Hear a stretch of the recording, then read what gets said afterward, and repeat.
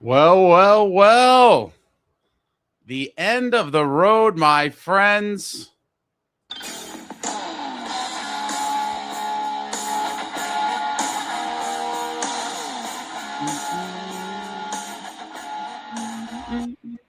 Welcome back, Devils fans. It is your host, Ace, here on Running with the Devils, where we are talking New Jersey Devils hockey all year long. Please hit that subscribe button, smash the like, share with a friend. Thank you very much, and appreciate you all for coming out on this fine Sunday evening for what will be the last show. We're going to have some fun here tonight, talk some New Jersey Devils hockey with all of you fine folks, some special guests, giving away a tons of stuff. Before I get into all of that, I just want everyone to be on an even playing field, and I've talked about this before, but I will reiterate.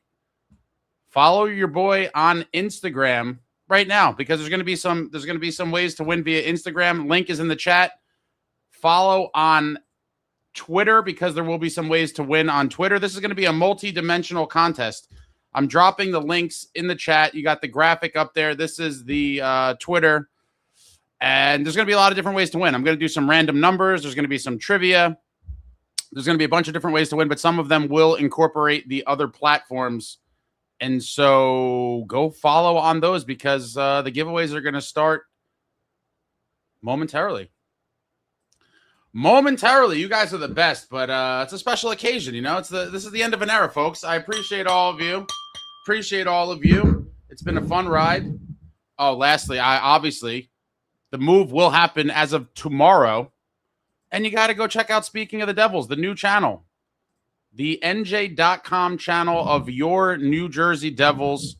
Link in the chat for that as well. Go and subscribe over there immediately. Go subscribe to Speaking of the Devils immediately. We're going to be coming with lots of cool stuff starting immediately, pretty much. You'll have the live streams. There'll be some other videos. Lots of cool stuff will be happening on the new channel. So head on over. Link again in the chat for the Speaking of the Devils channel. I'm just trying to get this open here. I'm not much of a champagne guy, as many of you know, but on special occasions, I will bust it out. I've had this one waiting for quite some time. Let me get this off of here. Dun, dun, dun. Lots to talk about. I mean, not a lot to talk about, but this is going to be an off season. Oh, here we go. I don't want to break anything in the studio. I got a lot of breakables, a lot of glass, a lot of, I have to be methodical with this. Can I go towards the wall, maybe? Let me just. Oh, that would have killed somebody. Cheers to all of you guys. Wow. That had some speed, had some velocity on it. That was quite the champagne pop there. I got all the bubbles. Hopefully, the New Jersey Devils will be popping champagne in the Prudential Center or on the road. We're not picky around here. Win the cup anywhere. Obviously, at home's better. But cheers to all you guys. This has been fun.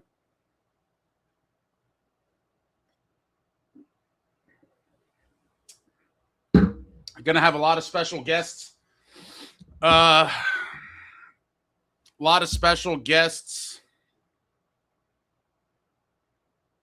Watch my eyes. Hold on one second. My chair, everything's a mess. Everything is a mess. All right, we're going to start the first giveaway, folks. We're going to start the first giveaway. Tons of stuff. We're going to start off with something light. We're going to go with the Raise Hell puck. I forget when this was from. This may have been from, I believe, the playoffs last season.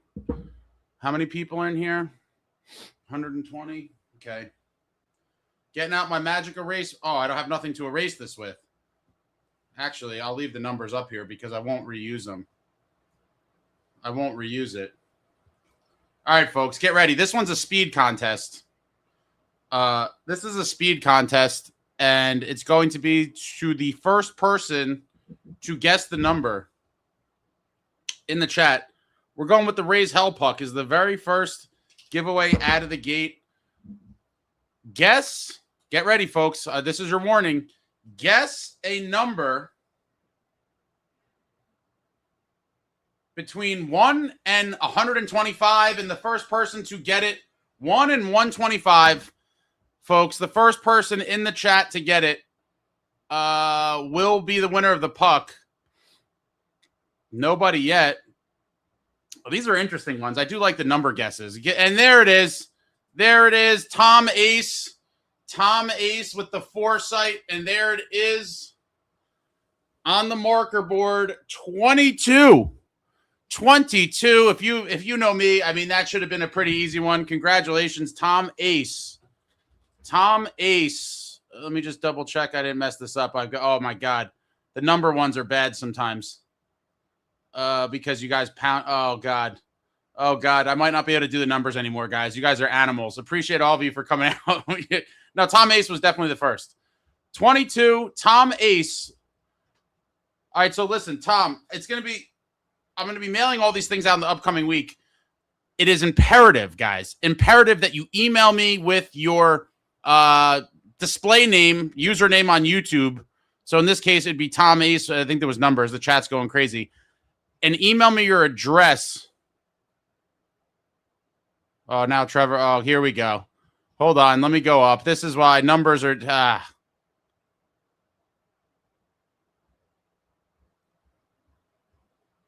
Oh, my God.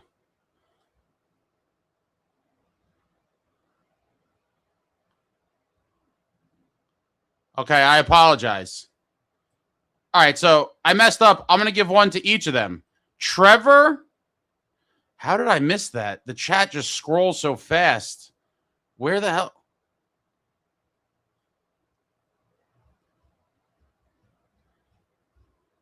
So Trevor and Tom Ace. Trevor and Tom Ace, I'm giving you both. Yeah, the chat it flies quick. You both will be receiving the Raise Hell playoff puck as the first giveaway. Please email me with your username and your address. And my email, I should probably pin this. Or you could reach out to me on socials. Bear with me. Now I have to put, just make my notes here for the giveaways.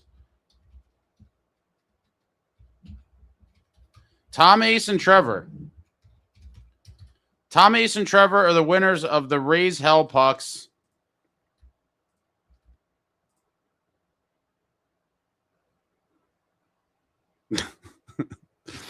You guys are hilarious. Let me see here. Bobby, thank you for the super smash that like beyond happy for Ace. Don't forget us, your Mr. Big Shot. I never forget anybody, guys. No Mr. Big Shot. I'm still a nobody here talking New Jersey Devils hockey, but now with a little bit more of an opportunity. But really appreciate you, Bobby. Appreciate everybody over the last couple of years. It's been a fun ride. And Zupamaki, thank you for the super. Good luck, Ace. Lots of success. Let's go Devils. Thanks a lot, Zupamaki. Really appreciate it. Like I said, it's been a fun ride. And yeah, wow. All right, so we got the first giveaway under our belts here. All right, let me get this off of here. And then bear with me. So we also have in other news, let me get this up here before I forget. One of our own needs our help, folks. One of our own, Paulie Walnut's son, Nick Surzan. I'm not going to read this whole thing, but Nick was diagnosed with a rare medical condition and has an extremely, extremely long road to recovery with lots of hardships for both Nick and his family, you know, financial and otherwise. Obviously, financial, you know, things like this are absolutely tragic, and they certainly could use the help of the New Jersey Devils faithful. I am putting the link for Nick. This is Paulie Walnut's son. I hope it worked in the chat. The link looks long and it looks messed up on my side. But if you put that into Google, if the link does not work, because this is a long link here. Yeah. Long road ahead for Nick. Great family. I'd met them a couple of years ago before a game. Stan and Maria, great people, and they really could use your support. So I would certainly appreciate it, as would the family, if you could. Thank you, Amagi, for verifying that. That if you could, anything you can contribute to help them in their time of need would certainly be appreciated by the family and Nick. So great people could use our support. New Jersey Devils faithful, please go and help them if you are in the position to do so. Link is in the chat. If for some reason it doesn't work, you should easily be able to find it. I will be posting this on social media, separately, probably tomorrow morning as like a separate thing. But if you can, please go and support the family. They certainly need it. One of our own, and would greatly appreciate it, as with the family. So thank you guys so much for that. And hopefully, Nick, you are on the road to recovery, my man. And we will all see you at the Rock very soon. Shout out to Paulie. I don't know if he's in here. All right, good. I wanted to get that done. I'll probably pull that up again later. All right, guys. We got some special guests coming up. So we got the first puck done. All right, we're gonna do this one's gonna be a trivia.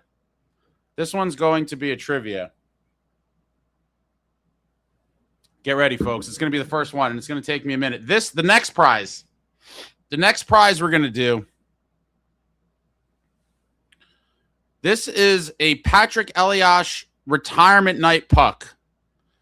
Patrick Elias retirement night puck, but this is not just a standard puck. This puck was part of the stage. If you recall, during the ceremony, Patty was on a stage that was built up of a bunch of these pucks, which had his retirement night logo on one side and the 26 on the back, and it's all jacked up because it was glued down. After the ceremony, they pried all these up and they sold them.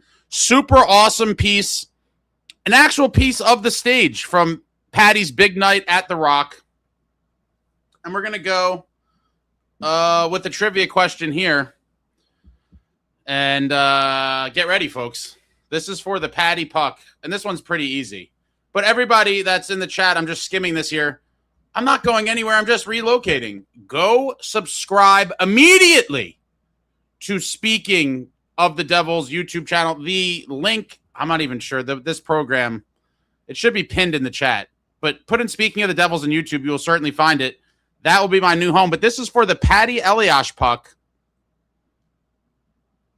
And the question is simple. During Patrick Elias's illustrious career, coincidentally, on the same night that the great Martin Brodeur became the NHL's all-time winningest goalie with 552 wins, on that same night, Patrick Elias became the franchise's all-time leading scorer.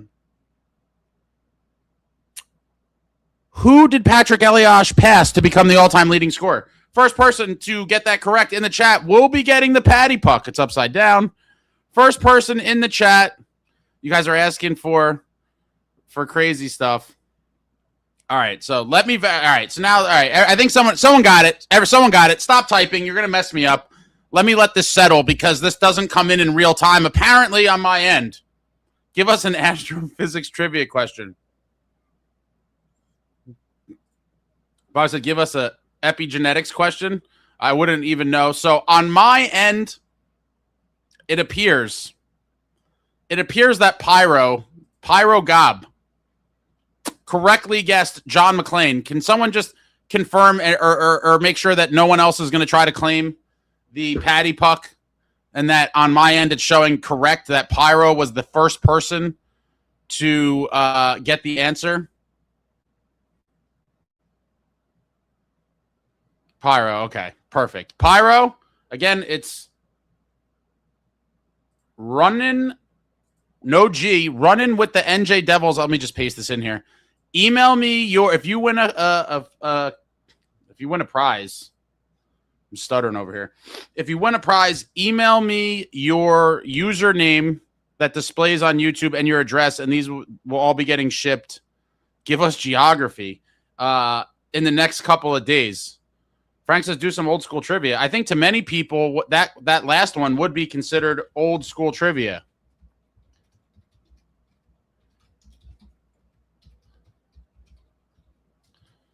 I think that would constitute old school trivia to many. You're talking about something that was, 15, 16 years ago?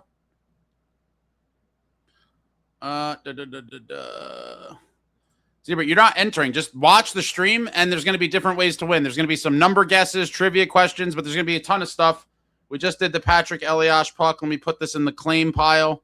So we got this and the Raise Heller out of the way. Give me 1 second. Let me put this over here. Okay. Local Cleveland says, are you going to do a Bret Hart and give away the sunglasses? Oh, you're talking about the future is bright? The future is bright glasses? The future is always bright. Especially for this New Jersey Devils club. Kevin says, just as a suggestion, do what you think is best, but if you post the question in the chat, as soon as you say it in real time, the chat will see it at the same time. Okay. I guess I could, I'm a one-man band over here, guys. I'm trying my best. Do people see it? Hey, I guess people see it different, and there might be a lag, but then wouldn't the lag be in seeing the chat as well? If anybody wants, these are limited edition, folks. These are the Runnin with the Devils. It's hard to get stuff in focus. These are the official The Future is Bright glasses. We'll be giving some of these away for those interested, too. I have a couple extra ones of these to give away for sure. Oh, wait a minute. All right, hold on 1 second.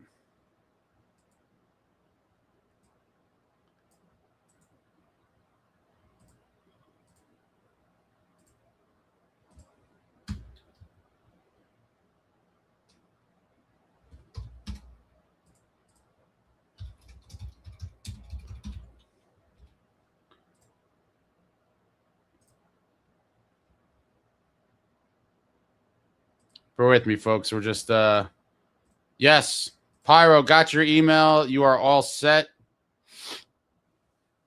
We need some Fitzy adoration items. Pyro says, I'm so happy. Congratulations, Pyro. Oh man. Okay, so I'm gonna so bear with me. This is gonna create a little bit more of a delay. Apparently now I have to type the question in the chat.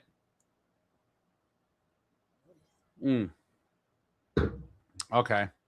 So I will type the question in the chat. That may make me want to do the numbers more, to be honest, because it's just easier. Hold on. I'm coordinating with guests.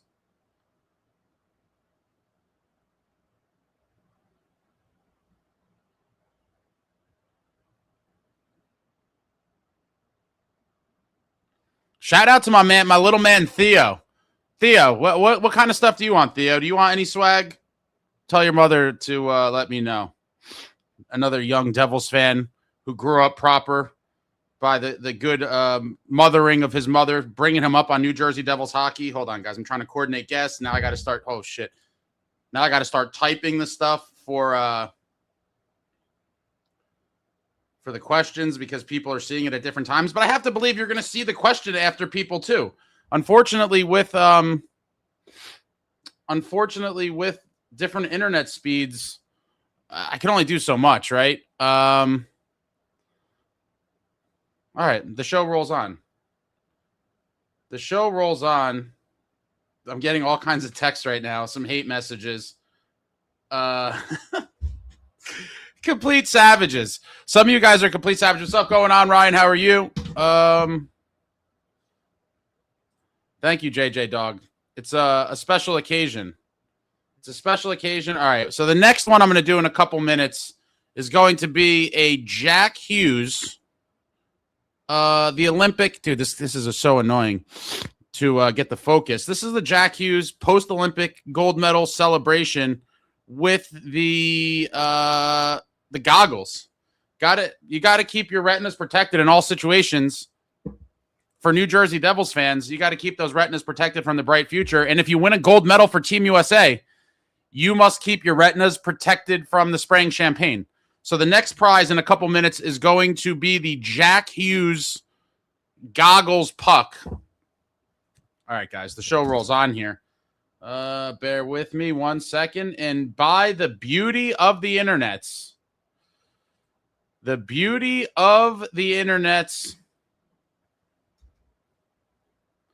we are bringing on my man, many of you familiar, a channel regular from the early days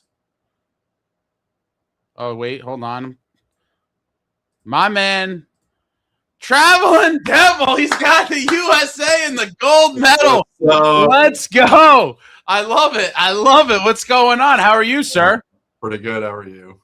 Oh, just another day, another stream, the last one. But I was like, I have to have my man Traveling Devil on. For those of you that are, cheers to you, Traveling. For those that are not familiar or did not see, Traveling played a big role in your boy going to the Olympics. I was planning on going, and I did buy certain game tickets well in advance. And leading up to the Olympics, Traveling was like, did you book the rest of your stuff? And I was a little bit lackadaisical. There's a lot of stuff going on in my personal life, a lot of different things. And I always wanted to go. I wasn't sure if it was going to happen, but I was leaning towards going. But then, Traveling kept needling me. And he was like, book your stuff. This is once in a lifetime. And he definitely gave me the extra nudge. So I definitely would like to say thanks to Traveling. He definitely, I think I would have went, but there's no way to know. He definitely gave me the nudge to get that booked. So Traveling, aside from the gold medal, what are some of your other lasting memories of the phenomenal trip that was Milano? Just making a new friend and fucking walking all over Italy with you. Venice, the gondola. Oh, for those gondola. No, that is a quality piece from the Murano shop in Venice. I actually notified the winner, and I guess this will be a random update that most people probably don't care about. But I did have a contest before we went to Italy, and I did say I was going to walk a lot. Now, I did walk probably way more than any of you would imagine, and probably more than Traveling would have imagined as well. I told him leading up to it that I do walk an extreme amount, and I also eat an extreme amount, and I think he was probably shocked for both, honestly. Was it an impressive display in both categories, Traveling? Oh, yeah, way impressive. I mean, you lived up to the hype. We walked probably on average 15 to 20 miles a day. And I probably consumed on average 15 to 20,000 calories a day. So the update on the weight gain thing, which actually Paulie Walnuts was the winner, and freakishly enough, he literally somehow guessed my exact gain.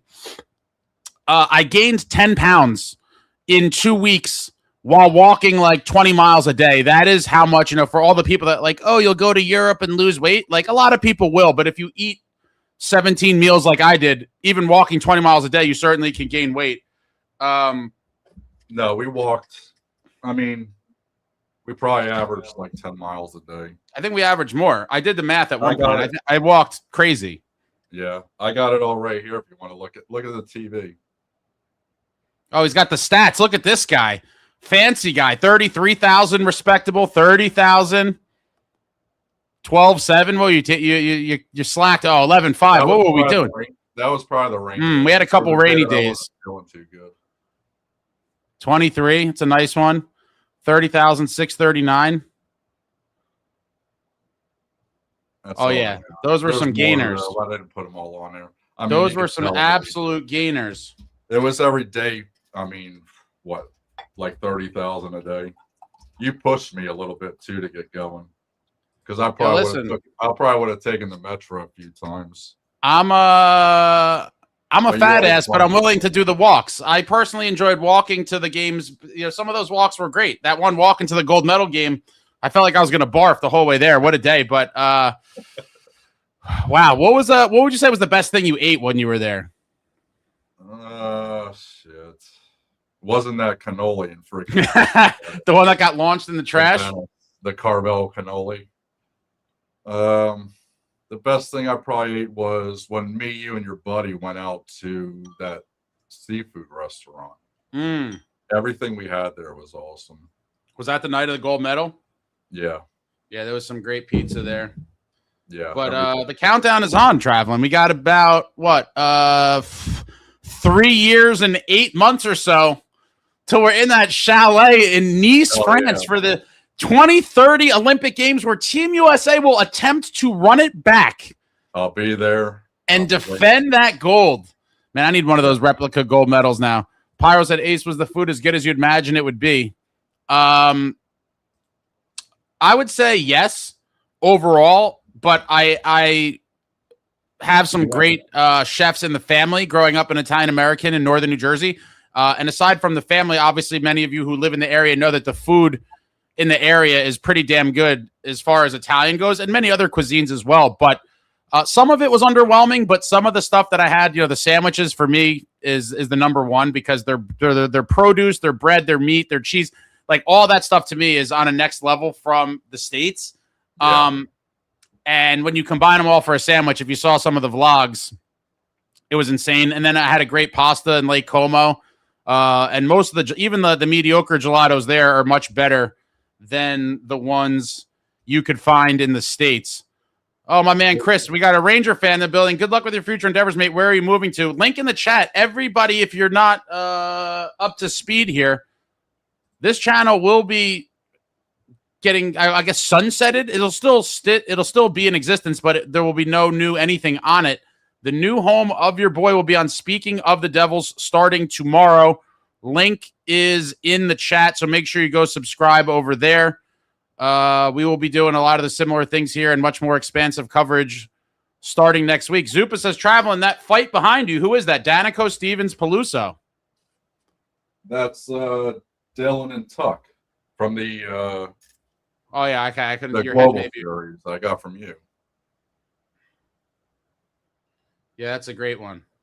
Yeah, really, what a legend. I tried to get you to go there too, but the juice wasn't worth the squeeze apparently. That was, listen, you got to make, not everybody could, do it. Not every, a wise man once told me, you can't dance at every party. And while I would like to dance at every party, and I would have loved to have been dancing that was Prague, right? Yeah, Prague. In Prague, I was like, let me just sit this one out. It was a regular season game. I'm sure you had a great time there, but I was like, I have my eyes set on a bigger prize. Not everybody could live up to the moniker traveling. This guy's going everywhere. But that was definitely a cool experience for sure. But yeah, I was saving up for the Olympics, man. Only got so many bullets in the chamber. Whose helmet you got behind you? Let's see. Gritzy helmet, nice. Curtis Lazar. Laser. Shouldn't have done that. And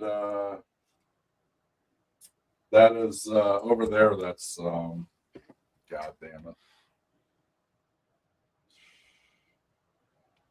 Shit, he got beat up by Rempy. Bastion. Yeah. He got destroyed. Well, that Lomborg fight was terrible too. Yeah. Yeah, that was even worse than the Rempy one. I'm trying to think, what else do I got for you before we let you go, sir? We got rest in peace, Claude Lemieux. He's got a great show the folks the Claude. Can you pull it off the walls or too much of a pain in the ass? No, it ain't. The 95 Cup. The legendary run. The man, the myth, and the legend. Wow. Let me get this off of here. What a shot, dude. Claude Lemieux in all of his 1995 Conn Smythe winning glory. I'm so glad I got this one. That's a real nice one. So I looked at it on the wall after he died. Terrible. Yeah. Absolutely terrible. Yep. Rest in peace, 22. Sucks. You got the Quinn Hughes jersey on? Nice. I ordered. I told everybody that I broke the long-standing tradition of only wearing Cup winner jerseys. I made I would have blanks sometimes, but for that gold medal run, he saved us against Finland? The 86 jerseys. Well, I guess it's fitting to do this puck giveaway while you're on the screen here. All right, guys, the next giveaway is coming. The Jack Hughes Olympic celebration goggles puck. And this is a pretty easy one. I've been given softballs here, folks. I've been giving softballs questions, really, and I'm trying not to make them harder. For some of the bigger prizes later on, they're going to be harder. They're certainly going to be harder. But for this one, let me just cue in something else up here.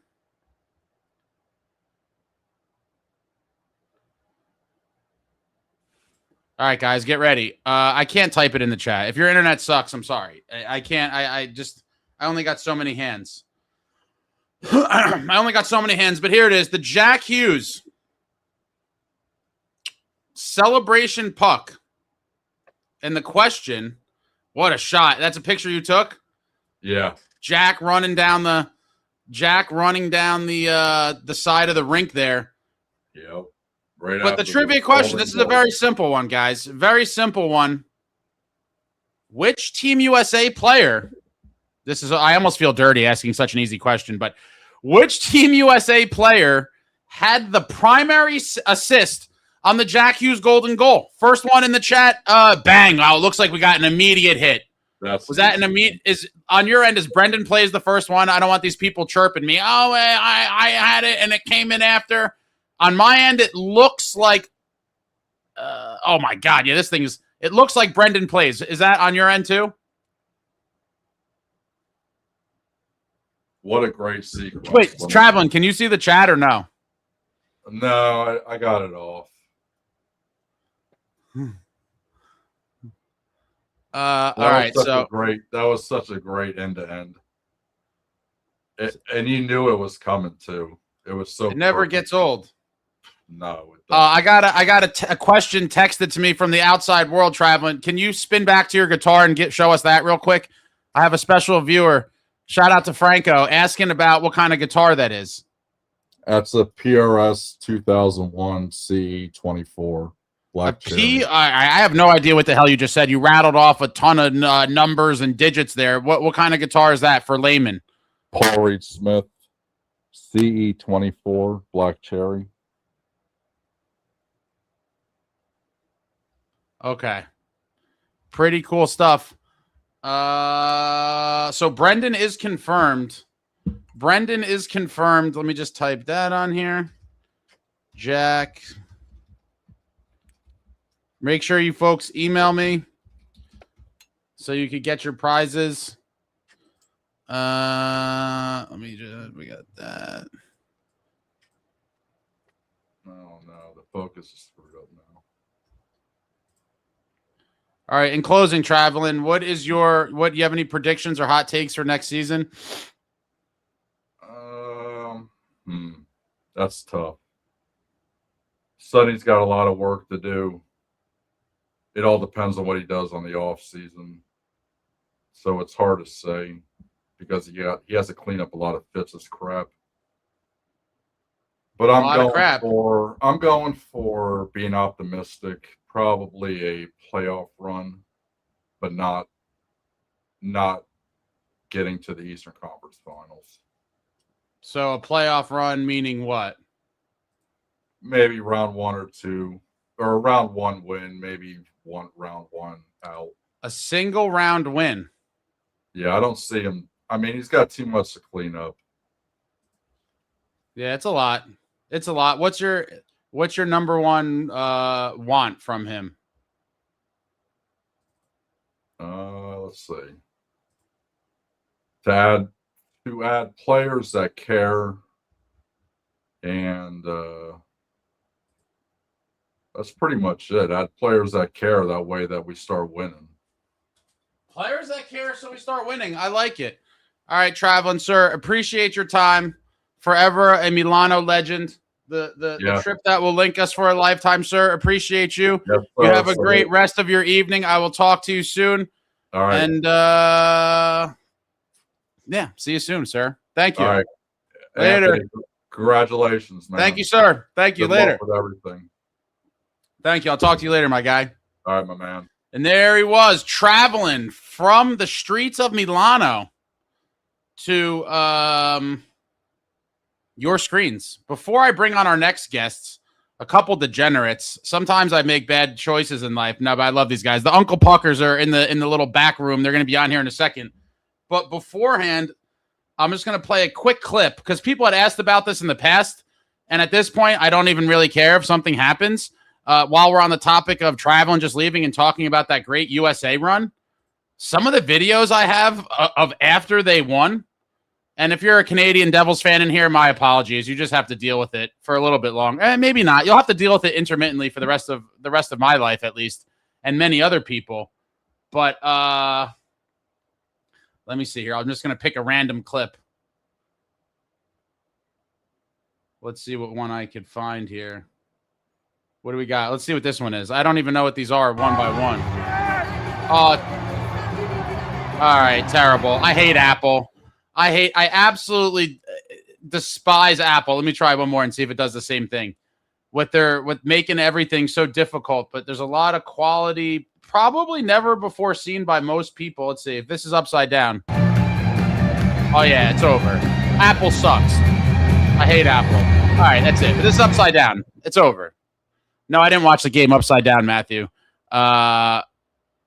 But without further ado, we got two at once. Let me see how we're going to do this. We got Tim is frozen. Or he's not frozen. He was just stretching. He's always frozen. He was just stretching.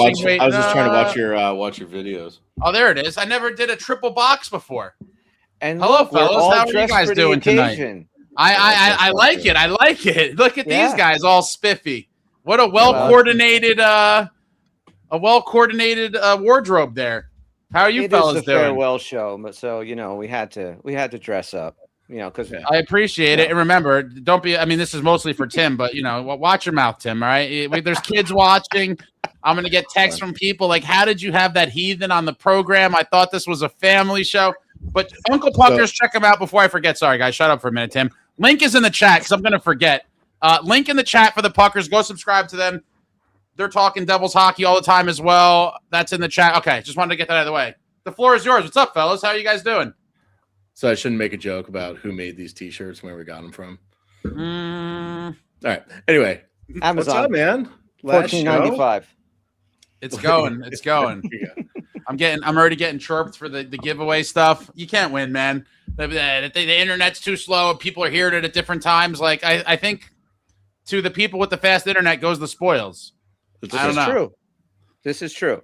For people who don't listen to us, I live on a farm in the middle of nowhere in Maryland. So my internet's run by like 2 mice in my basement. So maybe it'll work. Maybe it won't. They are lacking cheese. He freezes up and then he's got to bounce out and come back in. But thank you for having us, man. This is awesome. We're very happy to be here. It's, kind of bittersweet with your final show, but excited to see what you do next. Hopefully it's more entertaining than this. It should be. We'll try and fill the void that you're leaving as best we can. But I know you'll be around. You're just, Mr. Official with his press pass. And oh, look at this guy. You can't win around here. It's a rough crowd. I was very interested in the clips before, but I couldn't stand on my head to watch them. But like, what were some of those clips about? Like they were all post the Olympics?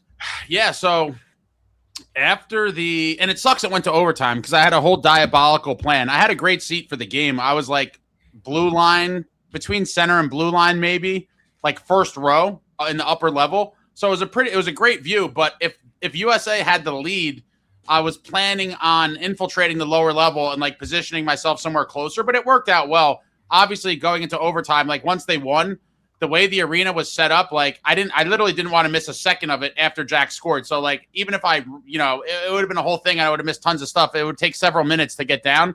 So I just stayed where I was, but I basically rolled footage for probably, 45 minutes or so directly after Jack scored the goal. So I have a lot of cool stuff that a lot of people probably have never seen. There was a couple camera guys, but there's so much stuff going on that they didn't get all of it. Obviously, excuse me, I got the champagne bubbles. Afterwards, I had watched a bunch of the stuff, but there's tons of stuff that a camera never caught that I did.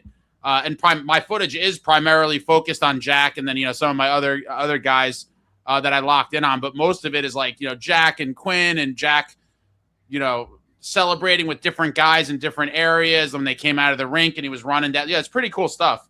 I'll send you some clips. I assume you got video of future Devil Brady Tkachuk, future Devil Dylan Larkin, and future Devil Quinn Hughes. Listen, I wouldn't mind seeing a Team USA assembly over here, but I'm curious. That's a pretty, I guess, hot button topic at the moment. What are your thoughts on the whole, I guess, Larkin to the Devils noise that we're kind of hearing? Well, any podcast of any NHL team has a show right now about Dylan Larkin to their team. So, personally, I would love to have Dylan Larkin on this team. He's guy wants to win a Stanley Cup. I mean, that's does not believe it's going to happen in Detroit, as Bobby said on our last show. Then why would he even think about coming to Jersey? But you know, I think that you add a guy like that to this team, and yeah, I would absolutely love to have Dylan Larkin in black and red. What about you, Tim? Yeah, I mean, you're adding another center, which I think we've all said we need. God knows what's going to happen to Jack this year. We'll find out in 7 months, and just kind of insulates us there. Adds into the 30 goals. My only concerns about Larkin are that he's already 30 and he's going to be on the wrong side of that curve. He plays a hard game, and it's just another guy that needs a lot of power play time to really hit his numbers. So that's going to bump somebody from the power play. So other than that, yeah, I think that's the move that we've always kind of envisioned is bring someone in that's sort of a center wing that can play in that top six. That's what we need. His contract's great too. Yeah, great contract, 8.7 for another 5 years. Yeah. Who knows what it'll look like, as he ages. There are pretty significant drop-offs in age curves with production and NHL players. So some guys kind of defy that, some guys don't. Who knows what if Larkin will be one of those guys. Where are you on it, Ace? Yeah, I mean, a lot of the people, it seems like, I don't want to talk smack about particular people or anything, but it just seems like when these things come down, there's typically the two factions, right? And then it was like, oh, the Nico trade, and the people trading them for Nico and all these things. Like, I would love to get a guy like Larkin as an ad. I've maintained for months now. I said, listen, do I think this core on its own can win a cup? For me, firmly no. Unfortunately, no. I think we've seen. I have to be real and say I do not think this core, as constructed with the complementary cast they have today, can win a cup. Can that core win a cup if you bring in the right pieces around them? I would say absolutely. I think they could, and a guy like Larkin would be an amazing addition, in my opinion. Now, for the people saying, "Oh, trade him for this guy," I'm hoping we see a big ad like that or something similar to Larkin added to the core without trading any of the core pieces. Now, if it comes down to having to trade a core piece, depending on the deal, if you can improve the team, I'm a Lou Lamoriello guy. It's the crest on the front of the jersey, not the name on the back. So you have to explore it. But if you could add a guy like that on top of the existing core, I think it would be amazing. But I'm curious, Tim, in some hypothetical, mystical world, if the Devils were able to get Larkin without trading Nico in that deal or a separate one, so just assuming Larkin's added on top of the core, do you think they would try to slot Larkin at 3C, or do you think Jack would move to wing in that scenario? I asked him the same thing on the last show. That's funny you say that. I mean, I think it could be both, and I think that's the beauty of it. It brings a lot of kind of versatility to a top nine now. Like imagine like you have the Nico line as is, you can roll that out. Then you have Jack Brown, roll that out as is, and then you can roll out Larkin, Gritsuk, and Haminaho. Like that's insane. Like, and then look at our fourth line. Larkin, yeah, and then you get Glass, AJ Greer, and player to be named later. I think that would be an insane top nine, but I think really what you want to do is put him in the top six, because that's kind of where our weakness has been for years is that top six scoring wing, and that's kind of our biggest problem. We could talk about Markstrom all day, talk about the kind of decor not really being well put together, but scoring goals has been this team's biggest problem. No, I'm with you. For all the people that kicked in Markie's back all season, I was like, listen, he had a bad season, but in the end, he's not near the top of the list for me as to why the team floundered overall in the season. Like, you couldn't score goals, period. Like, yeah, he gave up, 9 in Long Island? We scored 0. So we could have lost 1-0, 2. It didn't matter. Like, yeah, goal scoring is at a premium. You got to score goals. I do agree that if you do get a guy like that, I think it'd be somewhat underutilizing him if you did make him play 3C. While, to your point earlier, it is nice to be able to just keep coming in waves and it's just like overwhelming them. That top six winger really needs to get figured out. Like, Ace, I'm curious. Go ahead, Tim. Well, I just wanted to iterate on one of Ace's. What you said, I know there's this debate like amongst social media around Devils fans around getting Larkin. And it's not really because I think there's a faction of people that are really willing and too easily to just kick Nico to the curb. And I don't think swapping out Nico and just bringing in something like a Larkin, I think that's a lateral move, if anything. And I think it's a downgrade in the long term. I don't think it's a lateral move, Tim. I think it's a downgrade. Earlier, to what Ace said earlier, we need to add to this group, not swap out pieces. That's kind of what I want to ask, Ace. Like you mentioned the core. Like, are you talking about when you say the core, is it Nico, Jack, Brat, Timo? Is that where you are with the core? The big four. Do you put Mercer in there? In the core group? Just, know, so Mercer's a guy that, you might be able to build some type of trade around. If you wanted to move off of him, he's a valuable player. I think a lot of teams would like a guy like him. And if you had to put together a package, I think him and Nemo, whatever else. But again, where you got to think about with Larkin too. Like I've heard, Florida, Tampa Bay. Like I don't see a world where Yzerman trades him in the Atlantic. I really don't. You would think he would try to avoid it. Yeah. So I think, it comes down to a Western Conference team and everyone's talking about Minnesota, which makes a lot of sense. But why not us? We don't have Tom Fitzgerald anymore. It would be awesome because you guys hammered it before. You're 100% right. This team for the last 2 years cannot score goals. And, the stretch that we were on this year when we were in the tank, like after Christmas or wherever, that was some of the worst offensive hockey I've ever seen. I mean, it was like should be the absolute prime. I have a lot of issues with the team that I want to get fixed, but if I had one thing to pick for this offseason, it's that top six winger. Pretty, and he lives in Jersey City, number 13, Nico Hishauza. Got to do it for the people. They love the. Forgot the beginning part of that. He lives in Jersey City. He's pretty. I didn't hear the pretty part. I think your head lives in Jersey City. I think you hit it. He's pretty, and he lives in Jersey City, number 13, Nico Hishauza. What an epic clip. Guy's a poet. Pardon my French. Definitely a poet. That's swear jar number 2 for me, by the way. Sorry. And a great dresser. His outfits have been outrageous. Like last night he was getting shredded. People were I don't remember the one from last night. No, he was wearing people are like he's like looking for his boat in like St. John or something like that. He looked a little ridiculous last night. He had a pair of pants. I forget what round. It may have been the first or second round. Do you guys remember the old school Jenko jeans where the legs were like he had a pair of some crazy pants that kind of reminded me of that, and people were like, what the hell is this guy wearing? Sometimes I think these stylists can convince guys like this is cutting edge and like, I don't know if that's like the Met Gala, just like shock value type of stuff. But yeah, certainly I'm definitely more of a traditionalist myself and wouldn't be wearing anything remotely resembling some of those fits that he's been breaking out on the show. I couldn't afford one of his socks that he wears, like let alone the freaking outfit. So you imagine like the wall of Gucci loafers that guy has. Actually, he doesn't even have Gucci. Gucci's probably like trash to him. Yeah, it's like tuxedo shirts to him. Yeah, exactly. Exactly. That's all I wear is tuxedo t-shirts. What a coincidence that you wear one too. It's awesome. Well, we got to come in, proper for the last show, Yeah. And so then, I don't know. I was a little shocked though when I saw that the host was wearing the exact same thing. We didn't even talk about this. What a coincidence. We did not.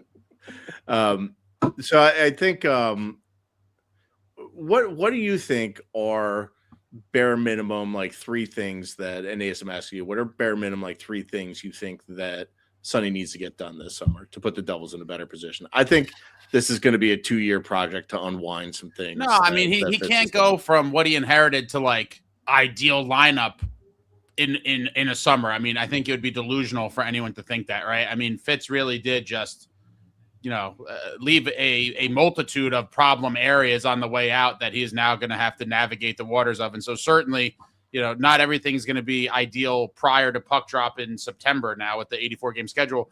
But number one for me, I think we've talked about this, like the top 6 winger, like this is just so old news that this needs to be done right away. So I would say that's number 1 for sure.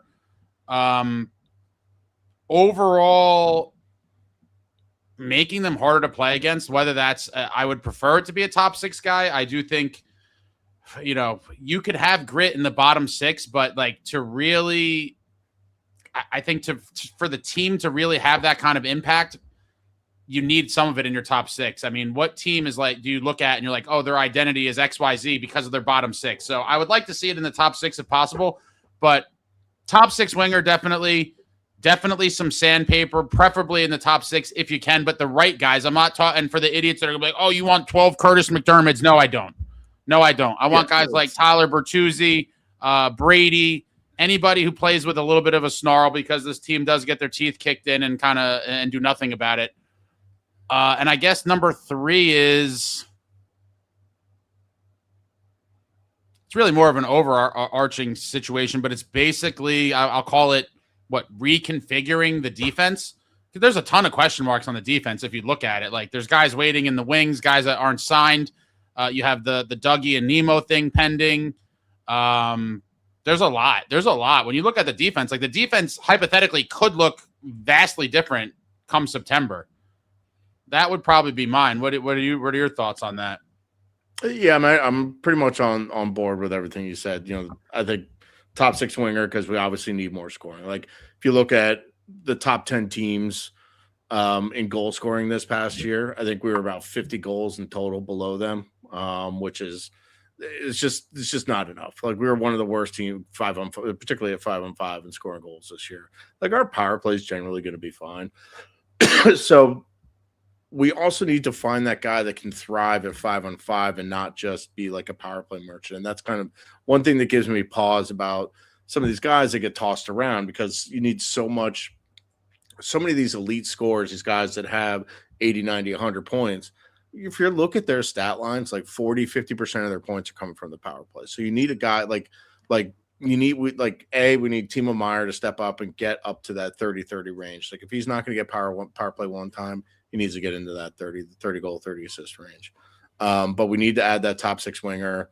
I think reshuffling the 4th line a little bit. I brought up AJ Greer before as a joke. We joke about this all the time. It seems like he's the only player from Florida that Sonny name dropped at his intro press conference.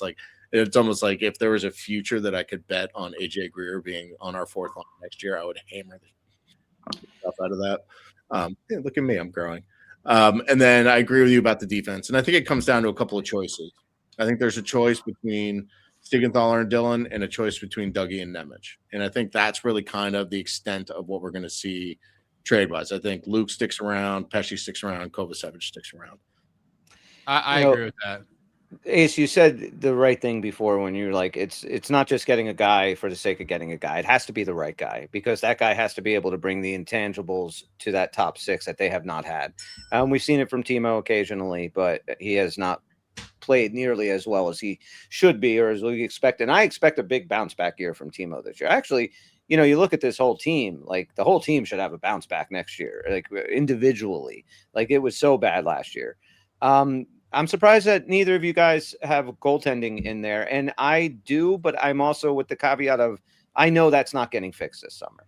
Right. Like, I know that you are stuck with Markstrom, and it is what it is. I've accepted our fate, man. I think. And look, he can have a bounce back year, and if you do solidify the defense around him, he should play a lot better. And I don't know how much there is to the rumor that, he was injured for a lot of this year. So do we give him the benefit of the doubt? You don't have a choice. So I'm cautiously optimistic that he will have a much better year. But yeah, you guys are right. It's the defense. And Tim, I agree with you on the toss up between the Hamilton, Nemec, and you said Siegenthaler and Dillon, right? Yeah. Yeah. I think we need to remix the D in general, like Ace said, kind of more broadly. Actually, we kind of had the exact same train of thought on that, which is a little weird. Get out of my head, weirdo. But it is coming down to a choice between these guys on the left side and these guys on the right side. Like, something has to happen on the right side. If we stick with Siegenthaler and Dillon on the left side, I mean, I guess that's kind of what it's going to be. But something has to happen between either Nemec or Dougie. What would your guys' preferences be if you had to, in the toss ups that you threw out, Tim? Like, who would you I don't think Tim and I are going to agree on the Nemec-Hamilton one. So I'd say I want to roll with Nemec. You want to roll with Hamilton. Am I wrong? Did my mic cut off? You can't hear me. Did it? We can hear you. No, Gotcha. no. I'm just kidding. All right. I would like to keep Hamilton over Nemec. I think if we're in win now mode and are going to try to win now, I feel like getting rid of Hamilton instead of Nemec kind of punts next season a little bit more than we probably should. I think there is going to be some organic growth from this team. We saw it before Jack got hurt and post-Olympic break in terms of just their scoring coming alive. We just need to play a little bit better as a team, and I think it's kind of there for a little bit of organic growth. I'm pegging, like, I won't be happy, but if they have a reasonable fight in the second round as opposed to getting just their asses kicked in 5 games, I think that can honestly be deemed as a success for this Devils team next year. And it's kind of sad that sad though. It's sad that I'm saying that, what but are we replicate win one extra game than you did in 22-23 with primarily the same, at least the big pieces. Like, what are we even talking? It's crazy. But I agree. But am I wrong about that? No, I would love to say they're going to be a cup contender, but that would be greght. I said conference finals are bust last year, and I really thought they were going to do it. And obviously the injuries and all the stuff, and it is what it is. But during that 8-game heater, man, I was like, it's happening. Like, I really believed it was all coming together, and that was going to be the season. They looked so good. It looked so good, and you're right. The Chicago cut, that was it. That was the beginning of the end, man. All right, back to the defense. I want to hear you guys on the left side toss up. I would take Dylan over Siegs, and it's for the only reason, not because I think that Dylan's a better defenseman, but what Dylan brings to that locker room is nobody else. We don't have anyone else on that team that stands up for guys, that is that vocal leader, that old grizzled veteran that I believe keeps shit in line. Oh, I'm sorry, I shouldn't have said the S word, but shouldn't keep guys in line and keep things together. I think that Dylan is more important, maybe off the ice than on the ice, but the way this team is, I do think that you need him. Whereas the only guy on this team that plays with that, snarl, will drop the gloves with anybody. I love Brendan Dillon. His play, okay. But I love him I love what he brings to that dressing room. So that's why I would stick with Dylan. Yeah, I just think it's an age contract play style. Like, I just think Siegenthaler is a better player. I fucking love Brendan Dillon. Pardon my French again. It's 3 for the swear jar. Your nephews are gonna just be. They're probably not watching. They're probably doing something. Yeah, Pucker Tim said. I split with you guys on this. If I had to pick, literally the speech Chris just gave about Dilly, I would have given a very similar one. I just think, heart and soul guys are a dying breed in today's game. He definitely is one of them. So he's a guy where, I don't care if you pull out the charts and tell me he's statistically the worst player that ever played. I'm like, I just don't care for a position like that on a team this young that doesn't have any other guy like that. So I'm giving him the edge there. And on the right side, I'm going with Tim. Even though I do really like Nemo, I think he could be dynamic down the line.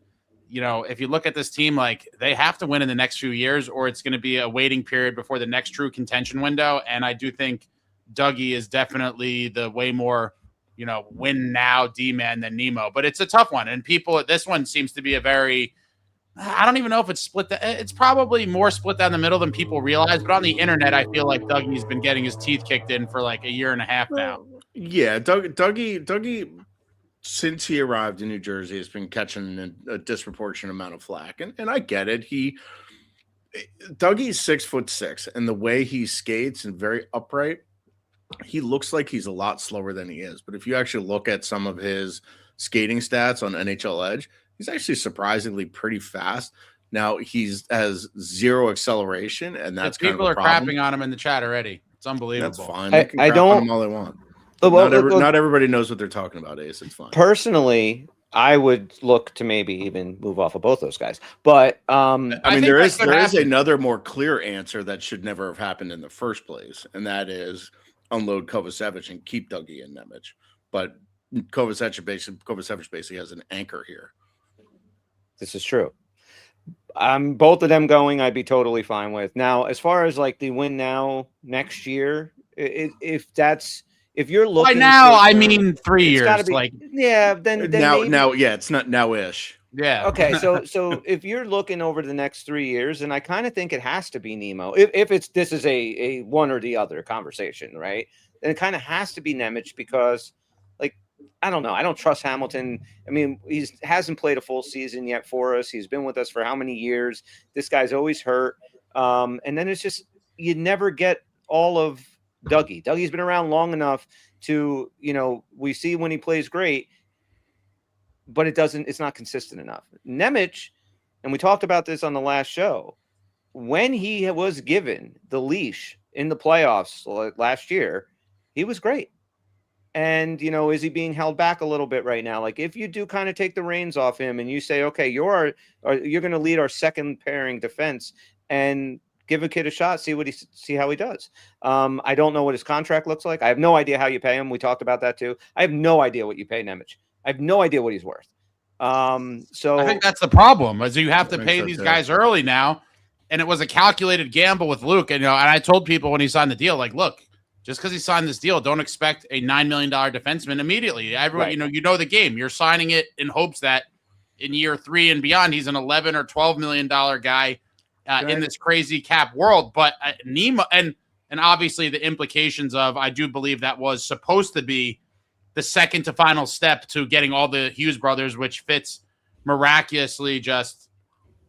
I mean, that's going to be one that people talk about forever. I think that really did play a big part in it. It's like, all right, lock down Luke, keep everybody happy. Now they're both here. Him and Jack are here for a while, and now Luke comes over, and the table was set perfectly. They signed Luke to the deal. Rutherford openly talked about trading. I got to duck back in. I froze. Openly talked about trading him to the Devils, and then we were fitzed. The fitzing of a lifetime, Chris. Isn't it amazing though? Like, that was, in my opinion, the easiest trade to make. I should leave. I should tell Tim he's just done for the show, right? That's it. You're cut off. That's 3 F-bombs in a half an hour. You got to go. As I show you my Luke Hughes USA jersey. I like that. Back there.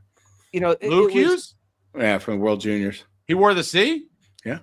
I didn't know that. Yeah. So we should give him the C next year, right? It's going to be Larkin. They're just swapping out centers, remember? I mean, it's captains, remember? It's just 1 for 1. Nemec does not deserve more money than Luke. That is preposterous. Sorry. Oh, I don't see the chat, but I agree with you 100%. No, he doesn't deserve anything. Like if I was going to sign Nemec, we talked about it a little bit. It's that 2-year, 5.5. That's what I would do. Yeah. Let's give the kid. There's no way he's signing that. There's no way. I don't think he will, and I think he's going to be a problem. I think he is going to ask for Luke money, and there's no way you're going to give him the term or the $9 million a year. So I think it's a foregone conclusion that Nemec is going to be traded, because I don't think you're going to be able to make a deal with him. I don't know yet, and I think in that same vein, like I don't know if the relationship is repairable. Like I know there's a whole new front office regime. I don't know. You would think that helps a little bit. I think it absolutely does. If Fitz was still here, I would have bet my life that Nemo was getting Fitz was talking about him. If Fitz was still here, he'd sign Nemo for 8 years, $11 million a year. I don't know, man. Come on. The way Fitz was talking about him, it's like, why did you draft him 2nd overall? Like, what's wrong with you? I wanted to trade that pick and peanut head most other first round picks for quite some time. What do you guys want to do with the pick this year? I think if there is, I think it's one of our best trade assets, if not our best trade asset, to acquire that top 6 wing. So I think we should be doing everything in our power to use it for that purpose, to package with a Nemec or with a Mercer or other assets depending on who it is. There's a whole slew of guys like I think potentially out there, but you got to look at like who's on, what teams are on blow it up watch. Like is St. Louis going to blow it up? They just announced they're not getting rid of Robbie Thomas. So does that make Kyrou more desirable? Is Seattle going to get rid of Shane Wright or McCann? Because I'd be interested in Shane Wright as like a 3C top 6. And you have Mason McTavish hanging out there. Mason McTavish is going to be a UFA. Alex Tuck's going to be a UFA. I kind of don't think we should dabble into the UFA market. I think it's just a dreadful, especially the top of it. Maybe for like a couple of rando fourth liners, kind of like that's sort of always been Sonny's calling card. But I wanted to talk about Luke and his contract just really quickly. So if you remember the end of 2 seasons ago, when Dougie got hurt, Luke stepped in, took that power play 1 quarterback role. He was over a point per game in his final 35-ish games. Looked every bit the part of a number 1 defenseman. And at the time, his marketplace for that young, ascending number 1 left-hand D, like Jake Sanderson and that type of player, that was $9 million was the market. Unfortunately, he didn't live up to it this past year. I think there's a lot to do with what happened this past summer, his injury, missing camp, all that stuff. I think people are going to be very surprised about Luke next year and the way he turns it around. I agree with you. I think to, look at Luke last year and say it was a bad contract, like that's just ridiculous. Like I have all the faith in the world in Luke Hughes being our number 1 D and being a Hughes brother, like it's he's going to get there. And in a couple of years, we're going to be happy we got him for $9 million. I really believe that. I think Luke Hughes is just, it's in their genes. Like they're not going to be bad. I didn't know what's in their jeans, you weirdo. What's that? What? Are you talking about what's in my jeans? Huh? You're looking. Yeah, I know what it's in there. Micro machine. But okay, Jordan Kyrou. Yes, I think Kyrou would probably be on the block this year. I think that's but I mean, if Sonny Maeda, as far as the 12th round pick, the number 12 pick we were talking about, unless Maeda has a big board where there's a couple of dudes that he's like, if they fall to us, we can draft them and plug them in this year and they can help this team. And I'm saying that's probably not likely at the number 12 spot. Like 2 guys. Right, exactly. Maybe. Then unless that's the case, and it's a very, there's very rare that that's even going to happen. You have to trade it. It's a very valuable piece, like you said, Tim. But if like it isn't there and none of the teams are like willing to blow up and like give up a top 6 wing, like what do? Then you take it. Yeah. I think I love this Vigo Bjork kid, Tynan Lawrence, Belchez, I'm back Oscar 1 second. Hemming. Once you start talking draft picks, man, you lose everybody. Nobody cares about draft picks. I lose everybody. I don't want to hear about guys that aren't going to play for this team. I'm not going to know who their name for 3 or 4 years. I don't. You'll know who these guys are. Well, I tell you, I guess I'll we'll just talk. What did you think? We didn't talk about Salayev getting his ELC signed. Yeah, I'm excited about Salayev. I unfortunately, what I think about him is I think there's a lot of negativity attached to him because of the guy. There's certain people that a lot of people want to draft it over him. B, this Consolanius kid has already joined the league, has been on the Sabres, and just had a golden goal moment at the World Championship. But I'm excited for him. Like a big 6'7", rangy, mean, good skating defenseman. I'm not gonna kick him out of bed. No, I'm happy that he signed, and I think we'll see him at some point next year. I don't think he starts for this team in September. There could be a scenario where if the Devils are still in like a bad place by the trade deadline next year, we have more problems. But I could see a scenario where like a Dylan gets sent to a contender for a cup run and Salayev. We're talking about Salayev and his. No, I heard. No, if they're out of it, then I would. He's a guy in the league, man. He's just such a nice guy. He's played so hard for so many years. I would love to see him get a chance elsewhere. Obviously, I'm hoping it's here, but I'm just interrupting for a second. Sign up for the new channel, guys. Speaking of the Devils, I dropped in the link. If people are joining at all different times, we are right now joined by 2 of the Uncle Puckers. Go subscribe to their channel. Let me post that in the thing again. But Chris was chirping me about I check out as soon as you start talking about draft picks. I've been that way for a while. I mean, since the 22-23 season, like, listen, you're painting me a dream. Cool. You're talking about guys that are not outside of some fluke luck and these other things. Like, none of these kids are going to help you win a cup in the next couple of years. So what are we talking about? Like this, I'm with you. These guys are creeping up to 30, man. It's happening again. Remember the Parisi, Zajac years and Clarkey, all these young guys, oh, this is going to be a good group. And all of a sudden, boom, boom, boom, they all leave in different scenarios. And you're like, damn, they made that cup run in 12, but you're like, that was it, and careers go by quick. Timo, Bratter, and Nico are all going to be 28 or 29, I believe, at some point next season. Like, wow. Timo's already on the wrong side of 30, I think. Yeah. It's not the baby devils anymore. I mean, obviously there's tons of young guys in the system, or not in the system, young guys on the roster, but the key guys are aging outside of Jack. They're getting close to 30. And if you don't do it in the next few years, you're probably looking at, it never happening with this core intact. No, definitely not. Yeah, or at least all of it. I could see, like this is kind of the last year of this group. I think if they don't, even with any, I said that last year. Pieces, yeah, I know I did too, and I said it 2 years ago as well. I don't know what's wrong with it. It might have been. And by the time the season happen, it might have been the last year with this core. We don't know what's gonna. We don't know what Sonny's gonna do. I would at this point. I think I'd be stuck. I mean, there's no way to know exactly where Nico's at with his camp, but I would believe that he wants to come back, and these are two big assumptions. If Fitz was still here, I think he'd be like, get me the hell out of here. But the fact that he's gone, I think that probably restored Nico's faith in the whole operation.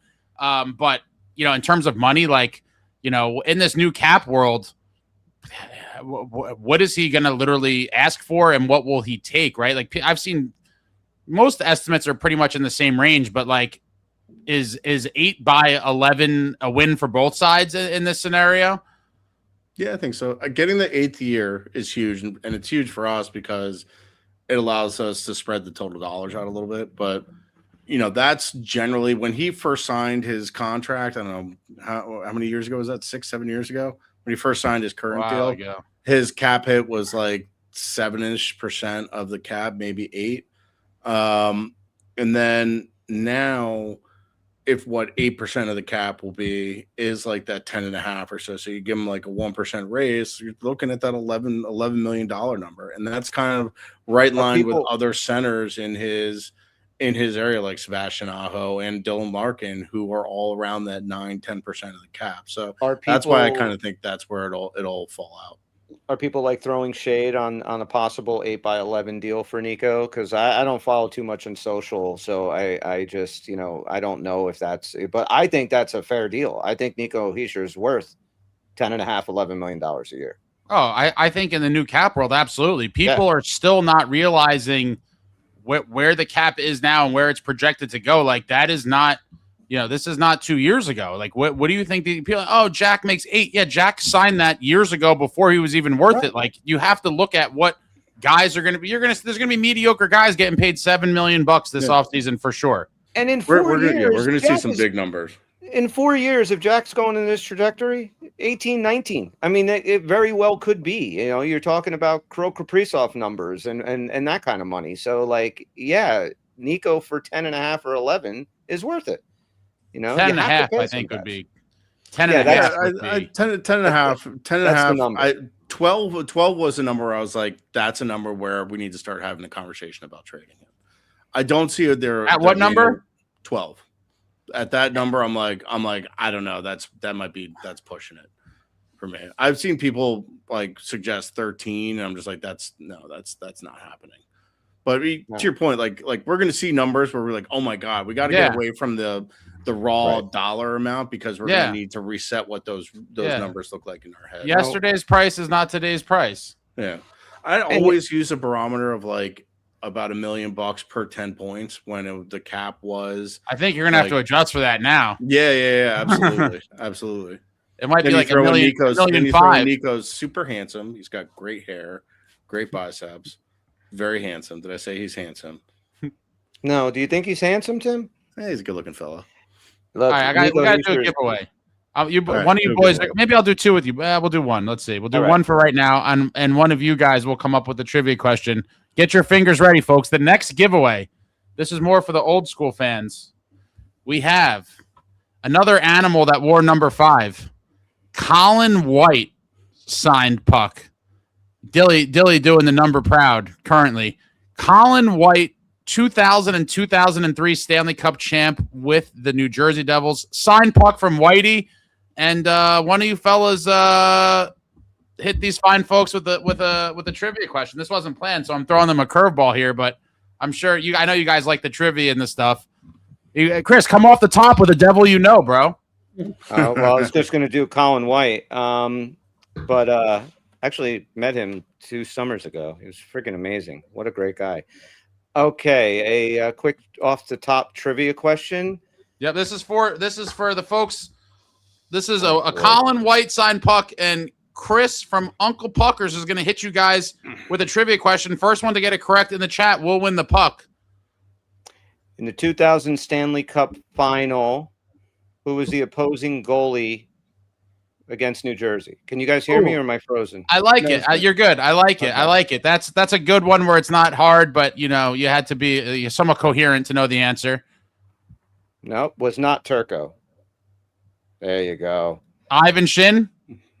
Is that who shows on your end, Chris? Ivan Shin got it first. Eddie Belfour. Ivan Shin, you are the winner. Affectionately known after game 1 as Sudafed Ed, if you boys remember that. When he got lit up and he was like, oh, I drank some cough syrup. He had some cockamamie story. I think, is that the game Dano scored? And I think that was the game Dano scored too. Yep. Game 1. Yeah. Ivan Shin, you are the winner. You will be getting the Colin White signed puck. Let me add this to the pile over there, and let me just update my notes. All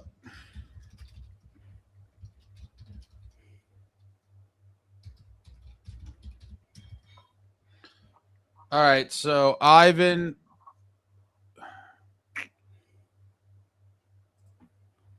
Oh boy. I have a good trivia question if you wanted to. I mean, we'll do another one. Wait, bear with me 1 second, folks. Email me if you want a prize. Make sure, because I have no other way to do this. If you want a prize, email me. I just dropped my email in the chat again. Email me with your username. I have a running list here of the winners thus far. Ivan just got the Whitey signed puck. Let me pull out. Well, I'll stay somewhat on theme, and then I'll let you boys get out of here. We're gonna go with the next prize up, and this is gonna be Timbo's question. We're going with the 2000 Stanley Cup champion locker room hat with the tags. This was a beautiful one. Next prize, 2000 Stanley Cup champs hat, and once again, trivia question coming. This almost looks like I'm wearing it. Actually, this is a great trivia question. This question coming courtesy of Tim of the Uncle Puckers. Go subscribe to their channel. First one to get it right in the chat will be receiving the 2000 Cup champs hat. Take it away, Timbo. So in that 2000 Stanley Cup championship, we all know the Elias to Arnott play, but who got the second assist on that goal? Ooh. I want to guess this one. Ooh. Tim, I'm texting you. Tell me if I'm right. Yeah. The secondary assist. Who got the secondary assist on that Arnott? You're incorrect. I am, huh? Who got the secondary assist on Arnott? Anybody get it yet? A few people got it. You guys tell me who looks like first on your end. But who was it? Wait, hang on. Scotty. It was Stevens. NJD 1988. I see. NJD 1988. I'd imagine you're an old school fan getting an old school trivia. You will be receiving a brand new 2000 Stanley Cup champs. New. Let me just update. It's 26-year-old brand new hat. They call that dead stock, baby. This is the 2000 hat.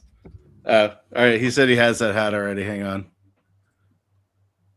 Let's go to the second person. I'm looking. Well, wait, we can't just rip them off. Hold on. All right. Well, yeah, you get him something. I'll find the second person. Yeah, get him something else. Okay. Ivan Shin is the second person. So Ivan Shin can get the hat and NJD can get someone else. To give NJD not to give away Colin White puck and give Ivan Shin the hat. Wait. I'm trying to have as many people win as possible. I'm trying to think what is the fair way to. Okay, so I'll give Ivan the option. Ivan, do you want the hat or the white signed puck? And then we'll give the other one to somebody else, and then NJD's got to get something else. This is complicated, guys. You try to do, it's It is. Yeah, I see that. Yeah, I think some people's chats are delayed, so that makes it more complicated. My video is all wonky. Like, to me, I'm looking like, I don't know. I'm like freaking out. Are you guys see me okay? That's the mushrooms, Chris. Not yet. That's when we get off the show, Tim. They haven't kicked in yet. I stayed totally sober for Ace. Yeah, if you guys want to come check us out before we duck out, we're the Uncle Puckers. You find us on YouTube. We post sporadically on Twitter, but we'll try and be better at that. Sorry, Ace, don't yell at me anymore. We are going to start doing a lot more of this stuff on, TikTok and YouTube and Instagram and stuff. But yes, anywhere you find a podcast, you can listen to us. If you want to watch our ugly mugs, we are on YouTube. We do live shows. When the season starts around like 3 shows a week, right now, probably around 2. But we're going to maybe up our game a little bit and go a little bit more. Maybe try and, all the people that are just going to want to know what happened to Running with the Devils, they can just find us. Not that they. All right, so Bobby, so Ivan said he'll take the puck. So then Bobby was the next person after Ivan to get Steven. So Bobby, you're going to get the hat. What is NJD getting? He has the hat. Hold on. Bobby. And then NJD. NJD, where are you in the chat still? It's musical chairs of prizes. NJD, are you in the chat? NJD 1988, was it? Yeah. This thing's scrolling hard here. People talking about Dylan Larkin. One dude in your chat hates the Hughes brothers, huh? Some of them do. I mean, you get a little bit of everything. I'm not sure Chris and I are cut out for this. I don't know how you do this, man. How you keep going with all these knuckleheads in here. We'll just ignore all the hate. But he doesn't have any hate. He's got people with varying opinions, Tim. Yes. Oh, no. Nobody hates Ace. How can you hate Ace? I agree. Oh, people do. How can you hate newjerseydevils.com or newjersey.com? NJ.com. Star Ledger. New Star Reporter, Voice of the Devils. Speaking of the Devils, oh boy, Anthony Corona. So it's a lot. It's a lot to live up to. Holy crap! Your name's Anthony Corona? Yes, sir. Wow. Yes, sir. Yeah, it's funny. Told you it was an Italian C name. Chris Colossal. Whoa, this guy. Chris Colossal. I'm still checking the. That's the Central Jersey Irish in me. You guys got anything else? I got other. I'm trying to dig through all the shit. Yeah, no, a lot of giveaways still coming. I had these guys. I told them, we had to keep it short. They tried a lot. No, I'm kidding. I didn't say that. No, you got other people coming on here. No, yeah, but we're all good. I still got a ton of giveaways to get through, but we're gonna get through all these things. Appreciate you guys. Do you have any parting words, or I'm gonna adjust this box while you give your farewell here. I'll be back in a second, but I'm listening and be back. No, man, just thank you. I'm digging in the box of prizes. Thank you so much for having us. This was definitely a lot of fun. And if you guys want to check us out, he just gets up and leaves. No, he said he was getting up. He's there. He's there. He's running shit, dude. Yeah. So check us out. We do a few shows. We have 2 other guys that do it with us sometimes when it's hard to get all 4 of us together. But you get some variation of the 4 of us any given moment. But and if you like stoners in Lithuania, you will enjoy our show. And if you like death metal music and horror movies, you will enjoy our show. That's true. And if you like dick and fart jokes, you will enjoy our show. Yeah, we got again. We got a UFC hat coming up. I got the Devils. Oh my God, the third screen, the split screen, kill me. I got to get. We got the Devils Youth Foundation hat. We got a lot of stuff still coming up. Appreciate your guys' time. Go check them out, Uncle Puckers. I'm going to drop the link in the chat for probably the 6th time.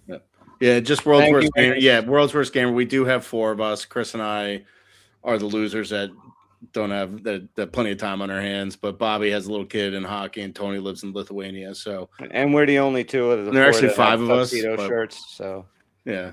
I can't say there's 5 anymore. We'll talk about that later. Yeah, Ace, thank you very much, brother. Appreciate have a great show. Time. I'll talk to you guys soon. Congratulations, man. We're proud of you. Thank you, sir. Thank you, guys. Have a good one. You too. And that are the Uncle Puckers. Check them out. Link is in the chat. We have a lot of prizes still coming. I'm going to take a quick break, but we got the whole box here still, guys. I apologize. We're going a little slower than I thought. We got the Youth Foundation hat. We got scarves. We got signed pictures, Stanley Cup rings. I'm taking a 1-minute break. I'm bringing on another guest momentarily. And then we will keep it going. We will keep the good times going.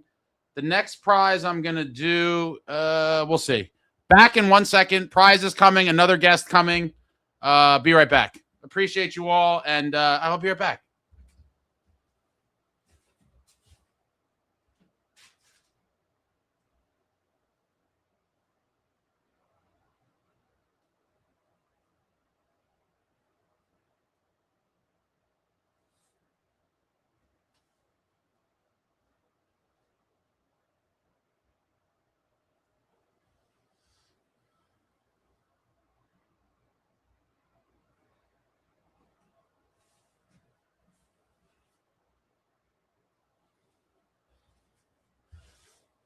They want SST. If SST is watching, I'll put him on. He's got to put his name in the ring here. Bear with me. I'm removing some stuff. But guys, go check the new channel. This is the farewell stream. Speaking of the Devils, starting next week, link in the chat. Go subscribe to Speaking of the Devils, my new home. Some of you probably are already subscribed, but if you are not, go subscribe to Speaking of the Devils. And if SST is here, I can get him on at some point. We have another guest coming in momentarily. I'm going to do another giveaway in a minute, but go subscribe to Speaking of the Devils. Link in the chat. Should be pinned in the chat too, but I just keep dropping in the chat. Oh, there's another couple. Prezify, thank you for the super, sir. Everyone leave a like. One last hurrah. Let's go. Appreciate you. Sorry, I didn't see that. We had the puckers on there. But thank you very much. This is the final hurrah. But go subscribe to Speaking of the Devils. World's Worst Gamer, thank you for the super. There is no note there. We'll do a couple more chats. What do we got here? SST should have joined me live. What's going on, Maria? Says SST, the OG. Please be Steve. I wish we could get the Maniac on, folks. The Maniac is he's a tough guy. He's a tough guy to get a hold of. Let me text them real quick. We'll see. The Maniac is probably not available. Yeah, my shout out to my little nephew. What up, Moo? He's my nephew's chirp texting me from his mother's phone. Shout out to my little nephews, the Moozer and the Rennie, and the little Carmi, but he's too young to watch, so he doesn't know about this stuff. But the little guys, my little guys are up late tonight. What do we got? Bear with me 1 second. I'm texting Steve the Maniac. He's going to probably be a no-go, but it would be fitting. It would be fitting for Steve the Maniac to call in. Go subscribe to the new channel, folks. I'm going to just shamelessly just keep telling you that. But Speaking of the Devils, starting next week, we'll get that off of there. We'll get that off of there. And my next guest from Locked On Devils, possibly one of the only individuals who was more verbally critical of general manager Tom Fitzgerald, and especially in his final days. From Locked On Devils, Zach Berman, and here he is. How are you, sir? I didn't know tonight was a black tie affair, so I. It's just I'm just having fun with it a little bit. It's certainly not a black tie affair by any stretch, but the Puckers had a funny T-shirt. But how are you doing, my guy? I am doing just fine here. Congratulations. Thank you, sir. I appreciate that. No, it was I was waiting for the link and I saw the Puckers came on with their fits. I was like, shit, I need to get in the swing of things. And I'm down here in Florida right now, so my wardrobe's a little bit I don't have my sales rep get up. So do you live in Florida? Now I do, yeah. What part of Florida? West Palm area. Okay. I was there not too long ago. Very nice. The beaches there are phenomenal. Amazing. And the quick drives where you go from extreme wealth to extreme not wealth. The first time I was there was pretty shocking to me. Yeah, it is. It's a little bit interesting because right now the Portuguese World Cup team, they are practicing about a mile and a half from my neighborhood, and on one side of those practice fields are like mansions, and the other side it's like trailer parks. So Ronaldo's going to get to see all of that. Well, let's start off before we get into devil stuff, Zach. I'm going to put you on the spot like I did to the Puckers. You're going to have to give us a trivia question. And it doesn't have to necessarily be anything. It could be whatever you want. The next prize, folks, this is the focus.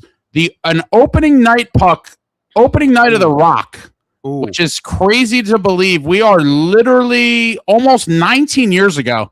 Things that make me feel old. There seems to be dozens of them per week where I feel like an old man, and not limited to seeing some of my high school classmates with grown-ass children and other things and talking about Stanley Cups that happened 20-some-odd years ago. But this is October 27th, 2007, opening night, Devils versus the Sens at the Rock.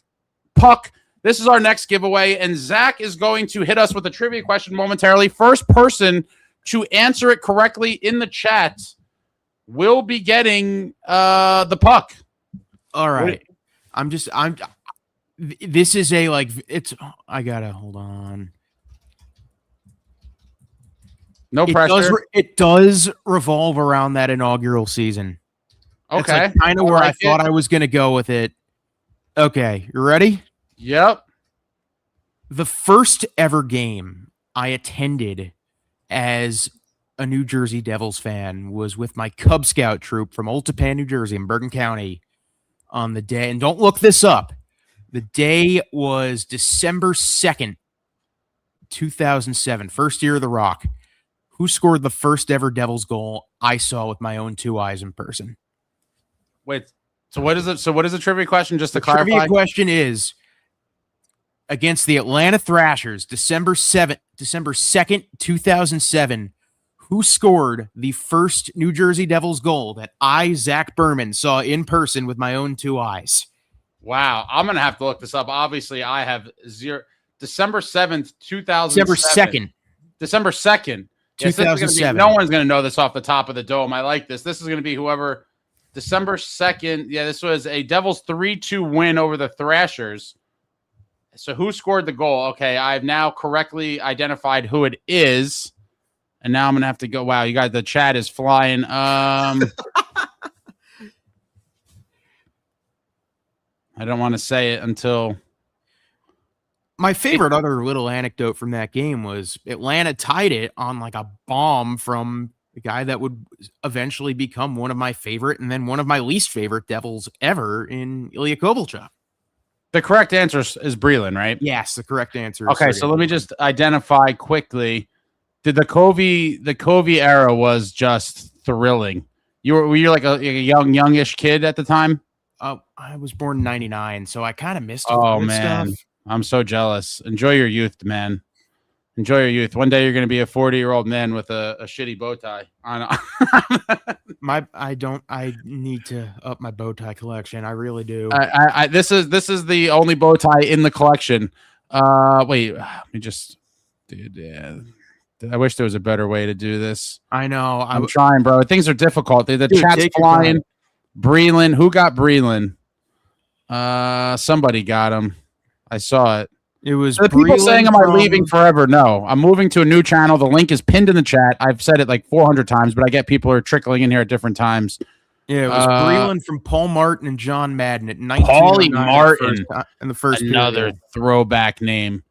Was that the first game you ever went to? That was the first game I ever went to. I was born into a Ranger family and defected over a Cub Scout trip. I don't know what snapped in me. Collect Records, I believe Collect Records was the first one to get Sergey Breland. Collect Records, okay. Collect Records is the winner. He said he was at that game wasted. Collect Records, you have won. You have won the Prue Night opening puck. Let me just put this on my sheet. Email me your address. Again, if you have won... Again, I'm gonna have to put my email in here. Email me your username and your address, and all of the prizes will be shipped out this week. Appreciate you all for coming out and for playing. Wait, so how old were you at that time? I was 07. I was 7 years old. You were 7 in 07? Yeah.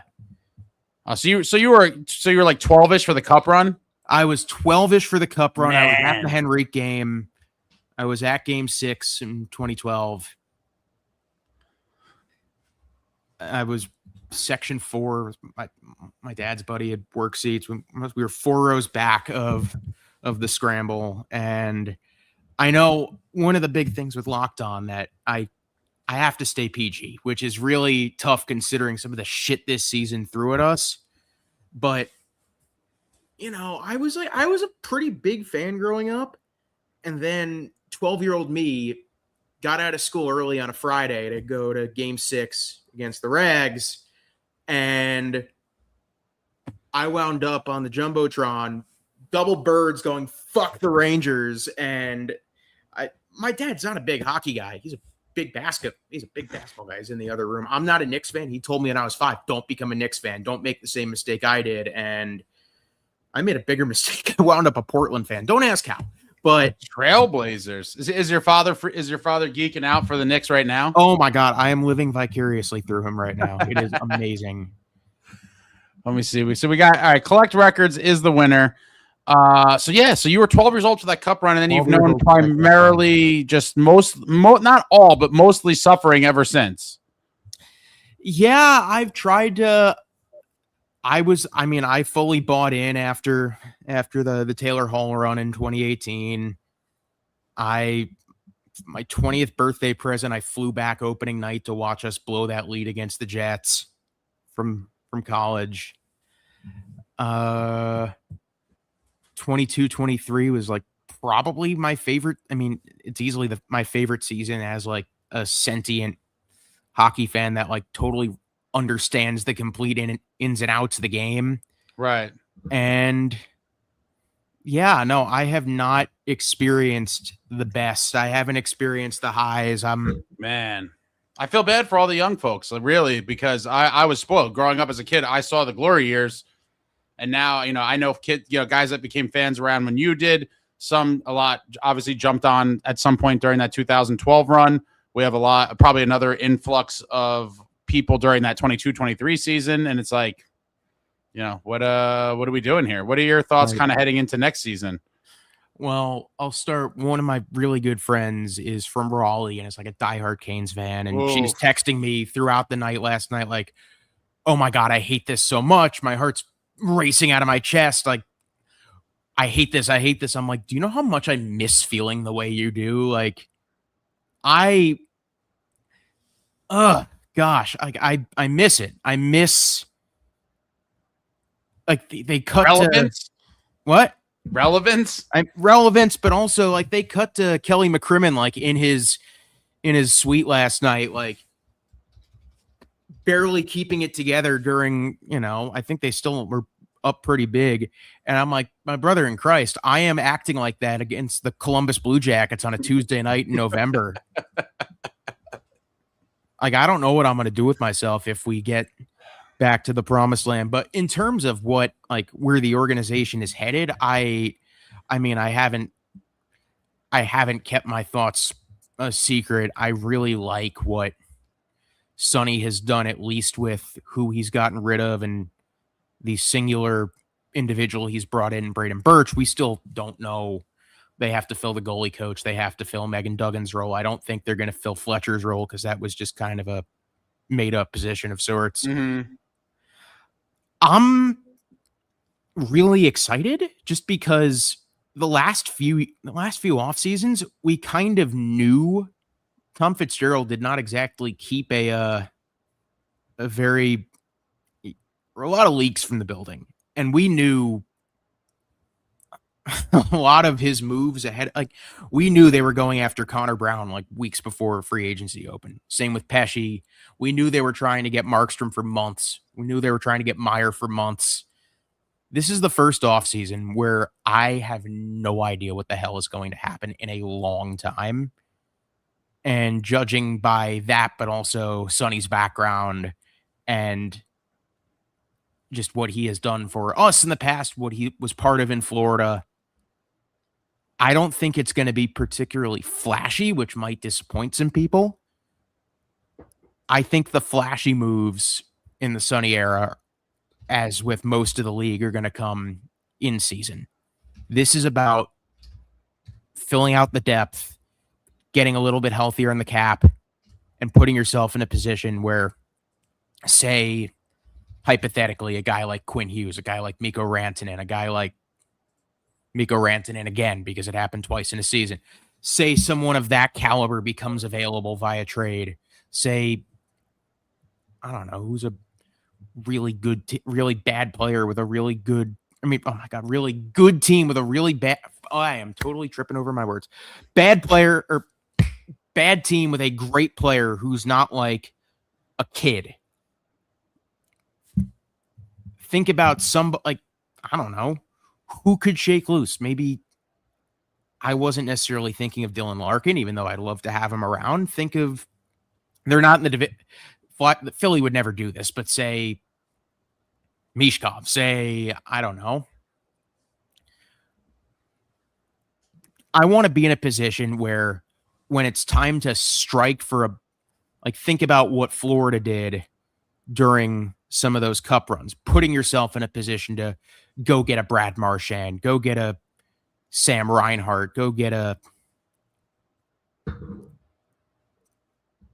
Vladimir Tarasenko for the first run. Like, put yourself in that spot where you can strike in season and then get ready for a deep playoff run, whether it's this year or next. I think the fireworks will come, but I'm looking for smart sustainability first and foremost, and I think we're going to get a lot of that this summer. Yeah, I mean, I agree with that. I think it may be underwhelming to some. We're talking with Zach Berman of Locked On Devils. Let me just drop the link in the chat there. You guys go check him out. Subscribe over there. Obviously you want to see as big of an impact guy brought in as possible, and a guy like Larkin would certainly fit that bill. And I do think if they were able to get him without touching the core, that would be a massive win. But when you start looking at maybe some smaller tinkerings, the Puckers brought up Greer. A lot of people are talking about him. Yep. It doesn't necessarily have to be this sexy name added to move the team forward and make them much better. But I do think that the top six wing just has to be addressed. For me, that's just first and foremost has to finally, you got to do it. Like after Toffoli, the rotisserie of, the answers in the room and the Mercers and the pushing up whoever, I wouldn't be outside of the core four, throwing Connor Brown in there, I can accept, but the sixth or whatever you want to call it, the fifth or sixth guy, but I think the other one has to be, from the outside. And I think continually hoping it's going to be someone to step up. I'm just tired of kind of seeing that movie. What do you think about, that top six spot post Toffoli? I think it could be Gritsuk, but I think so too. I don't want to bank on it being neither. Grits. Do I love Grits. Don't get me wrong. I think he's going to be a really important piece to this team for a while, but I wonder if, because I think it would, because I love the fit and I've talked about him with my friends, with also on my podcast plenty. I wonder if, especially given the situation they're in is not great, Jason Botterill's their GM now. He doesn't exactly have the best track record. I wonder if Jared McCann is finally in that. I look at so many guys that are either still under contract in Seattle, or Puckers brought up AJ Greer. My top free agent target's Ellie Tolvanen. Guy I've liked for a while. His underlings are really nice. He's got a howitzer of a shot. Really would play well in that third line. Throw him in there with Glass and Mercer. I like that fit. But I feel like this is the year where if McCann were to shake free, you go get him, because he's kills two birds with one stone. You have to go into the season expecting that Jack Hughes is going to miss some semblance of time. Hopefully not that much, but McCann can play center, but he also can slide in a top six wing role. I think he is the perfect player. Now, he would be a 1-year rental, at least for now, but Devils are kind of in a win now situation. I don't hate it. What you have to do if you're Sonny, there are plenty of dumb GMs in this league. Make sure they're your best friends. There's so many guys that, people throw out names every day. Like, oh, what about this guy? What about that guy? And it's like, given where they're at right now, there's no shortage of guys that would improve the team. But the thing I just keep saying all the time is that the best usage of the assets and cap space, right? Because there's only so much they're going to be able to do. There is, I do believe, a lot more opportunity if Sonny really got creative and was really trying to shake it up, especially when you start looking at some of the defensemen. There is ample opportunity to free up cap space. But in terms of like adding these big name guys, like some people, think it's like NHL 26 where you just, go load up all the big names. There is only so many assets they have to be able to trade to get guys. And so I always just say, all these guys would improve the team in my opinion, but is that the best usage of the cap space and the assets that it's going to take to get them here and keep them signed? And so, the Larkins of the world and some of the other names that have come out certainly are interesting. And I have to believe that Nico signs. I mean, I just don't see that being an issue. I never really thought it was. Post Sonny, I do believe if Fitz was still here, he would be asking to leave, in my opinion. Obviously, there's no way. It's just, pure speculation. But I have to believe he was watching, every season go by, and he's like, what the hell am I doing? I'm about to turn 30. I was a number 1 overall pick, and I've accomplished literally nothing while in New Jersey. So we'll see what happens with that. I've never once questioned his desire to win, his desire to compete. There are guys that I've sat there. I'm like, is the effort 100% there? You never question that with him. No, for sure. And a lot of people, I do think unfairly, the old timers, a lot of the old timers, people my age and older, like, oh, he's no Scott Stevens. And like, I've said a million times, different guys lead in different ways. And not everyone's going to be a Scott Stevens. And quite frankly, guys like that are pretty much extinct like the dinosaurs now. But tons of his current and former teammates have had nothing but glowing remarks about Nico. And when you see the effort he gives every night playing against top lines, taking a beating and continuing on, like for me, I think that's a guy that clearly makes your team better. Now, I'm not going to say, is there some alternate universe where if they did deal him, I do think it would be possible to be a better team afterwards, meaning not just, Nico's a problem, but does that allow you to make a couple other moves where you have a net benefit to the team? But, in a vacuum, Nico Hischier obviously is a player you should want on your team. And I don't understand some of the anti kind of sentiment around him. And I don't think it's a lot of people. I just think it's growing frustrations from fans that are just kind of making him the face of this kind of stinky era. If you get rid of Nico, I'm fine with doing so if you have a plan to replace him with another top 6 center. Mm-hmm. That's the only way you can do that and not make the team drastically worse. And you look at how many teams right now are in the market for a top 6 center: Philadelphia, Winnipeg, Chicago. Like, you can go on and on and on. Minnesota. There are just like, is Nico the perfect player? No, I'm sure we all wish he'd score a little more. He's not. When you have a first overall pick, sometimes you're going to want a guy like, a generational talent. Not everybody's a Crosby or a Celebrini or a McDavid. That's just the way it is. I don't see a way this team gets better short-term or long-term if they deal Nico. Actually, it just completely dawned on me. Great player on a bad team that would fit the Devils. I don't know how much more losing Kyle Connor is going to take in Winnipeg. That's the one that just popped into my head. That's your guy. I know he just signed long-term. But back to, listen, in a vacuum, does Kyle Connor make the team better? Yes. But are you willing to use most of your ammo, again, assets and cap, on him? Right. I'm going to take a pass personally on him just for that. If you're a team that has way more kind of wiggle room to do stuff, I don't know. There's something about him that I would be a little squeamish to make that like my big like bang. The only big bang guy that I see this offseason that I think realistically could get dealt is Jordan Kyrou. And even then, I kind of put him in the same category too. Obviously, again, makes the team better, but is that the best you could do? Like, I personally would be way more excited to get Larkin than Kyrou.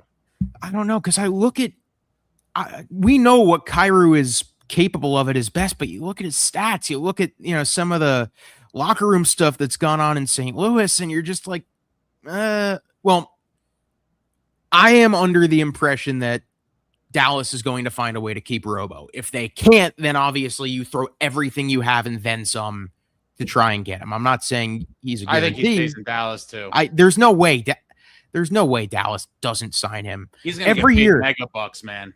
Every year they what do you talk think about that deal is. I think it's similar to the Rantanen deal. I think it's a 13, maybe. Yeah, I was gonna say, I think Robo is gonna probably ask for something stupid and settle for like 13 to 14. Like, but that's the world we live in now. People are still like, oh, this guy's the new cap era, folks. This is not the old times. You're gonna see guys that you've never heard of before probably getting $6 million. Like, that's gonna happen. Like, we saw the rumors are out right now that Dan Vladar might get a 5x6 with Philly. I mean, if I'm sitting there, I'm going like, what the hell are you doing? It's a new world. I know. Like, that freaks me out because I think we know damn well after the year that Vanacek had after his surprise breakout, goalies are so voodoo, you never know. Like, that scares me a little bit. But there are going to be some players that are like immaculate grid pulls that are going to get 3x4s, and we're just like, what the hell? Yeah, we're talking to Zach Berman of Locked On Devils. I'm trying to just make sure I keep the promo going here. Link in the chat. Go subscribe to Locked On Devils. Let me do a couple chat comments here. Javiation, I'm just relocating, sir. This is not like. It's not a death sentence. It's just a relocation. The new channel, speaking of the Devils, link in the chat. We're just moving. We didn't get suited and booted for his funeral, man. Yeah, a lot of people thought it was over. Now we're just moving. Someone said he was hitting the Manischewitz. I don't know what that's about. Me? I don't know if they're talking about you. Bobby said, Zach, I grew up 5 minutes from Old Japan. Oh, my nephew in here. Shout out to my nephew, Uncle Ann. Stop giving away all your stuff. Save it for me. Moo. Buddy, you're my. I have no kids, buddy. You're my kids. You're getting all my shit, all the good stuff, the stuff in the cases. You guys are getting it all. Don't worry, pal. If he's still awake, I don't know. He's 9.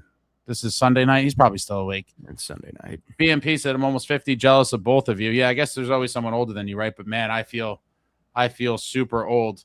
We got Henrique. It's over. Only thing that sucked about going to that game. Nothing sucked about that game. That was a great night at the Rock. One of the best nights in Rock history, honestly. Of course. But as someone that is trying to be a broadcaster and grew up and still does just worship Doc, the only thing that sucked is you couldn't find out what his call was until the next day. Mm-hmm. So I remember driving home with my dad. I'm like, oh my God, Emmerich must have lost his fucking mind. And it wasn't instantaneous back then. Like, you didn't have the clips posted to Twitter, say like, yeah, it's funny. I was just, as soon as you said that, I was like trying to think, I'm like, that's like, what's that? Very early social media at that point, right? Like super early, not Facebook. I mean, I was in college from like 03 to 07 and Facebook came around in there. But like, yeah, in terms of like all the world, the media world we live in today with the highlights and the, all that stuff, like I don't even really 2012 was like pretty early. Yeah, it has been all downhill. It has been tough.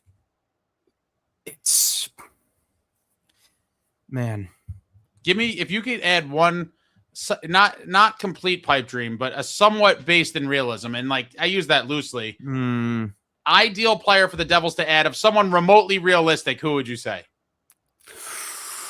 Jeez. I feel like there's a mathematical chance it could happen. Like, I guess Robertson, like that's probably the biggest name that like maybe there's a 1.5% chance he hits the market. But if you step down from there, give me slightly more realistic, something that's like maybe like a 3% chance or better. I'll even say 5% chance or better. I think Robertson's super low as well. Obviously, there's a chance, but I'm going to say super low. Philip Forsberg. That's an interesting one. I have no idea what Nashville's going to do. Like, they're in a worse cap situation the Devils are. It's interesting. I wanted Stammer pretty badly when those rumor. Well, I wanted him when he was a free agent, and we were rumored to be connected to him and Marchessault. But then Marchessault was a nice bullet to dodge. Stamkos figured it out. When Nashville was in the toilet, I don't even remember when those rumors broke this season. It may have been like it may have been even before Thanksgiving. I can't remember when they were just terrible. They're like, oh, the Devils are circling on Stammer. And I was like, I would love Stammer. People were ripping me apart. I don't know why so many people believe that you need all guys under 30 to win a cup. Like when you look at cup teams, they're not all kids. Like you need everything. And to see the season that Stammer had, there's a couple other folks that were on my side with Stammer would be a great ad that continuously ripped the people that ripped us for it. But, you know, guys can get it done in their mid 30s. Obviously not everyone. But to see the season he had, that was one, you know, that contract, obviously not so great. With retention, I would have loved it. But I do think there is something to be said for older guys who have been around to try to, you know, add to a team that should be in a position to compete. I mean, what are we talking about? You know what? I've joked about it a little bit, but like, I'm not really joking.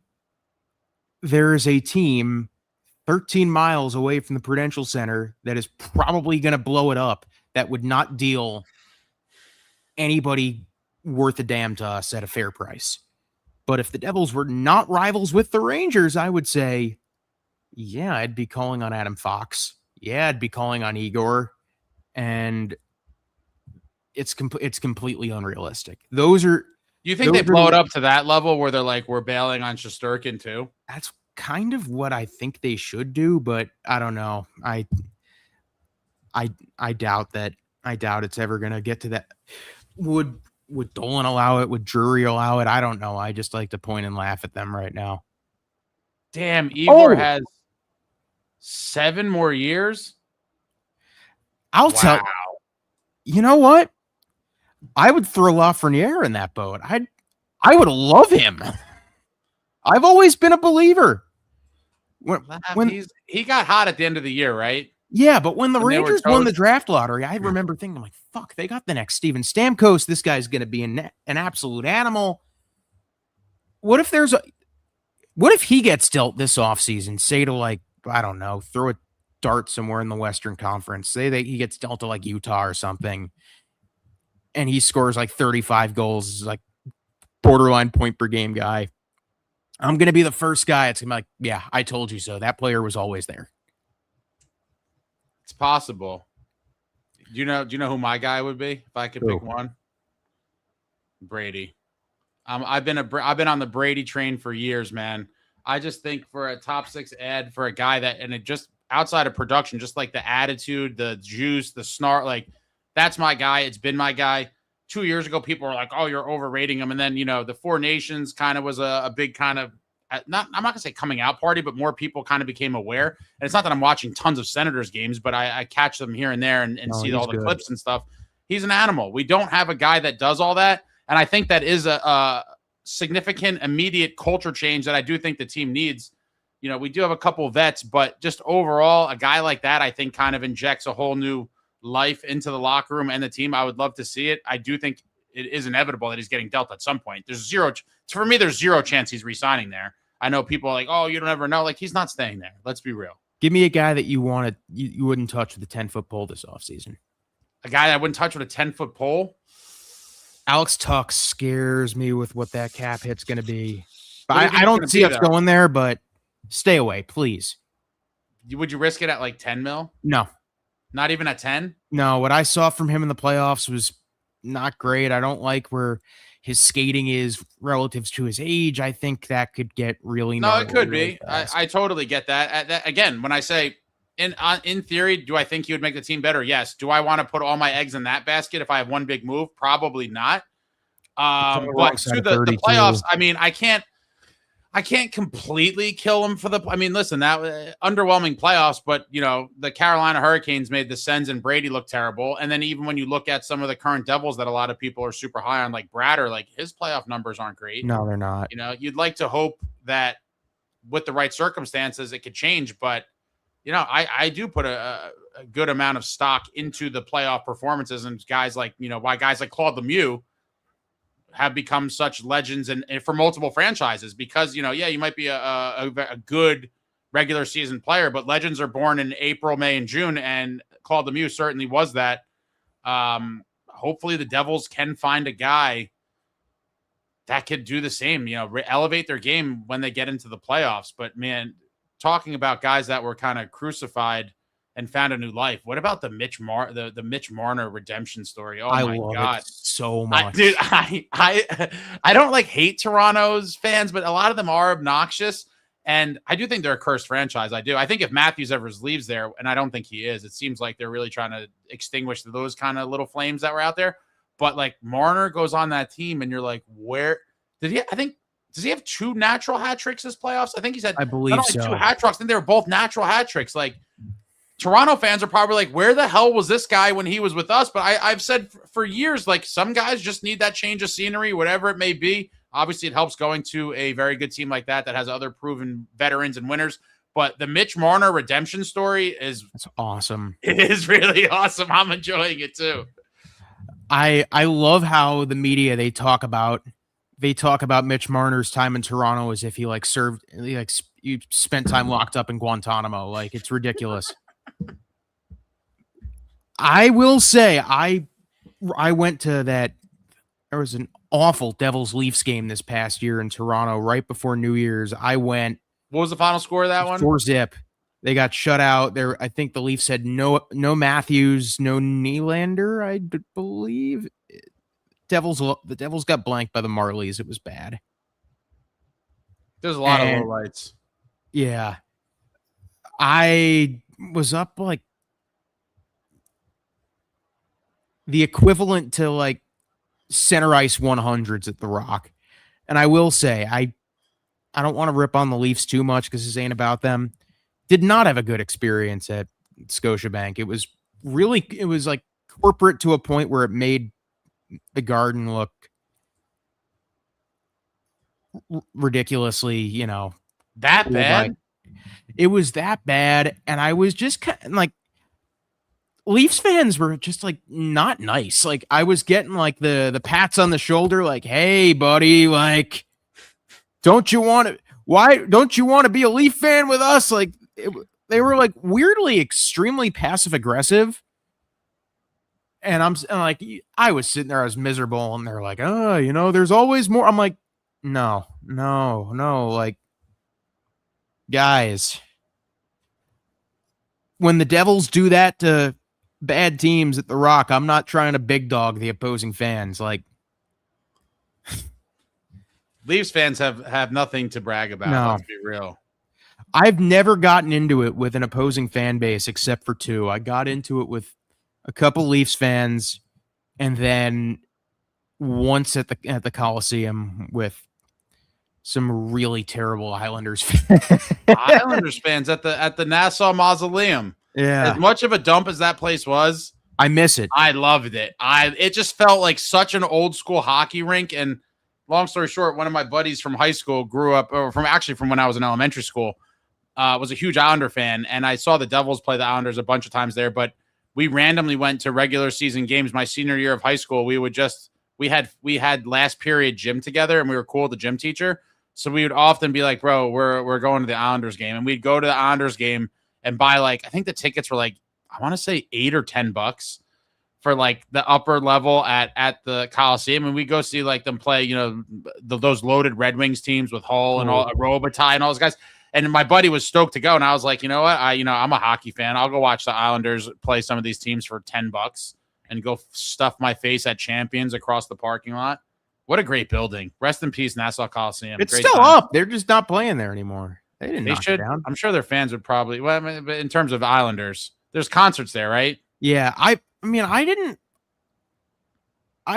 hate UBS. I mean, it's a beautiful building. It lacks character. I've only been there once. It's very nice. It's just, it's like the new corporate vision of sports and entertainment versus Nassau just had that that old school grungy hockey barn feel. Like I've been to some buildings that are maybe as new as the Rock or newer that have so much more character than say UBS. Like Minnesota is unbelievable. If you ever get a chance to go out to St. Paul for a game, a lot of people have told me that. There's a couple guys in here that regularly go there as one of the Devils road trips they do every year. Where else have I seen the guys? Shit. St. Louis is not that great. I mean, I went to Mizzou, so I've been to plenty of Blues games in my time. That was fun being in St. Louis for that run. I will say that in and around that area. San Jose was surprisingly a lot of fun. That is a loud building. And I think people remember that from some of those playoff runs with Pavelski and Thornton and all those guys. Jumbo Joe. Legend. Winnipeg was, I would never go back to Winnipeg, but that was a cool building just to say that I've been. My favorite place I've been in the league is probably Edmonton. Montreal was on my short list. That's like, that has to happen. You went to Edmonton? I was working in Great Falls, Montana for about a year. What the hell were you doing there? Minor league baseball. What is your end goal, by the way? I meant to ask you that. I'm all over the place. Sorry, I asked. It's to be a play-by-play guy for a major league team. For what sport? Baseball, particularly. It doesn't. I don't care which team. Whoever hires me first. Play-by-play baseball MLB. That's the goal. Yeah, that's good luck, man. That's pretty cool. I'd imagine that's slightly easier than play-by-play hockey. I can do hockey. I've done like D3. Play-by-play. Yeah, oh, dude, I would want no parts of that. It's tough. Like, especially if you don't have names in the back of the jerseys, but like I can follow the puck. That's not the problem. Yeah. If I'm calling hockey, I have my little Doc Emmerich book of adjectives to make sure you don't repeat the same, like sends it into the corner, sends it into the corner. You don't want to say it like 15 straight times, like, you know, or like LaGreca. Oh, what is it? Slings it to the net. Like once you hear that, like six or seven times in a row, you're like, all right, let's switch it up. Yeah, but I was in Great Falls, Montana, which is about 4-hour drive from Calgary. And people are writing ridiculous shit. Great Falls. Yeah, middle of nowhere. But I did a trip up right before I left. I'm like, you know, I'm gonna knock both the Alberta teams off the list and just make sure I can say that I've done that. Edmonton was, the city itself is awful. Like, I don't know what the hell there is to do there. The arena, Rogers Place, I get why McDavid has stayed there as long as he has. It's a fucking palace. It is probably the coolest building in the league. Really? Calgary, it is so awful to the point where it loops around to being really cool.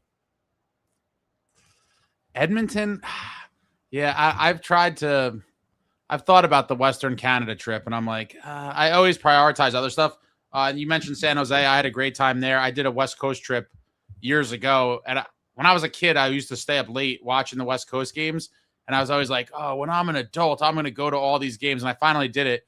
I don't know why I waited or didn't wait longer. I did it like during the one of the PK Subban seasons, like where we were terrible. It was still a great time, but yeah, I saw him play Ducks, Sharks, Kings, and Golden Knights. Vegas. Oh, wow. Have you been to Vegas? I've been Vegas around the arena. I've never been to a game. Vegas is a good time. They got all kinds of, they got the bands and it's a production. Yeah, Vegas is definitely one I'd like to go back to soon. It's already like, I think it was right before COVID. So yeah, I mean, wow, going on. The worst I've been to, I was dating someone at the time whose family lived in Phoenix, and during 22-23, I saw them play in Tempe at the little 5,000 college rink. Yeah. Wow. How was that? So the acoustics on the ice, like you could hear everything, which was like you could hear every chirp, you could hear every. But the guys come out for warm-ups, and I vividly remember John Marino comes out, takes one look around, taps Jack on the shoulder, goes, "This place is a fucking joke." And the entire building heard it. And, you know, there was a good chunk of us out there. I would say it's about maybe 40-50% Devils fans at least. And we all just lost it. Because we could immediately tell it came from the ice. That is hilarious. All right, I got to do another giveaway. You're coming up with another question, putting it on the spot again. This one is... Actually, we'll switch it up. I'll do it. I'll do the... This is a Marty Brodeur jersey retirement shirt. Where's the brand new with the tags? No one's giving my used shirts away. Everybody calm down. Can you there's the Marty retirement night shirt. This is a size large. This is a size large t-shirt. Marty retirement hold on. is the next giveaway. Let me just scroll down here to make sure I'm caught up. Zach is going to hit you folks with a trivia question, and the first person to answer correctly in the chat will get the prize. We'll give them a second to come up with this. Nobody was prepared for this. I'm just sliming everybody and putting them on the spot. Ask something a little more, something they're not going to have to look up. You hit them with the December 2nd one was a little bit. Boy, because I was immediately going towards. I was gonna say who scored the game-winning goal on Brodeur's retirement night. It was Reed Boucher, who's a terrible human being. So I'm not gonna do that. Shit, I got to think about this. Think about it. You got time. I'm gonna step off screen for a second. I'm digging through the box for the next one, but the one coming up. The next prize, I just showed it. Where'd it go? I have shit everywhere, man. My nephew made fun of me. He came over here one day and he was like, I never knew your studio was so messy because it looks kind of clean on the screen. But this is for the Marty t-shirt. We're going to give Zach a minute to come up with a question while I dig through the box for the next thing. I'm behind here, guys, but appreciate everybody for coming out. We got tons of stuff that's going to be giving away. I'm just digging through some of the other stuff here. We got some jerseys coming up. That'll be closer to the end. We got more retirement night pucks. We got all kinds of stuff. Zach's thinking of your next question for the shirt. Oh, boy. Okay. Oh, God. This is tough. Oh, it could my be goodness. recent. It could be old. It doesn't have to be necessarily like, any era. You can do whatever you want. What questions have been asked in the past, like on this? There's only a couple. You're not going to repeat one. The odds of that are like. I just want to know, like for inspiration. Who was the opposing goalie in the 2000 Cup? Like pretty basic stuff. Like nothing super crazy. This is for the Marty retirement night shirt, size large, brand new. There it is, brand new with the tags. We're waiting for Zach to get a nice question for you folks. If you want to punt it to me, you can, but I like to let guests throw a question out there. The Marty t-shirt. That game I attended in Tempe, who scored the goal in overtime? What was the date? This is another Google one. It was Devils, Coyotes. Ask another one. Give it a more generic one. It's got to come with the. This actually is not that hard. No one's going to know this off the top of their head. This is insane. I know it off the top of my head. You were at the game. Of course you remember. You were probably I would bet. I'll give you a clue. We talked about this player on this show tonight. All right. There's the question. Who scored the game winner in Tempe at the college rink? Tell me when you see. Can you see the chat right now? I can't see the chat right now. Oh, message me. Wait. I got it. Wait. TJK 152 got it. He's with Nico the first Heischer. one. Yeah. Nico Heischer, TJK 152.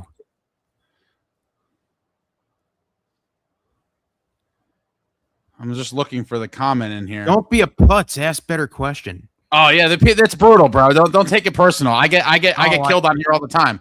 It's a rough crowd, bro. This is not for the faint of heart, as you know. I don't care. TJK. All right, I'm adding you to my list. TJK, you are the winner. I said the year 20. It was 23. It was early March 23. This kind is of for the kind of a lot that happened. Oh yeah, that was Timo's debut. Was that game? Yeah, it was that game, and he scored in his. Yeah, he scored in his debut. Oh, a lot happened in that game because they blew a 2-goal lead.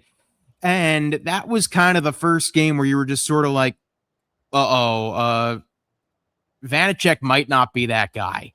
Wait, like TJK, did you remember that off the top of your head? I need to know. Stuff like that, like historical stuff I remember, like regular season games, it would have to be something like, for me to remember it off the top of my head, that's impressive. TJK, I just dropped my email address. Again, if you've won a prize, to get the prize, I just need basic information, and that is your shipping address. Email me. I just put my email address in the chat. Some of you have emailed what is already. Burritos? Oh, is that at the arena? Yeah, that's something at the arena. Amagi's like the aficionado. He's always testing out the new offerings. Oh, I'm trying to think. I am. What's your favorite food spot at the arena? My God, what's a southern place up near Frank the Tank seats? Southern? It's Southern? This is gonna. Oh my God, it's like the fried chicken place.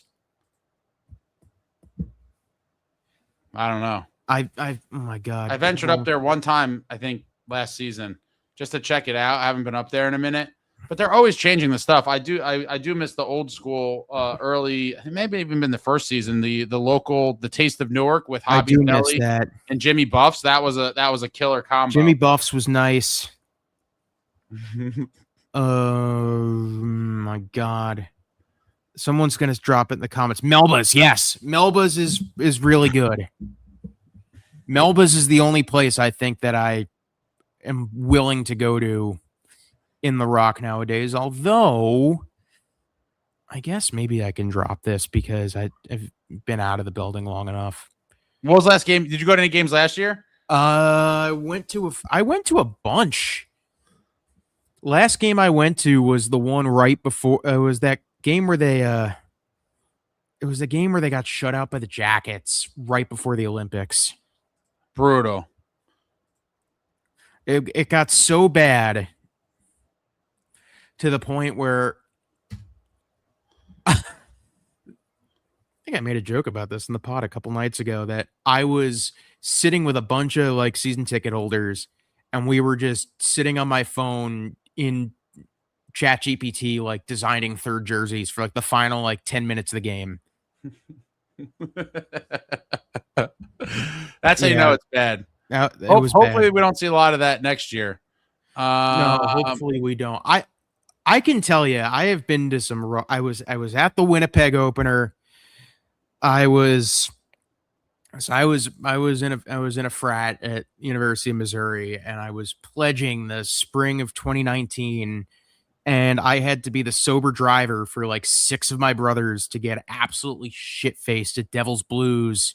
And that was like February or March of 2019. That was right as the Blues were starting to get really, really hot. And they went on to win the cup. Devils lost that game 8-3. And it was like I was the only Devils fan in the building. That was not a fun night. Man. All right. I got someone waiting in the back here. Okay. I appreciate your time, sir. Thank you for coming on. Zach is on Locked on Devils. I posted this. It's in the chat again. Very simple to find, but link in the chat. What do you have any closing thoughts, comments? Congratulations. Thank you, sir. I'm probably going to be back in Jersey at some point, but I'll see you around. Thank you so much for hosting this. You're doing an incredible job. I can't wait to see,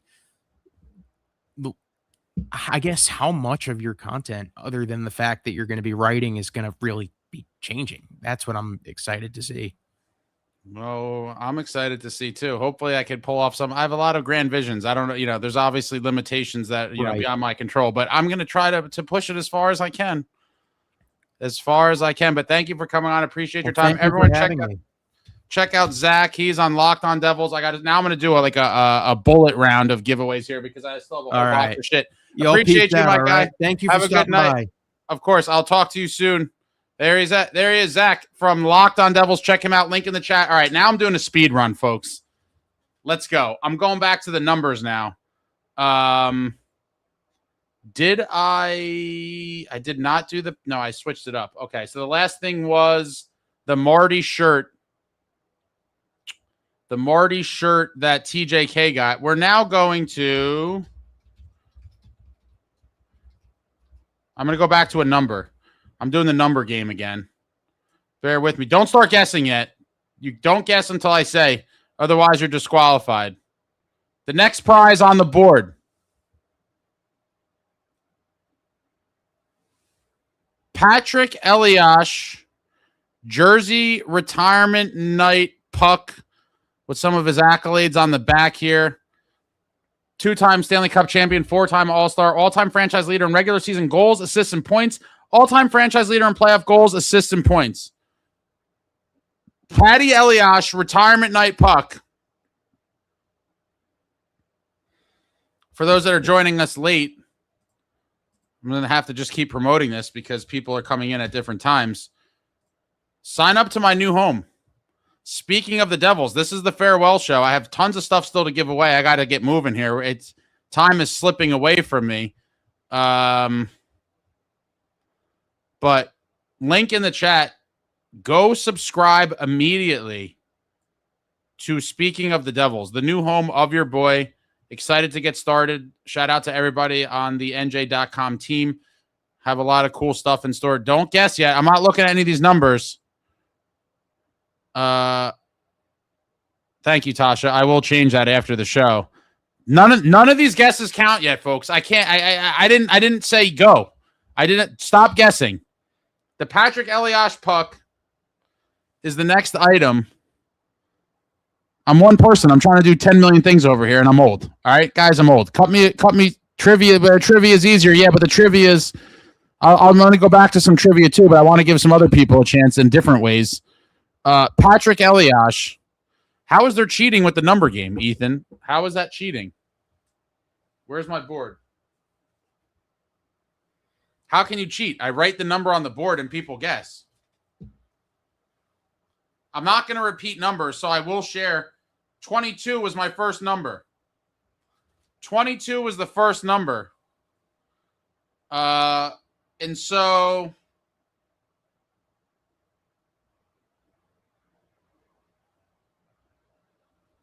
the next question is, what number did I just write on the board? Guess a number between 1 and 155.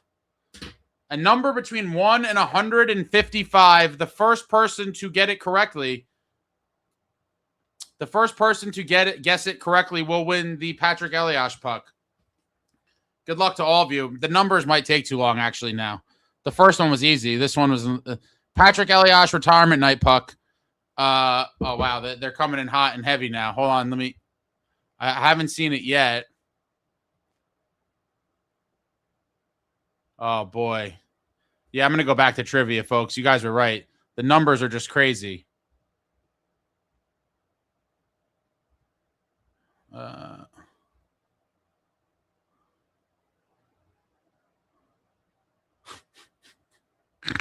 The numbers are wild.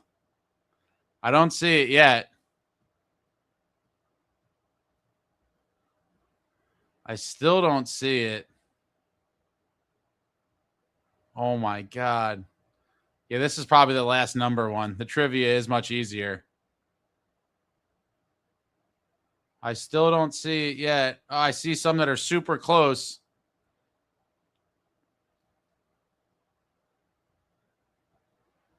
So many close ones.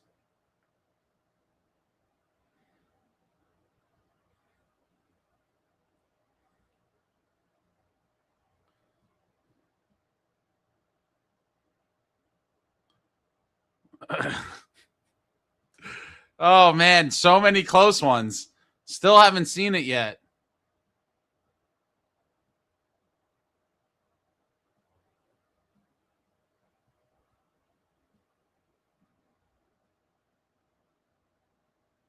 Yeah, the numbers only work when there's not a lot of people in here. This is oh God. Yeah, this is too many. This is the last number one, guys. Corbin says, I love the chaos. I still haven't seen the number. Believe it or not. A lot of close numbers. And I'm gonna need the chat's help to verify if I eventually see a winner here, because the scrolling is just insane. I can't believe no one's got this yet. Some of you had the right thought process, but then you got to kind of take it to the next level to crack the puzzle.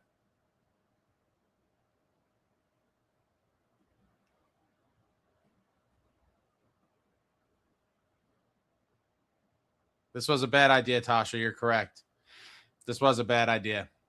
I thought someone would have got it much sooner.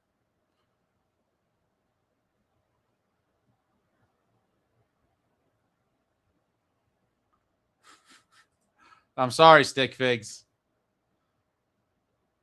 Yeah, this is the last number one.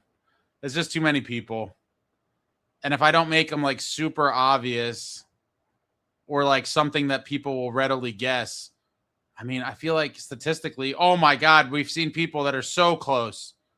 I've seen numbers. I'm not going to say obviously which one, but someone was only one number away. Only one number away. Oh my God, a second person only one number away. All right, guys, I apologize for this. This was a terrible idea to do the numbers. And my eyes hurt, and I don't know how no one has gotten it yet.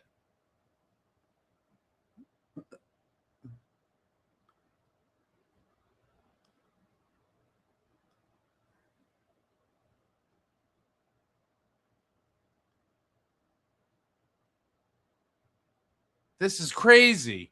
I feel like I've looked at 200 guesses.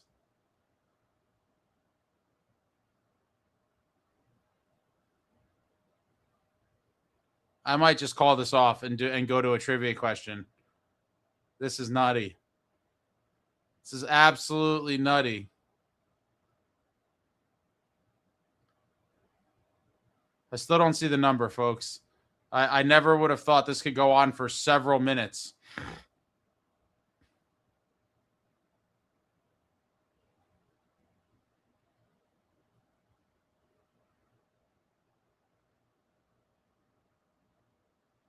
Worst idea in a while.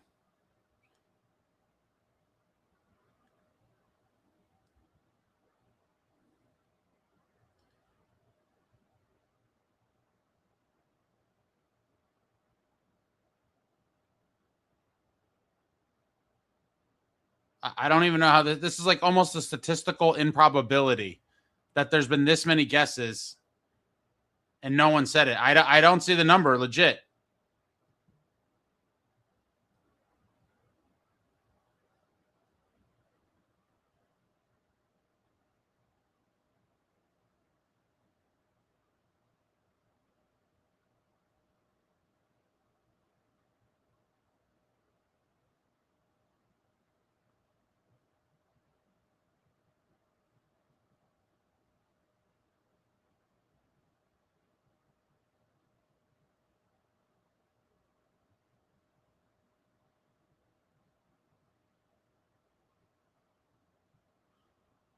My eyes hurt, guys. Yeah, this is the last number. Never doing a number one ever again. I thought someone would have potentially guessed this. I don't try to just pick like something totally obscure, as you guys know. I don't think Control F works here, Tasha. In the chat box in this program.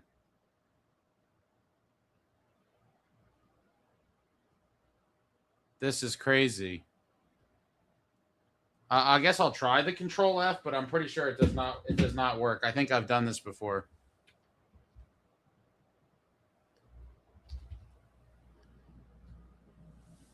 No, it doesn't work.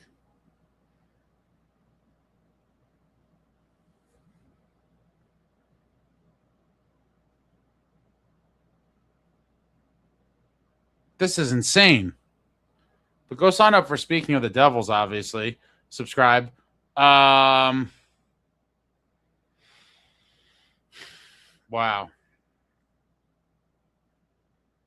Yeah, my apologies, guys. I never thought it would go on this long. The next ones are going to have to be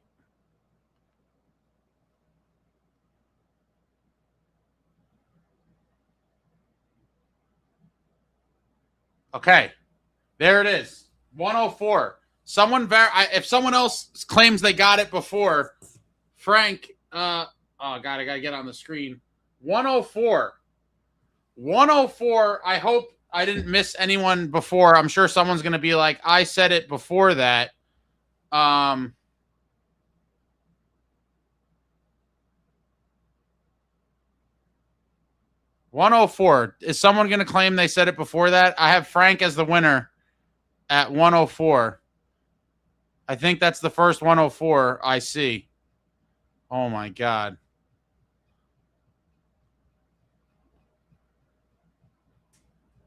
This is insane. I'm still scrolling. I got 104. Frank. You guys can stop guessing. You've broken my computer.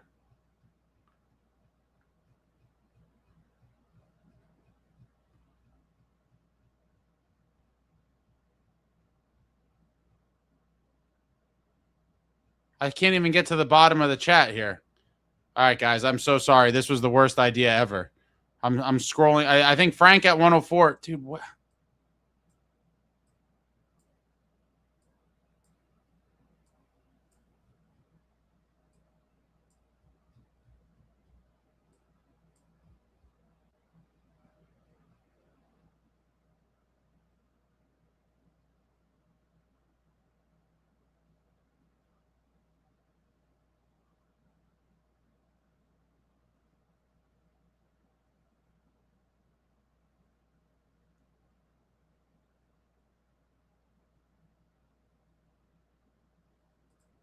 We have Too Lazy to Edit 104. Too Lazy beat Frank. That's two people. Too Lazy. Okay, Too Lazy. I can't even find your comment. But Too Lazy, I appreciate you guys helping me out because in my program, it's probably even worse than yours. Too Lazy is the winner of the Patty Eliash retirement night puck. Email me.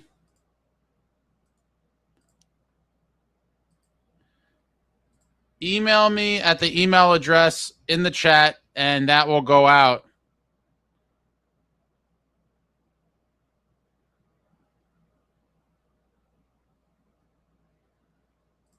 Oh, shit. We got some supers.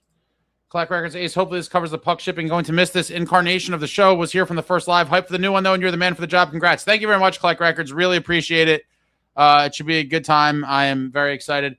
Turco, oh boy, my man. Kudos, Ace. Thank you for all that you have done for us fans these past few years. You made following our beloved NJ Devils a lot more enjoyable. Proud of your success. Thank you very much. Really appreciate it, sir. You look hungry and thirsty. Oh, no. Please tell me this is not what I think it is. I really hope. I really hope this is not what I think it is. Oh, my God. I hope not. I hope not. 104, I just used Steven's number and just added 100 to it. Yes. All right, guys. I apologize. This is taking way longer. My man Austin from Devil's Den is going to be coming up shortly, but I have to rip through some of these giveaways because we have a lot. So I'm going back to the trivia. Too Lazy is the winner. Too Lazy is the winner of the Patty Puck. I'm going back to trivia. I thought the numbers would give more people a chance to win, but it's just unbearable. And I apologize, guys. I've never had one that was so rough as that one. We've had some wild ones, but that one was pretty crazy.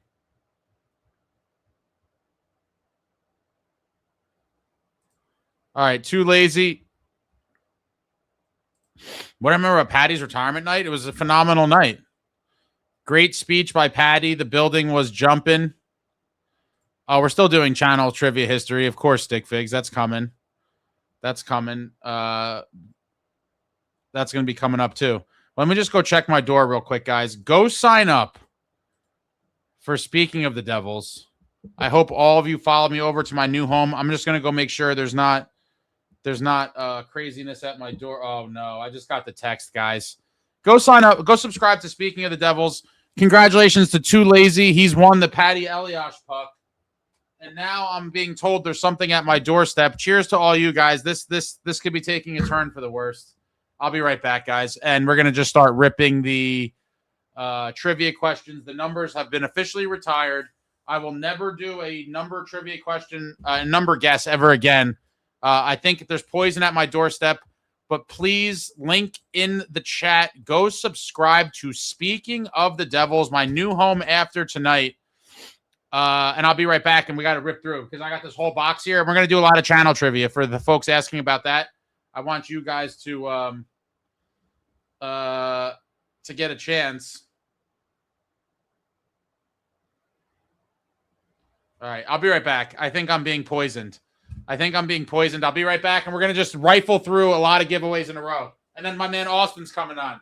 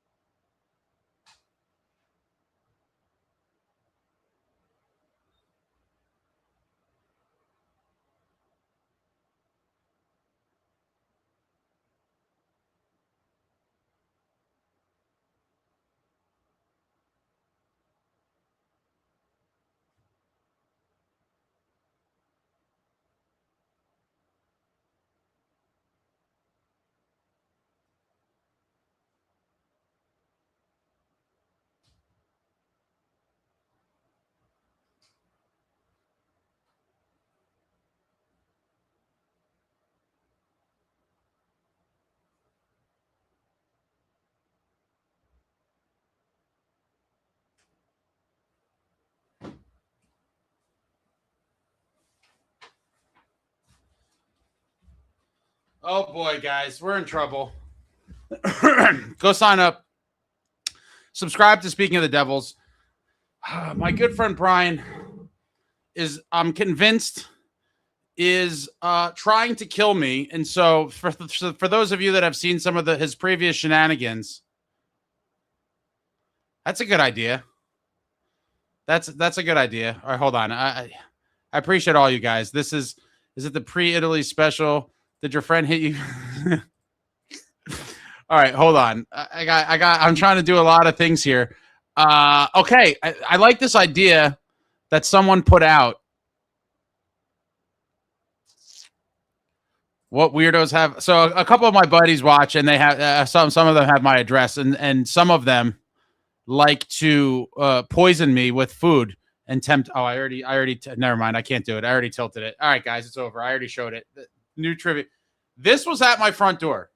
This is absolutely ridiculous. I am a household of one individual. This is a straight up pallet of Domino's. So thank you, and you, Brian, for this pallet. This is a straight up pallet of Domino's, and I guess we'll make it interesting. I will do a trivia question related. My desk is covered in giveaways, champagne. Yanko, Ace, longtime fan. Thanks for all you do. Looking forward to the next chapter. Thank you, sir. Thank you. All right. I can't even keep up with the chat.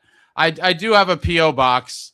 All this stuff, stay tuned. All the stuff coming forward with the new. My nephew's still awake. What a legend.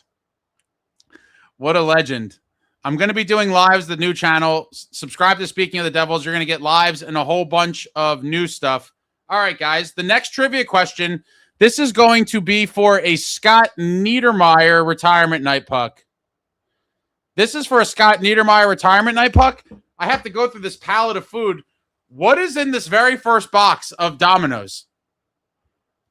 What is in this first box? That's the trivia question for the Scott Niedermayer retirement night puck. What is in the first box?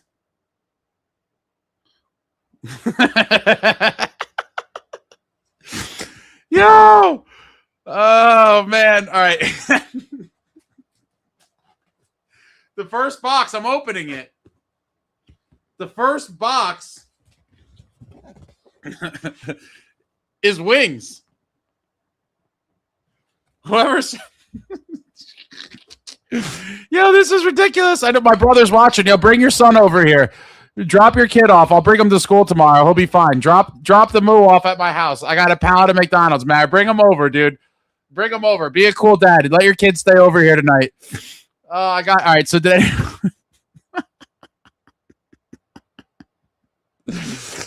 wings. Brody is the winner. Let me just. There's no one else said wings. Brody is the winner.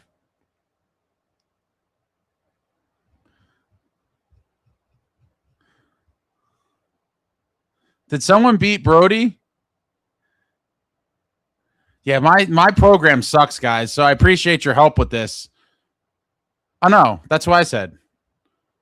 I said Brody. Is that right? Brody. Okay. Brody, you are the winner of the Niedermeyer Retirement Night Puck.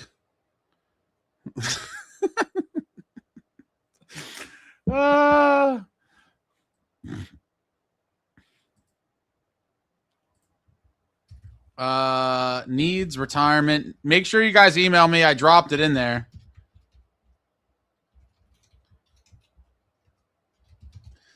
I'm going to have to do it again.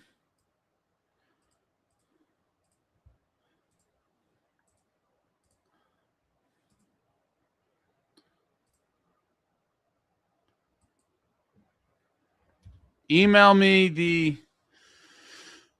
your address for me to get that shipped out. I guess.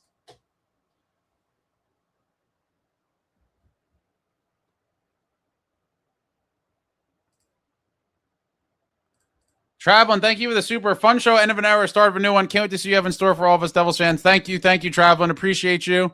It should be fun. Go subscribe to Speaking of the Devils, the new home after tonight. This is it, guys. I got to give away a bunch of stuff here. Appreciate everybody hanging out.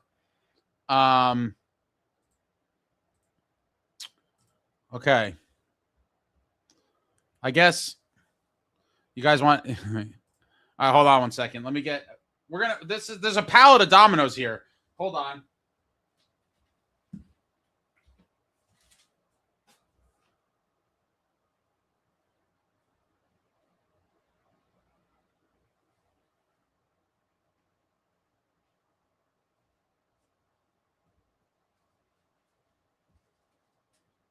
Oh boy, this is bad. All right, guys, we're gonna do. The pallet is falling. Oh, I'm gonna have to move this this pallet of dominoes. This is a legitimate pallet.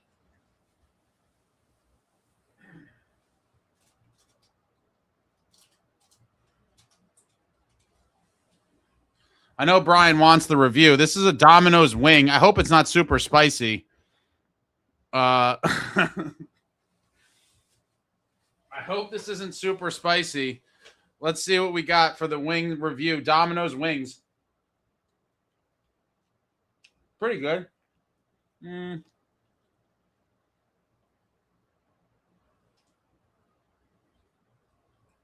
Not too hot. 7.3. I'm going to go 7.3. Hold on. Let me get this out of here.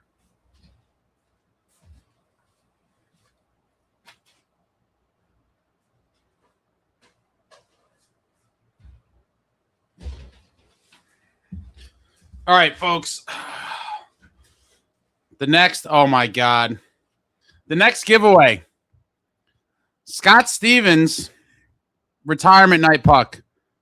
I just got to go to your door. Hold on. The next one's going to be a Scott Stevens Retirement Night Puck.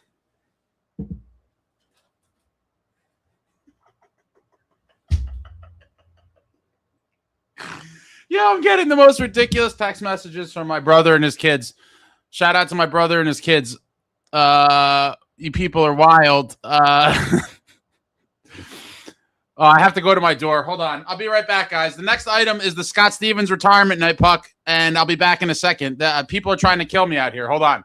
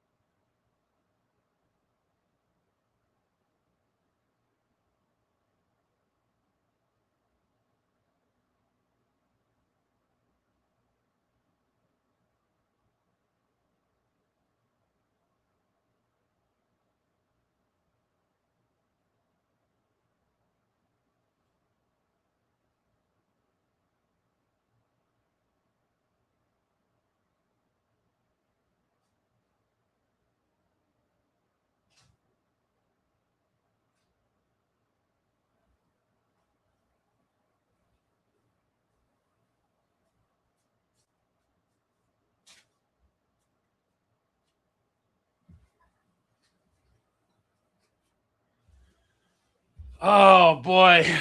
Well, at my door. Sorry for the delay, folks. Brian, thank you very much, sir. Johnny Black Label, courtesy of Brian. After the pallet of Dominoes, which we're still processing here.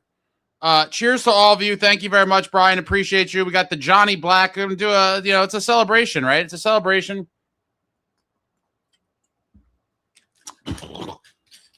Very smooth. All right. Thank you, Brian. Trying to kill me. We got the Johnny with the Dominoes. All right. Next one, Scott Stevens retirement night puck. Scott Stevens retirement night puck. And we're going back to Dominoes. What's in this box? What's in this box? First person to correctly guess what is in this Dominoes box. People are guessing numbers already. I'm done with the numbers. I'm doing the pallet unboxing. I'm doing the pallet unboxing. Make sure you guys all subscribe to Speaking of the Devils. Oh, man, I think someone... Oh, my God, this goes too fast.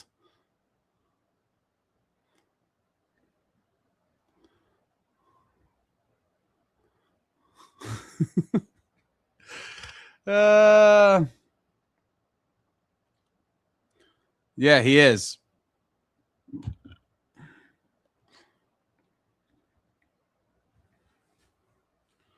So, someone verify. They are, in fact. Oh, it's hard to do this. Lava cakes. Box 2 of the pallet was lava cakes. Can somebody verify that Brendan was first? I think Brendan was first. Can someone verify that? I don't need someone else to claim I'm ripping them off. I'm trying my best here. Brendan is the, I believe, was the first one to say lava cakes. Brendan. All right, Brendan. Brendan is adding to his winnings. Brendan has already won. Brendan has already won something. Let me get to my list here. The Jack Selly puck. And now he has a Scott Stevens retirement night puck.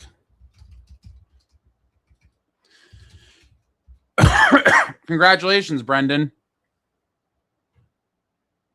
Yeah, Devils and hockey questions are coming up too. I'm doing the pallet unboxing. All right, that was that. Scotty Stevens. All right, I got to start rifling through this. I'm going to get back to the... This is a size... Where the hell's the size? Size extra large. This is the Devils' third jersey. This is the Jersey Bye tour. With the dates of all the last time they were going to wear the jersey on the back. Those are all the dates. You got Jack and Nico on the front. This is going to be a traditional... Actually, this is going to be channel trivia. Thank you for whoever pointed that out. Channel trivia. Pay attention for the Jersey t-shirt. Trivia question incoming. Yeah, that is a nod to NSYNC. Way before your time, Tasha. And the trivia, I'm going to channel trivia for this. Who was the first former New Jersey Devil to appear on this very program, Running with the Devils? The first former Devil. Who was the first former Devil to appear on the channel in an interview? And they will be getting, you will be winning the shirt. Wait, I think I saw someone get it. Bang. Stick Figs is our winner. The Gomer. Scotty Gomez.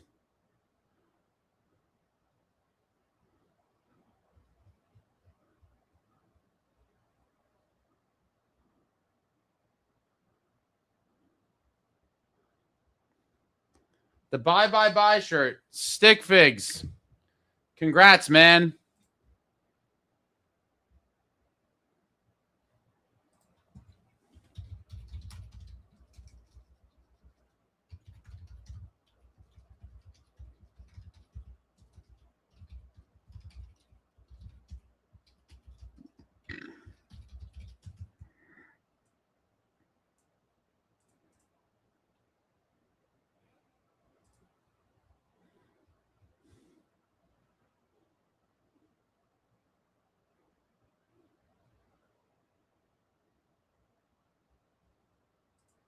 All right, Stick Figs, make sure you send me. Oh, we dropped them. Oh, the box held it. Lava cakes down. I'm still waiting for my brother to drop my nephew off here. He's not going to do it, but it would have been cool. All right. Hold on, let me go move this over here. Congratulations to Stick Figs. That's done. All right, we're working our way up. We're working our way up to the what are we going to do here?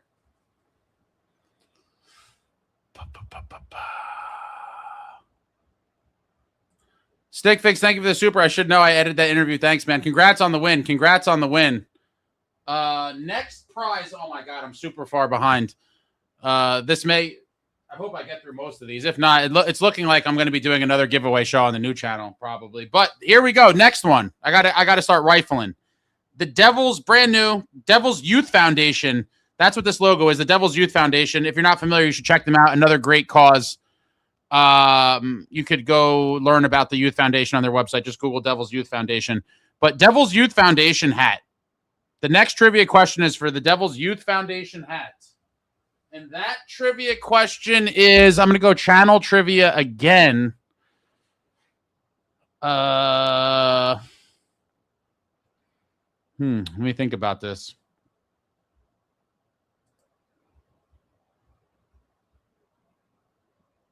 For the Youth Foundation hat.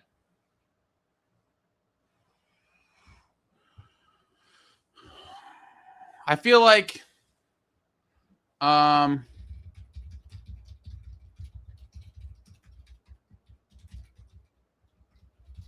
I'll do Devils trivia, then I'll bounce back to this will be Devils trivia, and then I'll bounce back to channel trivia. All right. The trivia question first to get it in the chat. For some reason, I always picture Nico wearing this. A lot of the guys wear these, but Nico rocks it a lot. Devils Youth Foundation hat. The trivia question to get the Youth Foundation hat, which team did Nico Hischier score his first NHL hat trick against? What team did Nico Hischier score his first NHL hat trick against?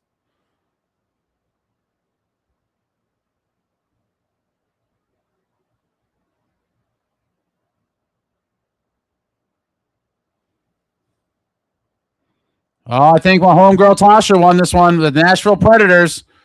I think Tasha won. Someone confirm. Can someone back me up? I think Tasha's our winner. I think she got in there. First one. I need confirmation from the audience because my program's all jacked up. Is Tasha the winner here? Tasha, congratulations, kiddo. You got the, let me put this on my list. The Devils Youth Foundation hat, Tasha.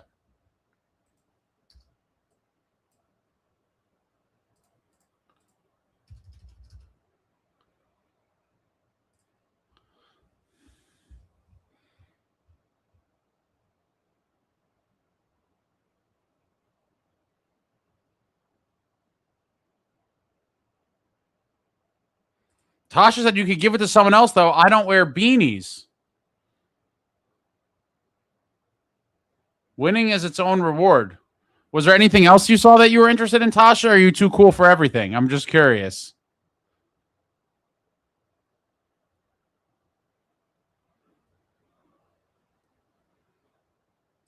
You're the winner, Amagi. She passed on it. Amagi, you're the winner. You're the winner. Congratulations to Amagi.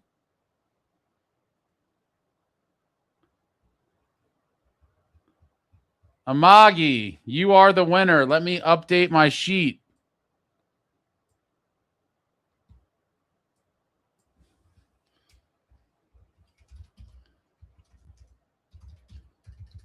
All right, guys, I still have a pallet of dominoes here.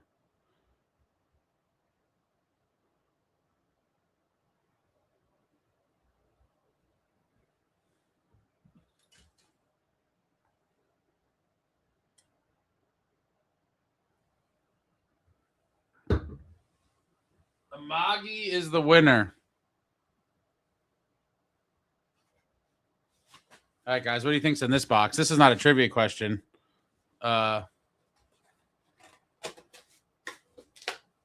Oh, baby. Oh, baby.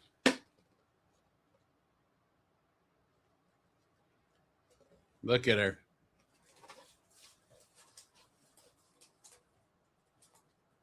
I haven't had this since the last time Brian tried to poison me. This has just got so much butter and oh boy, oh my.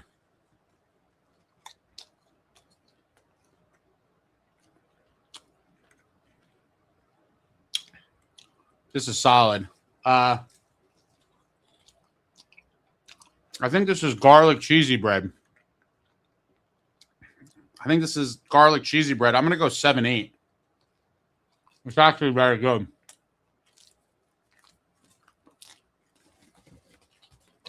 I kind of butchered it.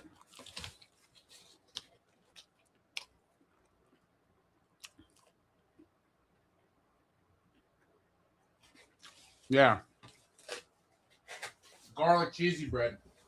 Insane. All right, we have like several more boxes here. Oh my God. These are cinnamon, some kind of cinnamon bites.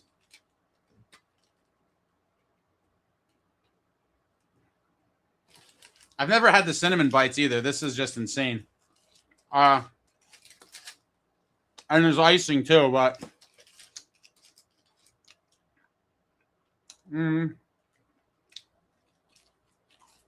without the icing, these are like a 7.5. They're 7.5. All right. Now we got traditional boxes. Let me see what the next prize. The next prize is going to be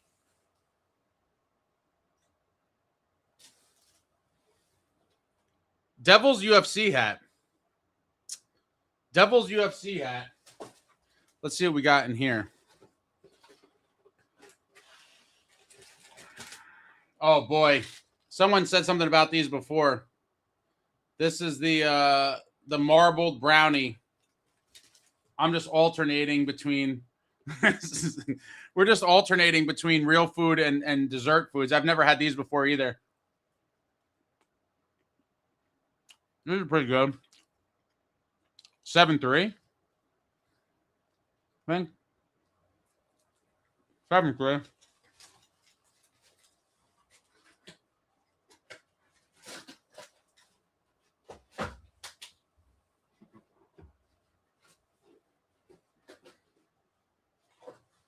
The next box of the palette.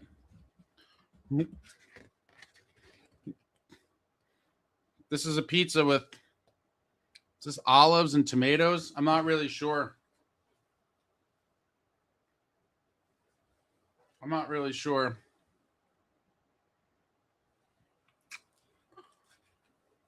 Let's see.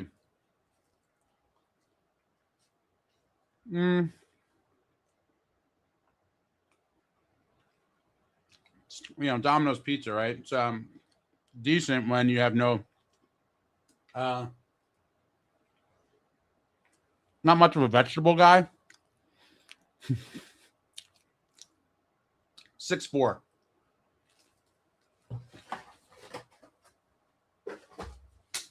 There's still a box left.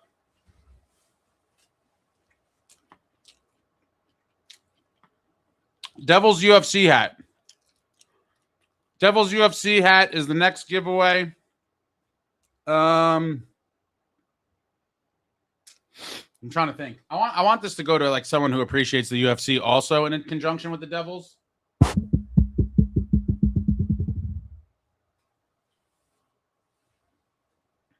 This is going to be a two-part trivia question for the UFC hat.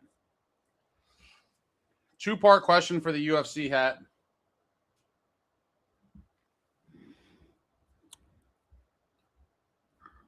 No, it's a one-part question. It's a UFC question. Which UFC champion became the youngest champion in the history of the UFC at the Prudential Center? This man became the youngest UFC champion in the history of the UFC at Prudential Center. We got a winner. We got a winner. Matt, you are the winner. Johnny Bones Jones. I forget what year it was. It was forever ago. Johnny Bones Jones with a systematic destruction of Mauricio Shogun Hua at the Prudential Center, home of the beloved New Jersey Devils. Captured UFC gold and became the youngest champ in history at the Devils home rink. Let me put this. This is UFC hat.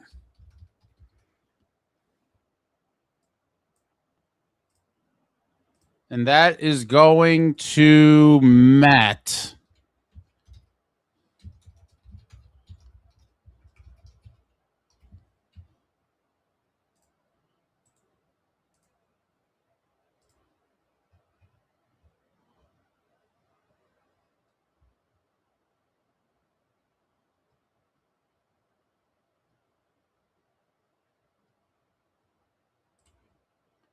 Make sure you email me. Make sure you email me so you can get your prize. Send me your username and your address.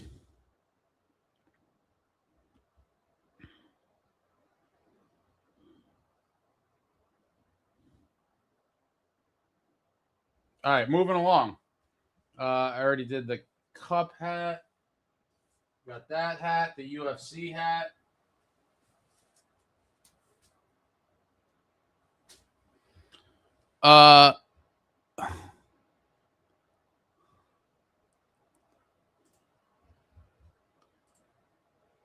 Richie, thank you for the super. Heavier, edgier, more violent. Congratulations, Ace. Thank you very much, sir. Really appreciate it. Really appreciate it. Thank you all for your support over the years. You guys made this all possible. And we're moving to speaking of the Devils. After this is it, guys. This is the last show here. The rest of the videos, the shows, you're going to get tons of great stuff on the new channel. Make sure you go follow over there. Link in the chat. Speaking of the Devils, hope to see you all over there in the very near future. In the very, very near future. All right, next item. Next item. Did I already do this one? Is this on my list? Marty. Okay, yeah. This one's done. This is done. This is done.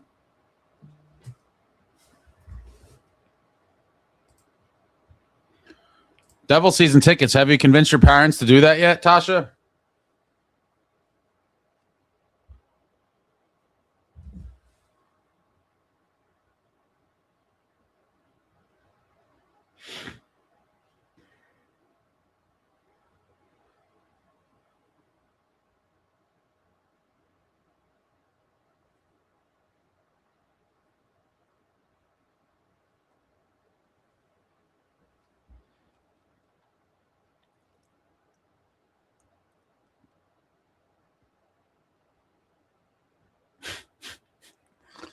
Some of you guys are insane. All right. So no, and last season convinced them it'd be a scam and also made me realize I would have probably died if I was forced to. Yeah, it's not a bad going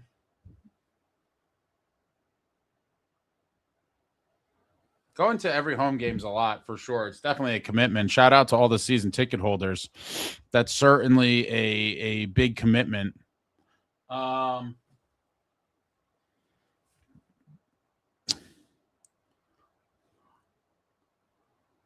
right, the next trivia.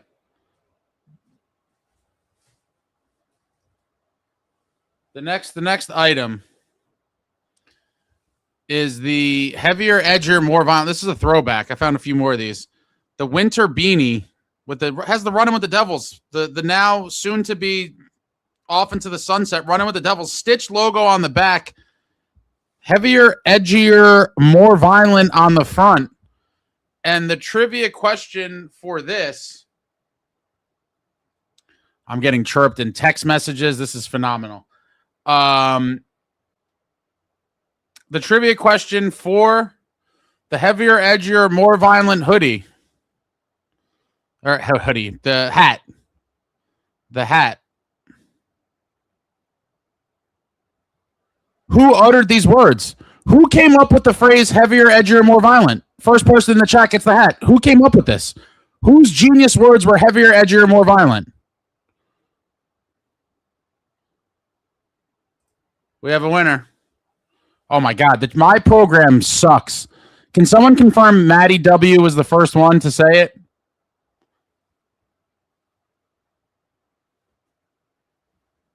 Someone confirm Maddie W.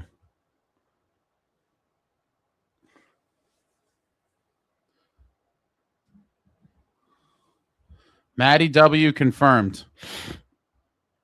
Okay.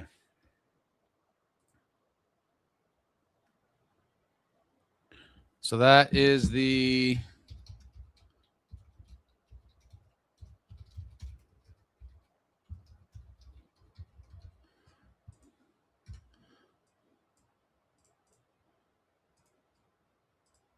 again, if you have won a prize, I see the emails trickling in.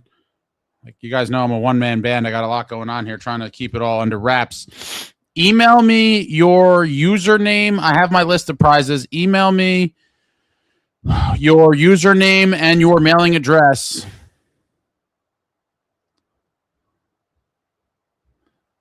So that I could get this shipped out to you.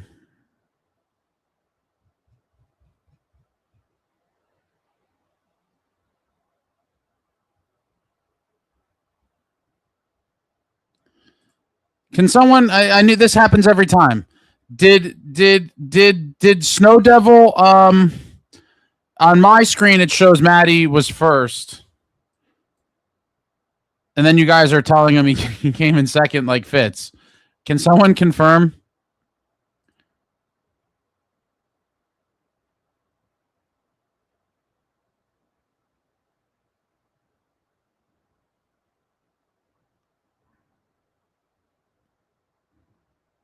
Damn, Brandon says, all good, bro. You just came like Fitz in second. Wow. TJW says Snow Devil was fourth. Everyone's saying Maddie. Okay.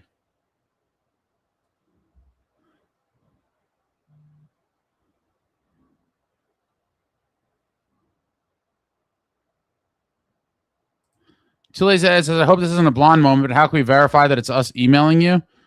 I was giving people credit to not be slime. There's not that many people in here. If someone's like trying to fraudulently claim a prize, you would be a pretty bad person. I don't think anyone's going to do that. But technically, I have no way of verifying. But like, I mean, come on, that'd be a new low. I suppose it could happen. I mean, I'm not, sending you plane tickets. This is not. I didn't think it was that serious. I'm getting demanded an on-air apology. Because technically, Bobby Holik did appear on the program first, but then I think I took it down and re-edited it, and I don't count that as a real interview, even though it technically was. And so my apologies to the gentleman in my phone talking incessant smack. That Gomer was the incorrect answer to that question, but, it is what it is. Let me see what we got here. I've been asking my team all day, what is depth scoring? All right, moving along.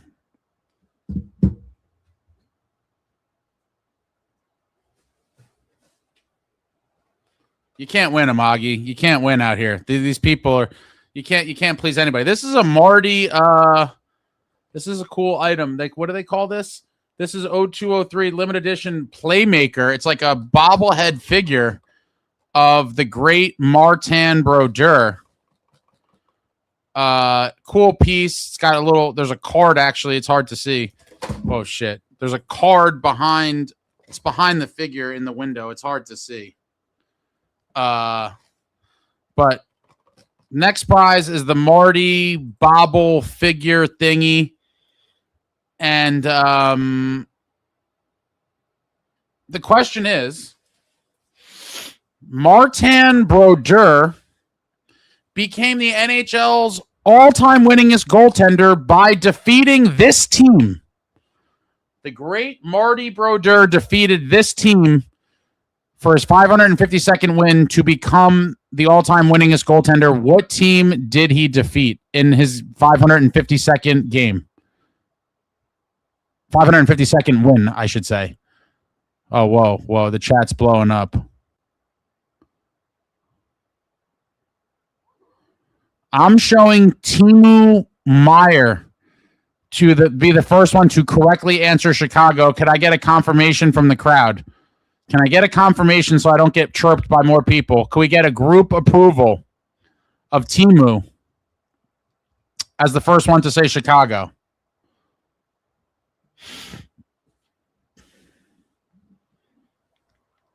Okay. And there you have it.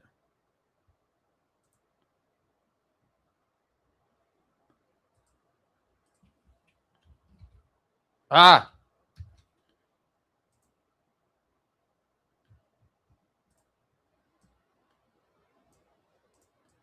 totally forgot about my man Devil's Den. I'm so sorry, Austin. I see people are sending me food and stuff. It's so bad. I'm sending you the link right now, Austin. My bad, bro. I really am sorry.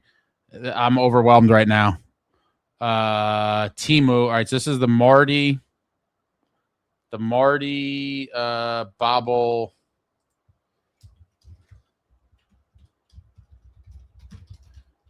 figure. Timo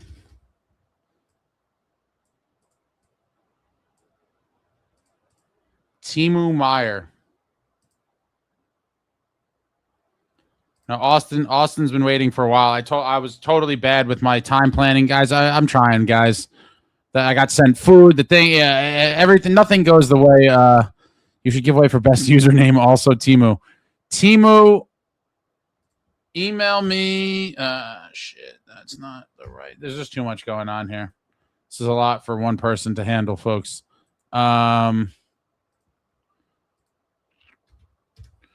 Okay. If you want a prize, email me your username and your address.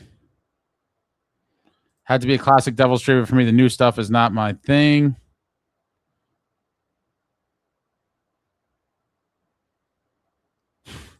Stickfix says, it's the opposite for me. You old heads got the old trivia. I can only hope to win the new age and channel trivia. Yeah, thanks. Thanks, Jay. Thanks, Jay Faye. All right. I got the Marty Bobble. Let me make sure this is on my list. We're moving along. All right. I'm picking up a little bit more. We're picking up a little more speed. Let me throw this over here. It's not the same Swiss Timo. It's made in China version where he doesn't play on the power play. Oh, boy. Oh, boy. All right. Last box of the Domino's palette. This is so bad. This feels heavy. This feels like... Oh, dude, this looks like a sausage, peppers, onions, and olives. I'm a big sausage, peppers, not necessarily the olives, but I'm not offended by them. Oh, this might be a meat lovers, actually. It looks like there's ham on here, too. Let's see what we got. I like meat. This one, I'm not an olives guy, but, you know, they just kind of blend in with the rest of it.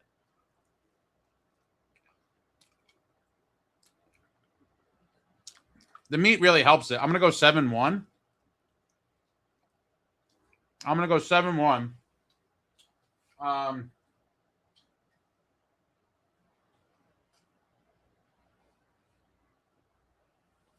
Yeah, meat toppings are pretty good. All right.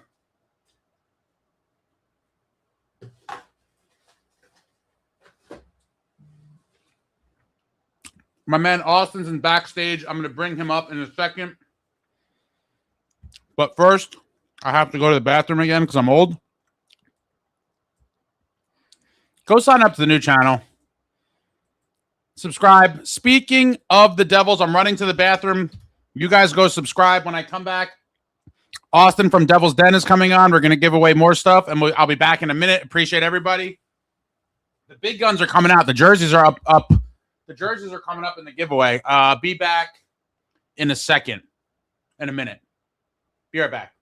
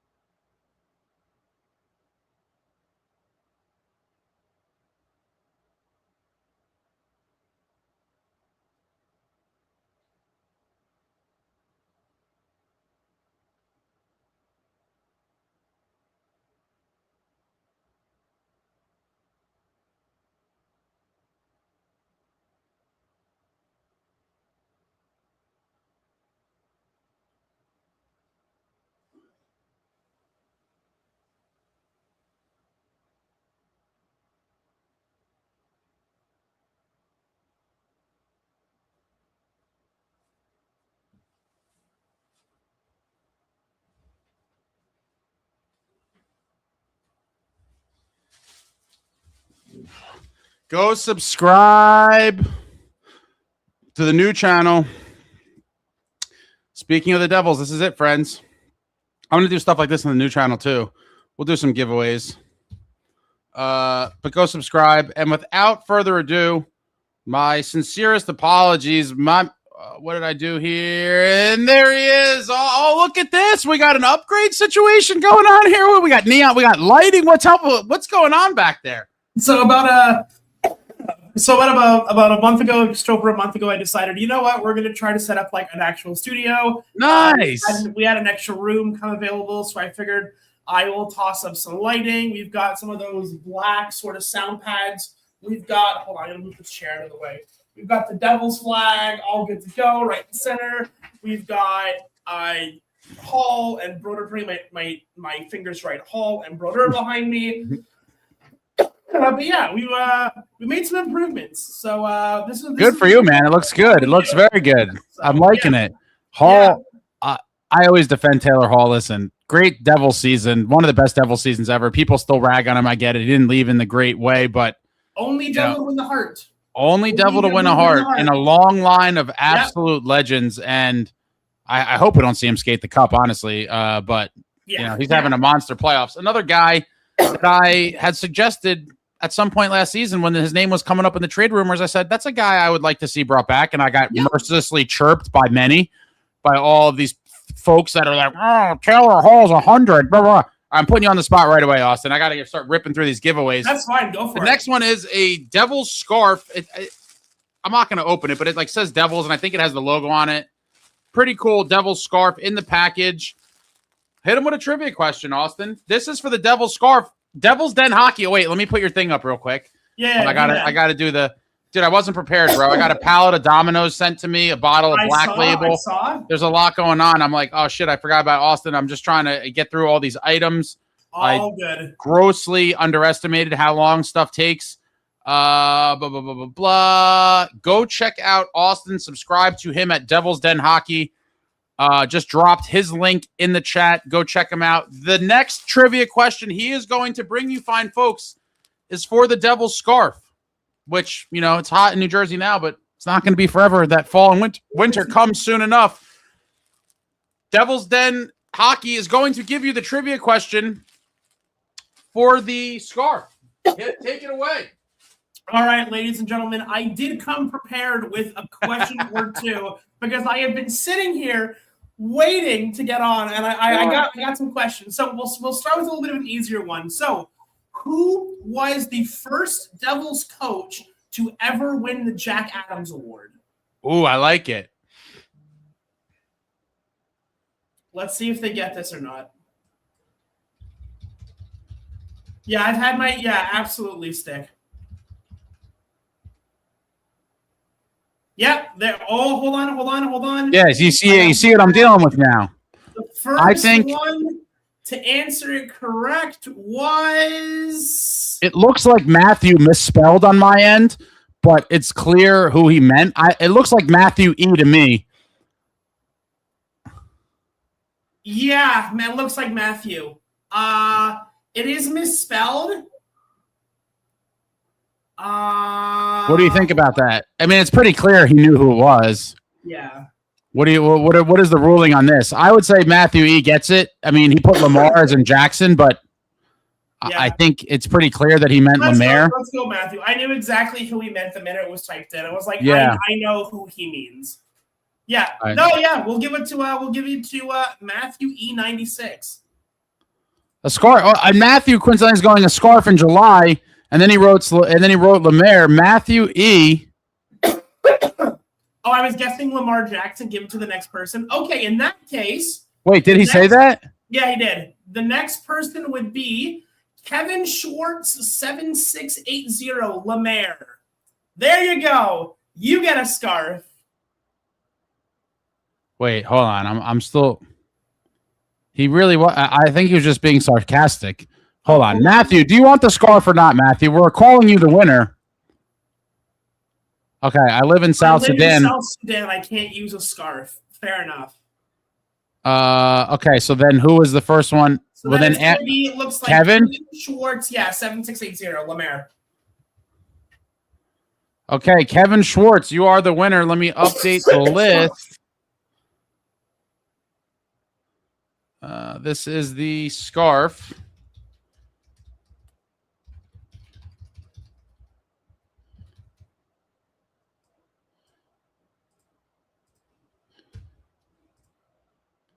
The scarf is Kevin.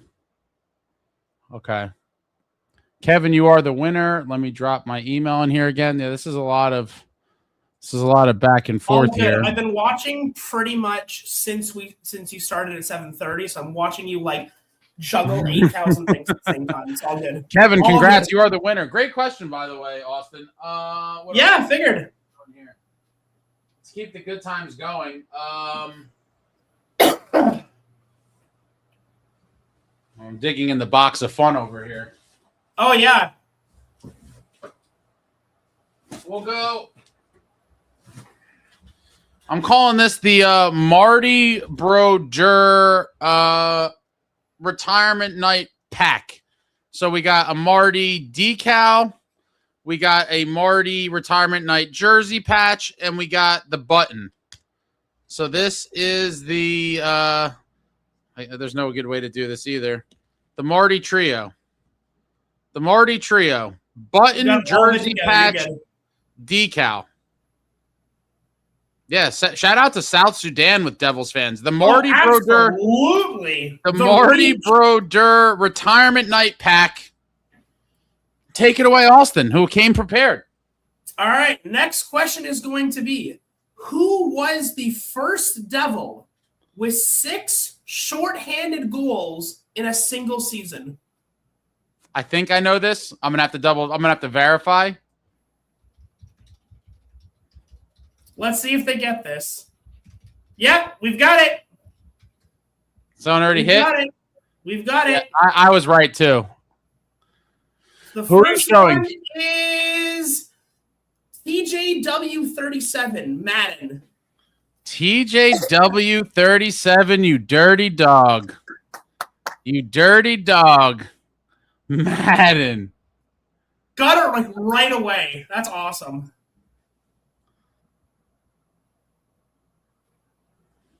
All right, let me update this. The Marty, I guess I'm just going to, I have like 7,000 tabs. Decal button, patch.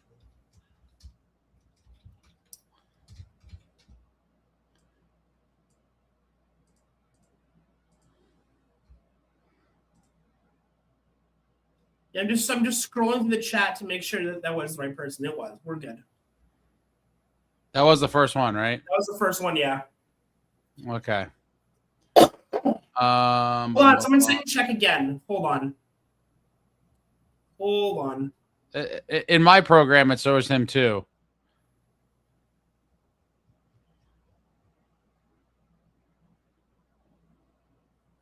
Yeah, first one I've got is TJ. Mm-hmm.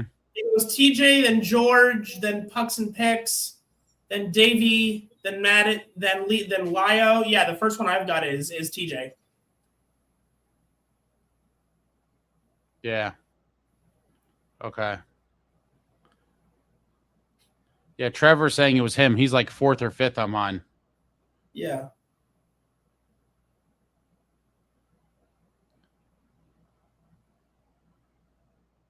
I think it's different on YouTube versus on StreamYard. So I think that's probably why there's a discrepancy. But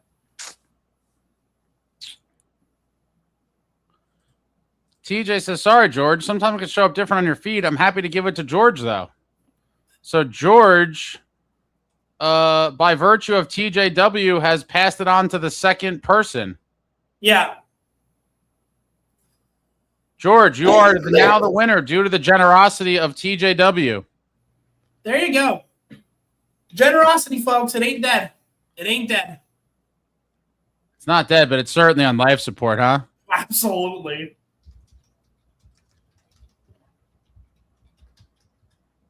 All right, we got George.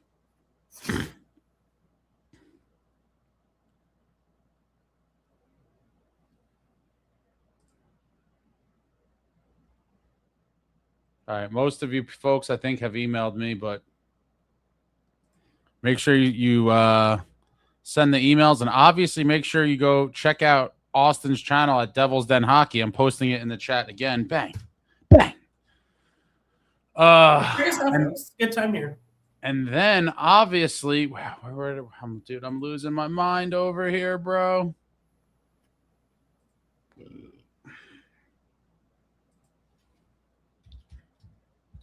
I'm losing all these tabs.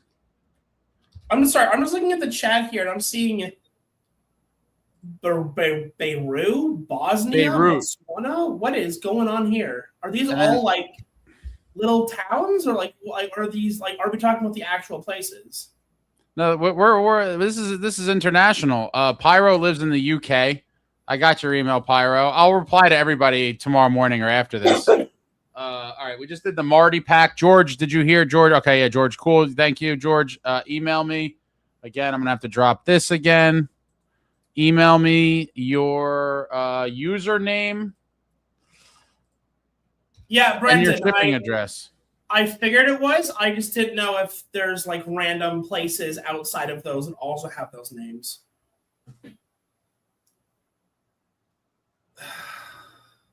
What else is going on, man? How have you been? I've been busy. I was sick as a dog all this week. Still kind of got the cough going on, but I was sick pretty much all week. Otherwise, I have been working like crazy. Still being able to watch some of the games though in the evening. This Stanley Cup final is turning out to be way more entertaining than I gave it credit for it going to be.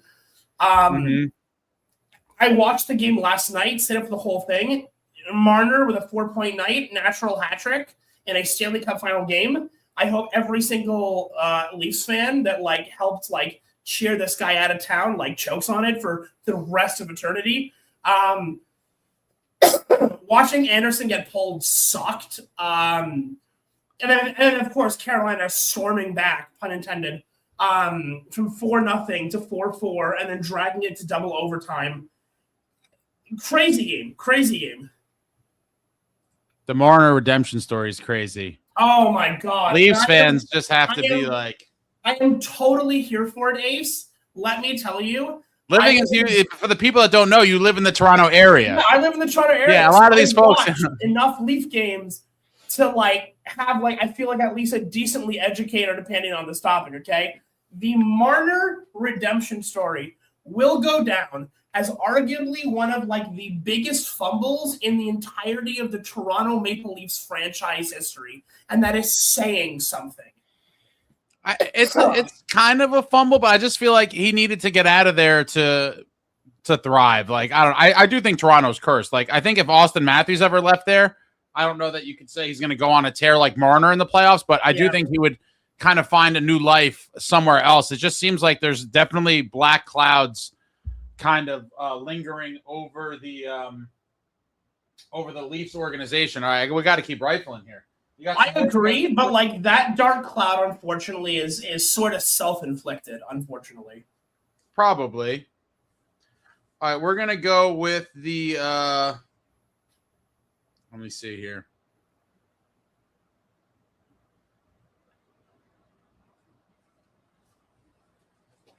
All right, the next item. Postcards signed by on the screen on the left side, 3-time Stanley Cup champion Sergei Brylin, and on the right side, 2-time Cup champ of the Devils Randy McKay in 95 and 2000. The next prize for the giveaway, Sergei Brylin, Randy McKay signed postcards. Hit him with what you got, Austin. Hit him with what you got. All right, folks, let's do it again. So, who scored the goal that sent the New Jersey Devils to the playoffs for the first time? I like it. This one you should know, even if you weren't alive for it. This is a pretty... Watching the chat intensely. I see it. I see it. Who do you see as the first? This is tough because one person has it, but like they only put 3 letters. And I'll count that. I count that. And they did the whole thing. I think the 3 letters count. That's fine. Yeah, we'll give it to High Stick 28. I think it's High Stick 28. Yeah. High Stick 28. You are the winner. High Stick 28 is the. Let me put this on the list.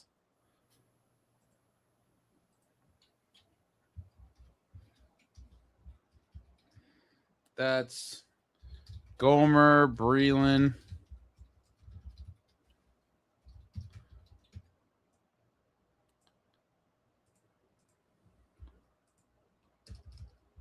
Congratulations on the win. And now I have to go back here. Email me.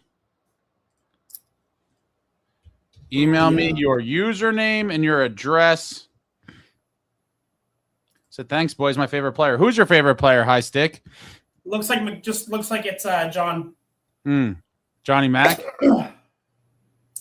Yeah, I was trying to find some ones that were kind of out there, but were also like fairly like notable. That makes sense. Mac, okay, Mac. Awesome. Solid pick. Solid choice. Email me your stuff. Moving along to the next one. The next giveaway. Some more Cup boys. We have the 2-time Cup champion Scott Gomez, 2000-2003 Cup champ of the Devils, and on the left side of the screen, Grant Marshall, a 2003 Cup champ. Signed postcards, Gomer and Grant Marshall. I'll do a trivia one for this one. Let me think about this. Gomer and Grant Marshall. The next trivia question for these guys will be... I got a fun one if you don't have one. I do have one. Save yours. This one I'm going to do topical. Yeah, we have a lot coming up. So for the postcards, my question is, which team did Grant Marshall eliminate in the 2003 playoffs with a double? It was either double or triple overtime goal. I forget. Which team did Grant Marshall eliminate from the 2003 playoffs with an overtime goal? So many different answers here. I saw it, but let me just make sure it's the first. I'm showing TJW as the first one with Tampa. Yeah, I agree. Is TJW first on your end? That's the one I've got, yeah. I got TJW as the winner.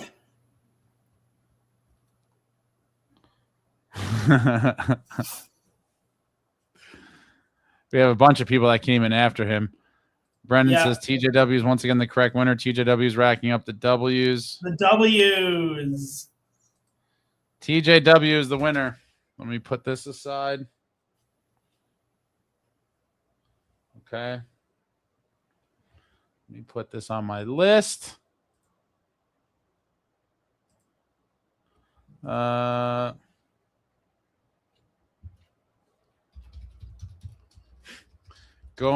Marshall. What's TJW's ping? I need that. Yes. Yes, you do.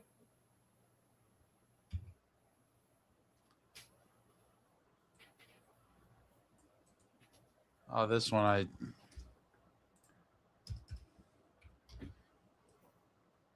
No, TJ, I've been having internet issues literally all night. All night. The internet sucks, but my hockey knowledge is good.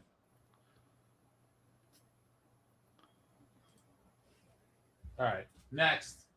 TJW secretly fits undercover. God, no. Please, no. Actually, I don't think that's possible. I think TJ's probably got more brain cells to put together, so...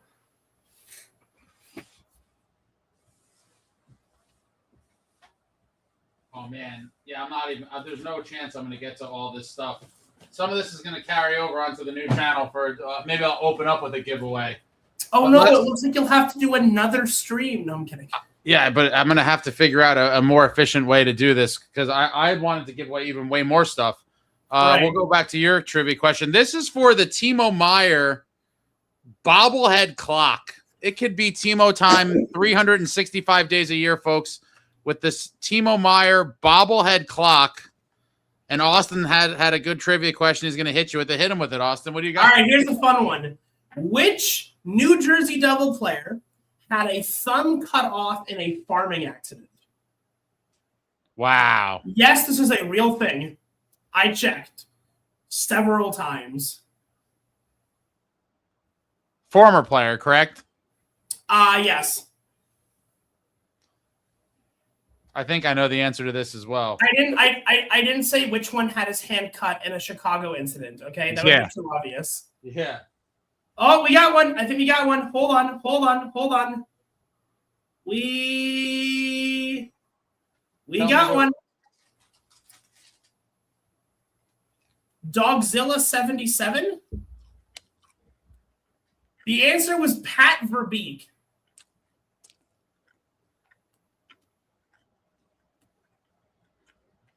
Was he first?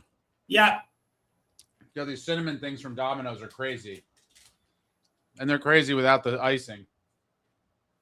Okay. It's going to be a I'm problem. watching you eat, and it's like making me ravenous. I need you to understand that. I just see this man. I wasn't trying to. I got poisoned. With an entire thing of food, and I'm like, I'm going to starve. Okay, Dogzilla. Yes, Dogzilla 77. That is Verbeek. That is the correct answer. Dogzilla is the winner. Let me put that on my list. That is the Timo.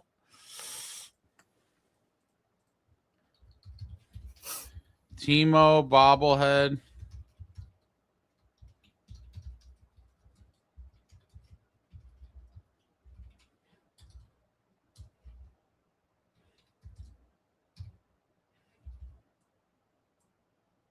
Yeah, so according to what I ended up finding, on May 15th, 1985, one of Pat Verbeek's thumbs was cut off by an auger in a farming accident. Thanks to his father and brother, his thumb was saved, and after extensive rehabilitation, Verbeek returned to hockey. He did not miss any regular season NHL games because of the injury.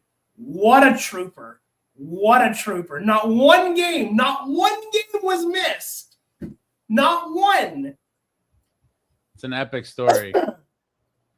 This is some Braden McNabb level stuff. Takes a slap shot to the face and walks it off.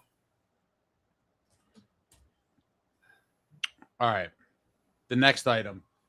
Then I'm going to have to ask what items they want me to skip They to because absolutely do not make players like that stick. Absolutely not. dude, the old guard of the NHL is just crazy.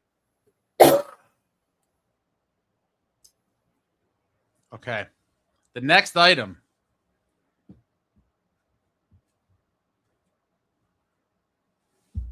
Jacob Markstrom. Bobblehead. Marky. Jacob Markstrom bobblehead. Let me think of a good one for this. Take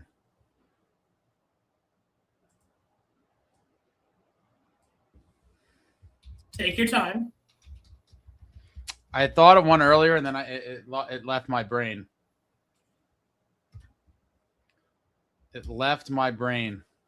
Oh, okay. I got it. This is for Marky. I'll go with an old. I'll do. I should have done more channel trivia. I'm gonna go a channel trivia on this one. Who is the oldest guest I've interviewed on this channel? The name of the person, the oldest gentleman I've interviewed on this channel. We'll get the Marky bobblehead.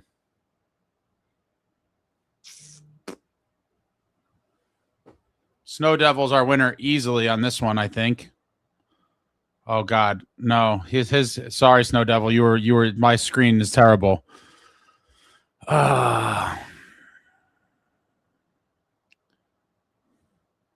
Wait. Yeah, I'm gonna need someone to handle these things going forward. I can't be doing this. This is too much. Stan Fischler is the correct answer. So then I've got Davy Boy.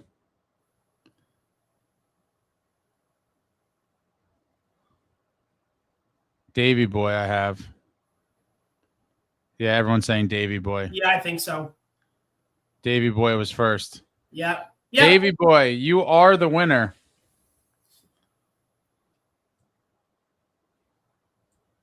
Davy Boy, you are the proud owner of the man that has more holes in him than Jesus. Okay? Davy Boy said number 2 could have it. I got one. Okay, in that case,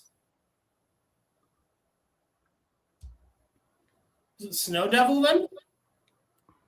Oh, now I got to scroll back up. Stan, I have George Shannon said Maven. That's true. Which would be correct. Yeah. Is that Maven, Stan, Fischler, the Maven. George Shannon got it? Yep.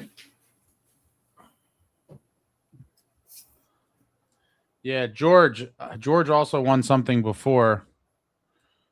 What else did George win?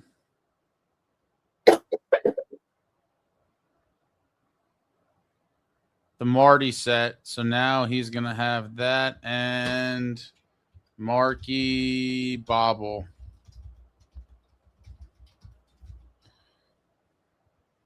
The Marky Bobble. Okay.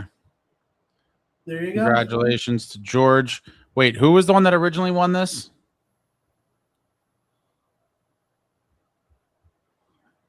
It was... I would like them to get something else. Who was the person that originally won? That's what I'm scrolling back up to see. Oh, God. The original person was Davy Boy, I think. And then second was George. Okay, Davy Boy. Davy Boy, do you want something from newer people? George says he has one too. Everyone's got one. No one wants to use. Yeah, I can't. I literally. Do you want it, Austin?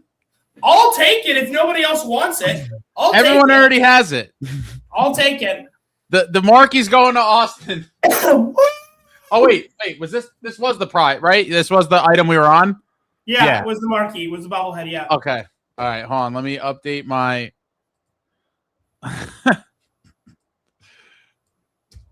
I mean, like, if everybody else doesn't want it or already has it, like, it is what it is. Otherwise, I can't believe how many people have it.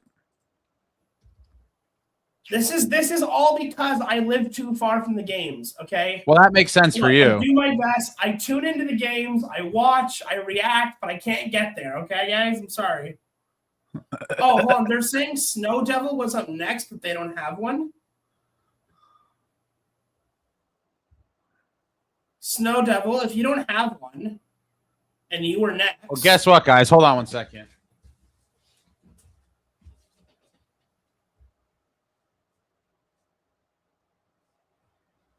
Hold on. This man has left the station again.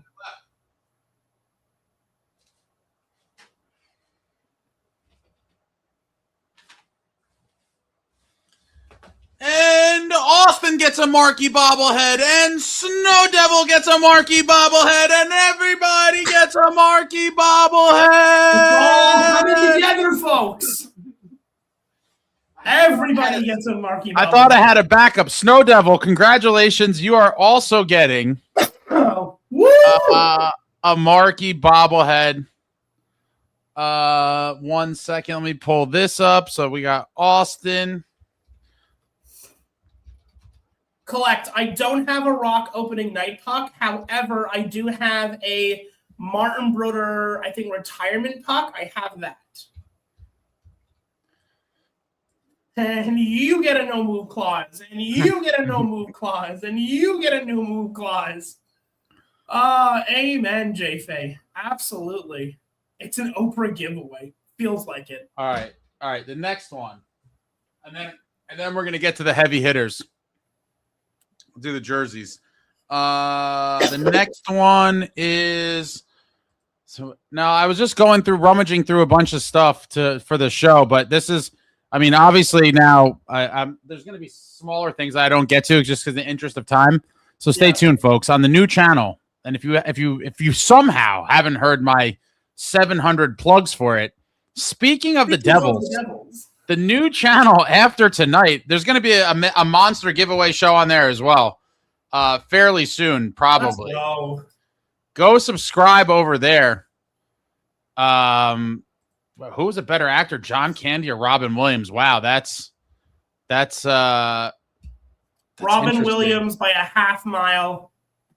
Oh, dude, I think you're a little young. I mean, how many have you? I haven't even seen all the John Candy films, but there's several that are just. There are a lot of them that are very good. I'm preferential to Robin Williams. I thought we got Davy Boy something. Davy Boy. I think we did, didn't we? Okay. Thank you, TJW, for pointing that out. I thought we did. Davy Boy, did we figure something out for you? Let me go back to my list here. I have tabs. And lists. Davy Boy, are you a newer fan, an old school fan? Uncle Buck is amazing. Uncle Buck is a great movie. Yeah. Oh yeah, I messed up our screen here. Davy Boy, talk to me, Davy Boy. I'm trying to get you something that you don't already have, obviously. I just want a cup. Is that too much to ask? Apparently, SJ. Apparently, it is. Davy Boy, do you have the retirement night pucks?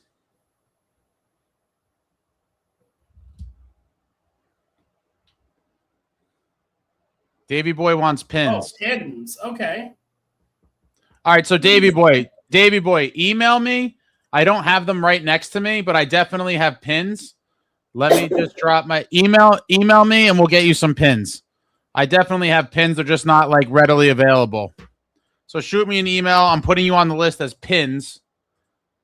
A Snow Devil is apparently losing their mind over getting a bobblehead. Pins is Davy Boy.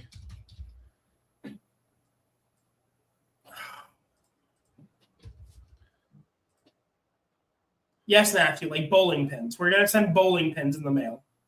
That's exactly what we're going to do. 100%.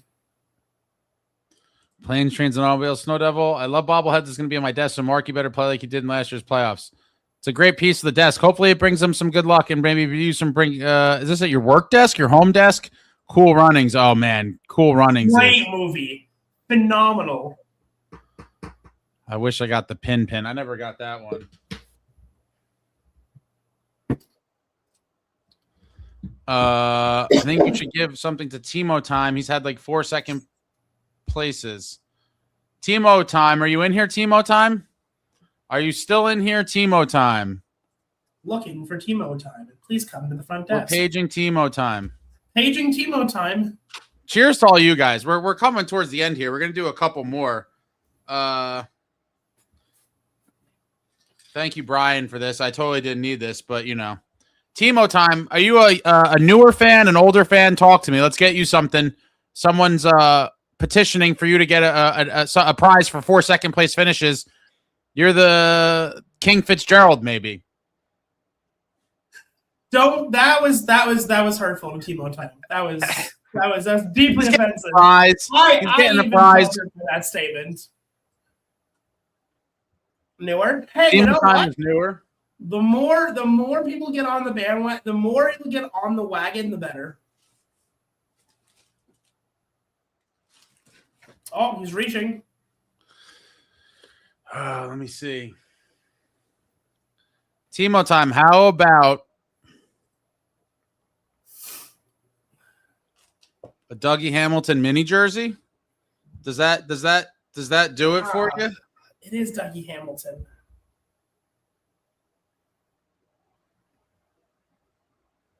Will it be Timo Time next season? It better be.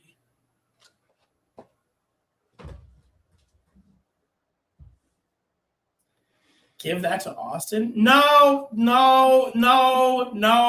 Yeah, there you go. Timo will take it. Timo will take the Dougie. My favorite Robin Williams movie? I would think Doubtfire. I think Mrs. Doubtfire is the best one.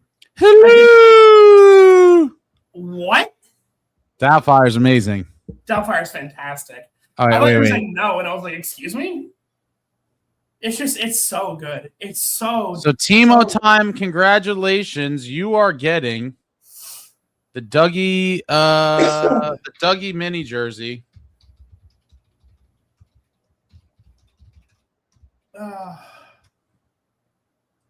Yes, no devil. Let me just like reach to the screen and grab his pizza and just. All right, so the Dougie mini jersey is Timo Time. Mrs. Doubtfire is a fantastic film. And it's funny, but it's also like got some heart to it, you know. Stick your hand over. I wish I could give you some just pizzas through the screen. Reach into the camera and steal some. I have a pallet, a straight up pallet of Domino's in here right now. I know. All right, so that's the Dougie mini jersey. That's over here. Okay. We got that. It was a drive-by fruiting. Ooh. Oh, looky here. The Brendan Dillon scrap inscribed with heavier, edgier, more violent. The Dilly signed photo. The next prize on the docket. Oh, no. Every time I hit the mic, I get, oh, man. The Dilly signed photo. Can you guys hear me? Can you hear me? No. I can hear you. You can hear me? Okay. I can hear you. You're fine. Screw you, stick figs. The Dilly signed with the inscription heavier, edgier, more violent photo. The trivia question for this one is in the global series in Czechia, which player on the Buffalo Sabres did Brendan Dillon absolutely annihilate moments before fighting with Alex Tuck? Which Buffalo Sabre did Brendan Dillon obliterate with a hit? I think I see it. I think Timo Time got it. Yep. Peterka is the correct answer. Yeah. Peterka. Timo Time smoked him. Timo Time is the winner.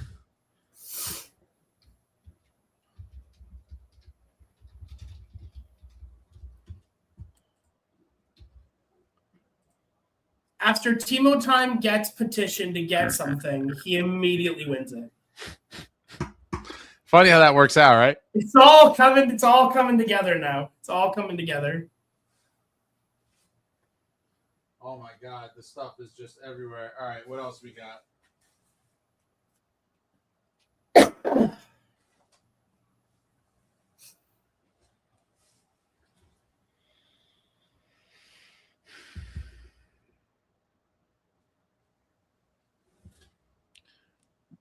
2000 Stanley Cup champions replica ring.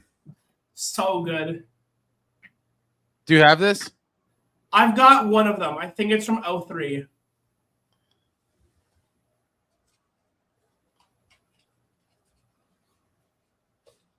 open her up. Yeah, I think I got the 2003 ring. Austin, who is the best Canadian singer? I don't know. Of all time? I barely listen to modern music nowadays, so maybe there's something else. Alanis Morissette. Pretty good. Pretty good. Oh, yeah. Get real close to the camera. It's hard to focus it. Get real close to the camera there.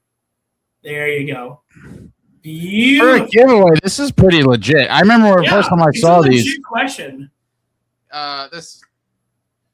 This is a quality item for what it is, honestly. It's got the date on the side. It's one of the better items they've ever given away. Yeah, definitely. What do we got here? Oh, Jeremy Proper, you have no idea. One day, hopefully, my lifelong mission is to open a New Jersey Devils museum, and it will be phenomenal. Just hang on to everything. I did. One day. All right, guys. The 2000 Cup ring. I'm going to drop this. This thing is pretty sick.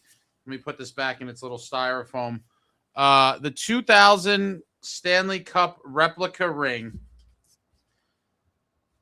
Let me think about this.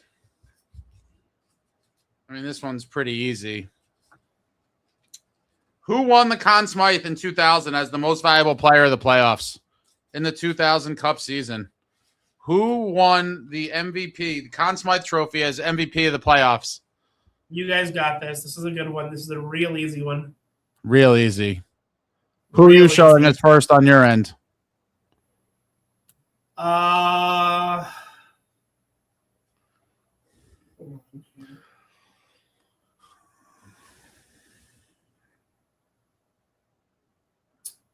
Yanko? Looks like it. To me, it's looking like Maddie. Oh, no, you're right. I mixed them up. Is Maddie first? Yeah, because I don't see anyone else saying that name before Maddie. Okay, did Maddie already win something? Now I'm adding to my lists here. Did Maddie already win something? I feel like he may have.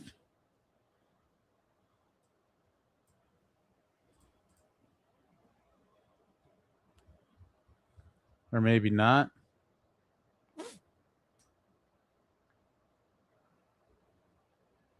Now it's a different Matt.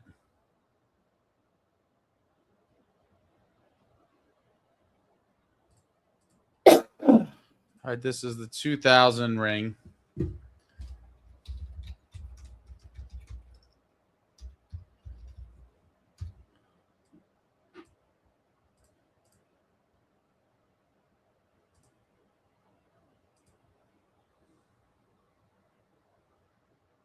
He said, I have one. Give it to number 2. There you go. Number 2 is TJW. TJW is number 2. TJW, do you have one of these? I imagine he might have one, but maybe not.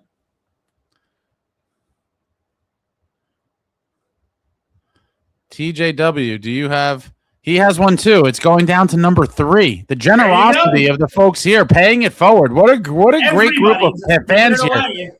And now it's going to Lio 3030. Lio 3030, you are number 3.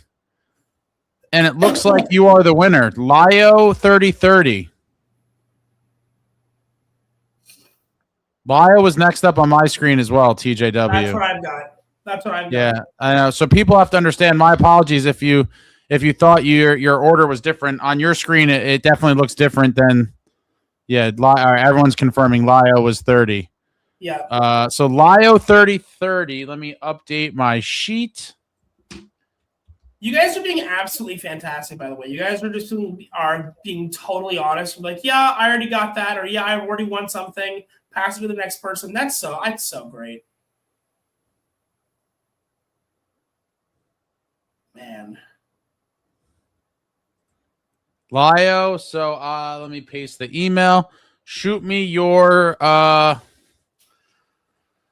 username and your address. These are all going to be shipped out this week. Boom. There's the email.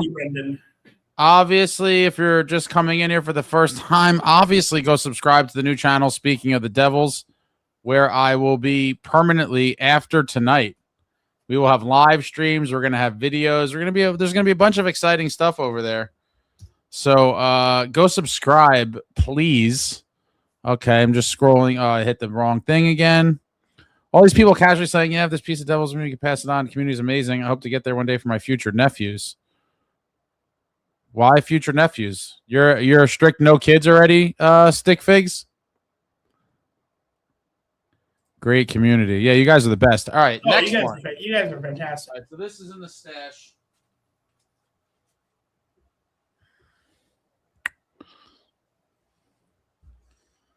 (2003) ring. We're just going back-to-back rings. We're just going right back to the next one. This is the one I've got. We're going back to the rings. Let me...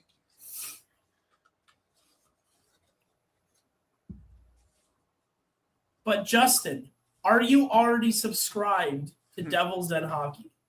That's the real question here.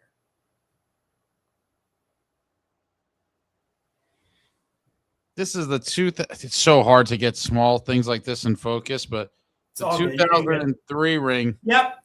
Pretty cool for a giveaway. I must say, for something like this, these are pretty damn cool. 2003 Cup ring. Let me think about this one.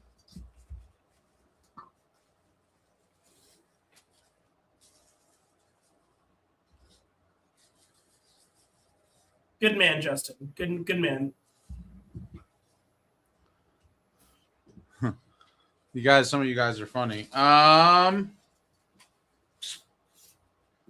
For the 03 Cup ring, I'm going back to channel trivia.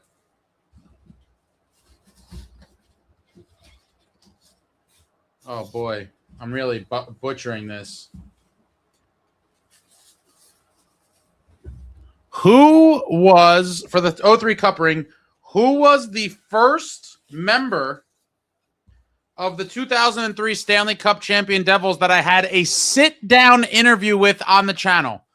Who was the first member of the 2003 Stanley Cup Devils that I had a sit-down in-person interview with? Get your answers in as fast as you can. Dude, the packaging on this is so annoying. They always load the packaging with so much stuff. No, it's like there's like plastic, and then I'm trying not to mangle the box. I'm gonna have to deal with this later. My God, I got fat hands that aren't the styrofoam mold, and then there's the top piece. All right, I got it back in. All right, do we have a winner? Let me see. You tell me, because I'm actually not sure. I don't know the answer to this one. No, that's a tough one. It's Jamie Langenbrunner. In which case, the first name that says Langenbrunner is Amagi. There we go.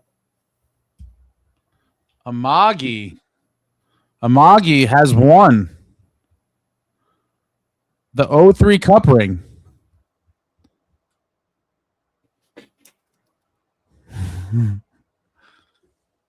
Very good job. All right, so he won something before, so let me figure out how to edit my list here. Amagi got the Youth Foundation hat, and he's got the 2003 Cup ring.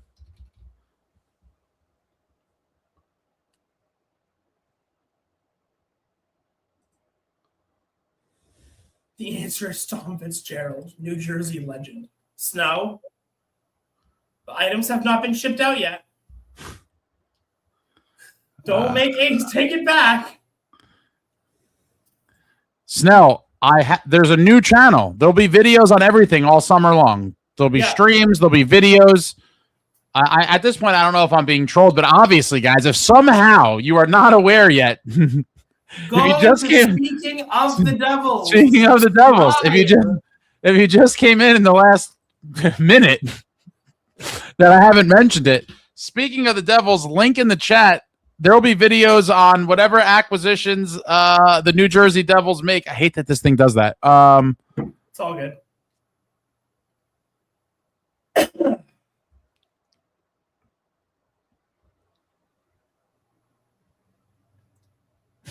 David Boy says Langenbrunner, the name strikes fear into all the Jersey Stitchers. That is quite the nameplate that he had that goes across the back of his jersey, shoulder to shoulder. Yeah. All right, let's see.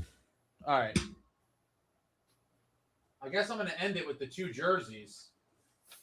The first jersey, George, the Runnin content will stay up. There'll just be nothing new added, but everything new going forward will be on the new channel.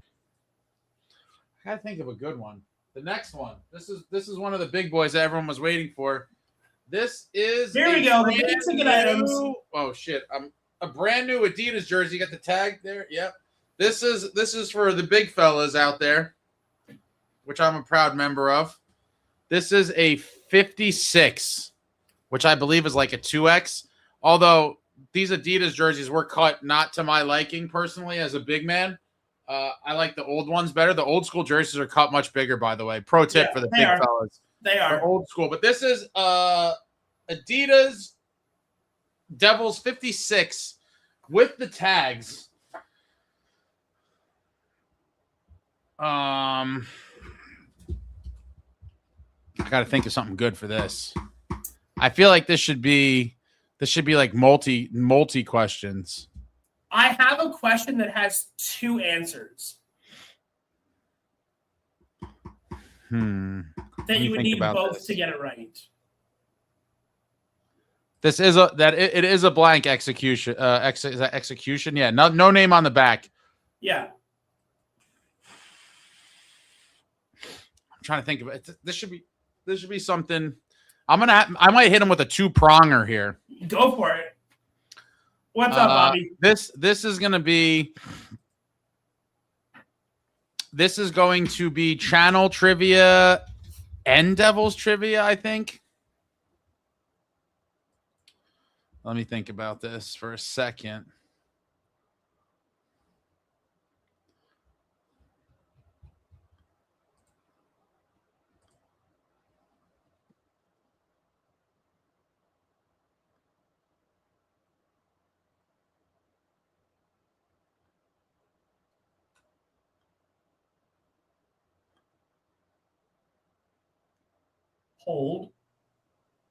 Hold. I just have to verify. He's getting there. I'm getting there. I just have to verify something.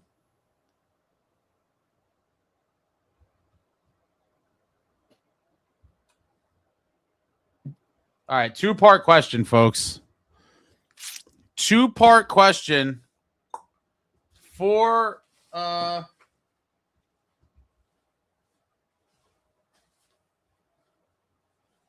jersey. Jersey with the tags. Let's go. This is a 2-parter.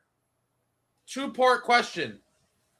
One is Devils trivia, one is channel trivia. The first part, you need both answers in the same, put both answers in the same type. Leave both answers in the same comment. So don't same give comment. 2 different comments. Leave same one comment with both answers. Same comment. Which post game live show this season set a new record for the shortest show I've ever done in the history of the world? Shortest post game show I did ever. And the second question is, give me one of the 2 acceptable names of the New Jersey Devils former arena. Part 1 of the question, what was my shortest post game show of all time? Who did they play after what game? And part of the question 2, one of the 2 acceptable names of the New Jersey Devils former arena. Good luck to all of you.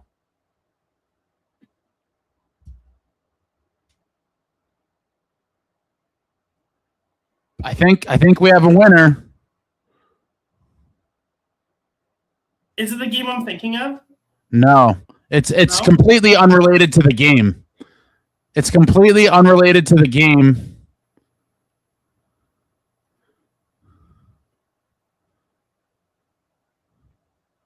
Wait, I just want to make sure I don't. On my end, it's looking like Timo time on my end. The Boston post game, because I was there. It was the last game. It was the last game of the season. I was walking out. I was just walking out and pissed. Yeah. I can't believe I went to that. They got just absolutely destroyed. I remember that. Timo time. No one had that prior, right? Not. Everyone's guessing the Islanders. Everyone's just assuming the Islanders beat down, but it wasn't that. That may have ended up being a long one. Traumatizing game. It was traumatizing, but I was on there for a while. Yeah. Timo time. Actually, I'm pretty sure it was the game or two after the 9-0 game that I came onto your show for the first time. Yeah, that's when I first saw your videos. Yeah, was that one? That was the first one I saw. After that. Yeah, the first one I saw was the Islanders beatdown, and I was dying. Yeah. All right, so let me see. Timo time, you are the winner. Is Timo time still in here?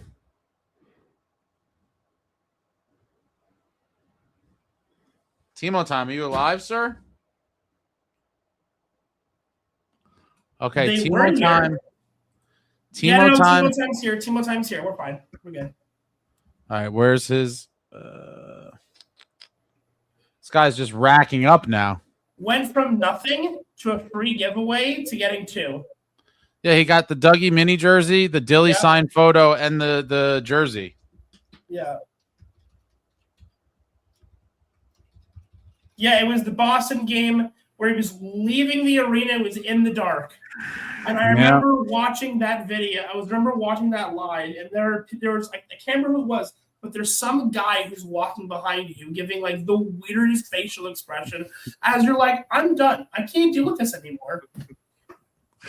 So let's show you. I forget. Oh, there was one after the Olympics. I did it the morning after, so I'm not counting that. But there was one. I fell asleep in the last 2 minutes of the game. It may have been that Buffalo game, the first home game the Devils had after the Olympics. Maybe. All right, congratulations, Timo time's racking up. Let me see here. Timo time won the Showcase Showdown. Thanks a lot, George. Appreciate it. All right, last one, and then we're gonna let Austin out of here, and then I'll close up. And I need to get to bed. I'm old. The last one. A lot of people have been waiting for this, and there's gonna be some carryover to the next giveaway show. The big ticket item. Speaking of the Devils, this is the one that most people seem to get excited about. Here we go. This is the black vintage starter. This is a size XL, and on the back is Niedermeyer. Oh. So good. Black starter. The black starter XL. Phenomenal. Scotty needs. I got to think about this one for a minute. One of my favorite defensemen of all time. I'm going to leave this on the chair and take my last bathroom break and figure out what's the proper way to do this. I can't just willy-nilly this thing. No. Damn it. I wish there was a way to. Can I?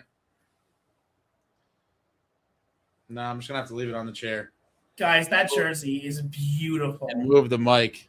Entertain these people, Austin. I'll be back in a minute. I will entertain the people. I'm trying to think how to do this one. This is a tricky one. You got it. All right, folks. So I think we can all agree that this jersey is one of the most beautiful things the world has ever created, okay? Not only is it a black starting New Jersey jersey, but it has the name of one of the greatest defensemen, not only in New Jersey history, but maybe of all time, okay? I wish I could get in on this, but I'm going to have to leave it to you guys. So we're going to wait, and we're going to see what Ace decides to do after he's done voiding his bowels or whatever it is that he's doing. Awesome. Give us the inside scoop on the trivia question. I don't even think Ace knows what the trivia question is, okay? So I can't give you the inside scoop. That should be the Devils' third jersey. I'd be fine with that. Well, Ace is gone. Awesome. I want that Markstrom after that more holes than Jesus slander. Tell me I'm wrong. Look me in the eye. Look me dead in the eye and tell me that what we saw last year is not exactly as I said it was. Okay. You should play along. I was playing along earlier, but my computer kept buffering. I kept missing out. It's all good. I'm gonna send Austin a nice care package. Don't you guys worry. All right, so we got the Black Devil starter again. This is probably the grand prize, I'd imagine. Size extra large with needs on the back. This is not my personal one, by the way. Some people ask, why would I give mine away? I would never give mine away. This was an extra one. No, mine is blank. I'm a blank guy most of the time. This is going to be a multi-pronged question. This is a big prize. Absolutely. The multi-pronged question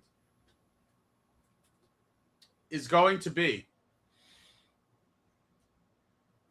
Hold. I just had two elements of it. I think this is a 4-part question. You have to get all 4 correct. 4-parters. 4-parters, one comment. For the grand prize. One comment. You can do it. The grand prize. It doesn't necessarily have to be in the right order. Just you have to. All 4 questions must be answered correctly. The questions are, and some of these I've talked about a lot, but I'm gonna throw the people a bone for one of them. Let me move the mic over here. I can't do the numbers again. Potato. The numbers are insane. I watched that traffic accident. The numbers. Yeah, people that are like, "Oh shit, I have no chance."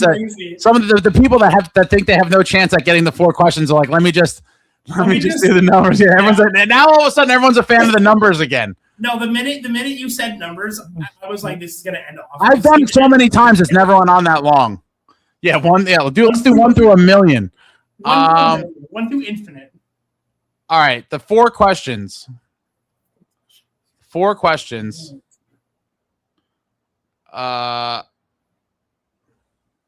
This is tough. You had to be paying attention throughout to pick these up. 4 questions.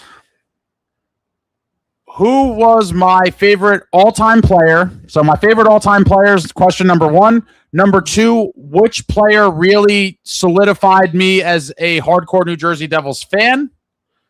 Question 3. I just had it. What is my favorite Stanley Cup team of the Devils 3 Cup teams? Question 4. What did I ask? What was my question to Sonny Maeda in his introductory press conference? So you got my favorite all-time player, which player really solidified my fandom for this franchise, which of the Cup teams was my favorite, and what question did I ask Sonny Maeda? Remember, you are giving all 4 answers in one comment. You're not leaving 4 separate comments. 4 answers, 1 comment.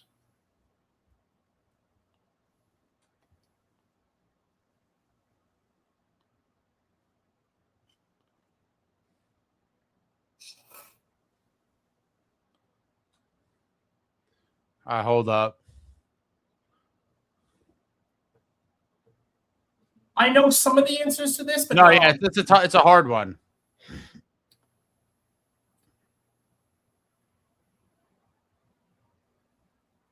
It's Amagi. Amagi is the winner. Marty Brodeur, my favorite player of all time. Kenny Danico is the one that really, a meeting with Kenny D as a young child really made me a hardcore fan. 2003 being my favorite Cup team, and the question I asked, I'll accept that. It was basically, in a nutshell, was, is this team a win now team or a win later team? Amagi, you are the winner, sir. Congratulations. Congratulations to Amagi. Dano, Amagi remembers everything, man. Dano signed that card in the restaurant. He did. Matthew, ChatGPT wouldn't have these answers. Amagi is the big winner. Questions. Amagi is the big winner. Let me update my list. Amagi.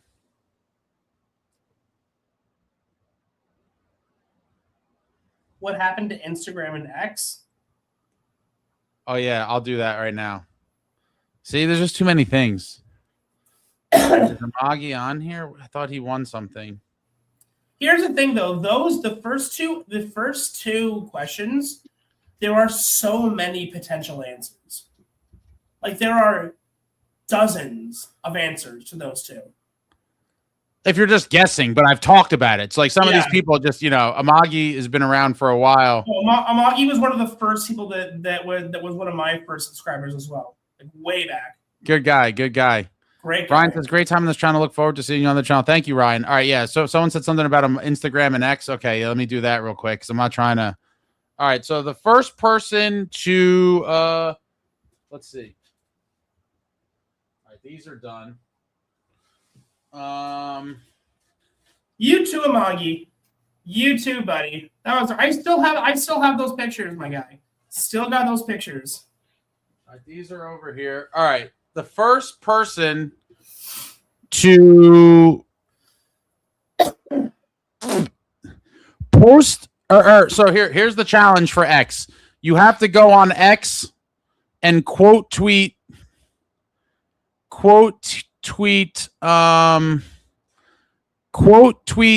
this stream, one of the posts. I have several of them on my X, to quote tweet this stream, and in your reply, a photo of you at the Rock. I'll pull up a couple prizes and you'll get to pick from them. So the challenge here for Twitter or X, the first person to quote tweet this stream, one of the many posts I have about it, with a photo of you at the Rock. Austin, when are you doing a video? Eventually. I've been doing live streams like Ace for a little bit because there hasn't been a whole lot of Devils content to talk about, but I'll do it eventually. The summer's a little rough. I'll get around to cover something. I just haven't had like a really big like idea to like do an entire like 10-15 minute video on. Amagi won this too. No shot. I swear to God he did. I'm not even kidding. Amagi has won this too. Amagi has won this too. Oh man. Amagi's a savage. All right, so Amagi, I'm going to be hitting you up tomorrow with a couple other things to pick from, and this, where's his a couple people won multiple things. Pick from X win. That's the dedication that we're looking for. I go to the Rock too many times. My camera roll was filled. All right. Amagi's just cleaning up here. The last one, let's see, for Instagram. I gotta throw the Instagram people a bone. It'll be the same thing. You'll get to pick from several things. I'll pull a bunch of stuff that's remaining. For the Instagram challenge, is going to be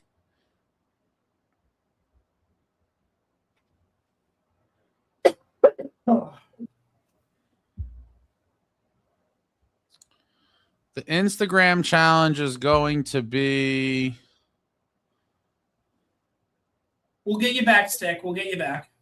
We'll bring you back home.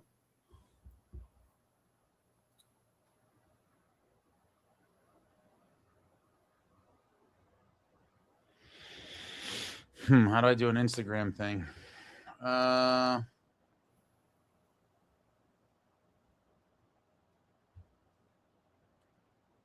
For Instagram, I guess the first person to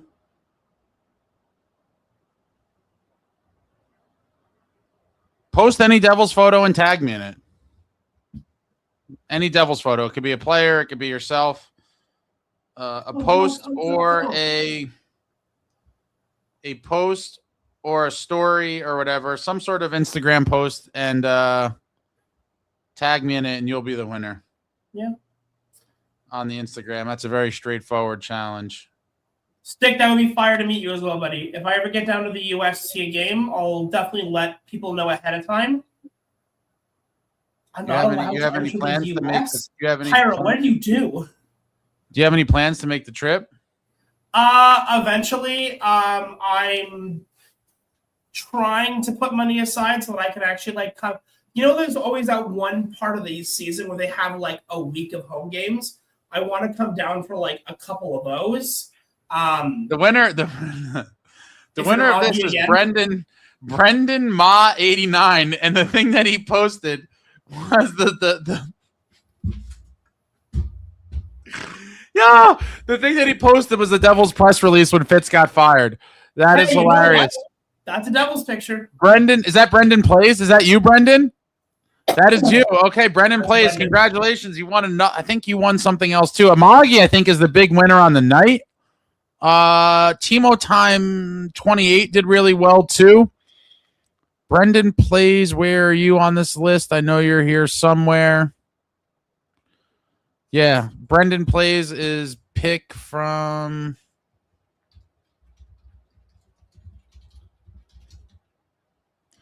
IG. Okay.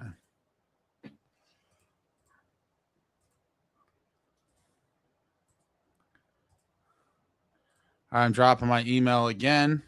Bobby, did you win something? Bobby, we'll get you something. Didn't Bobby win something? Bobby, did you win something? I don't think he did. He didn't? I've been here all night. I don't think he did.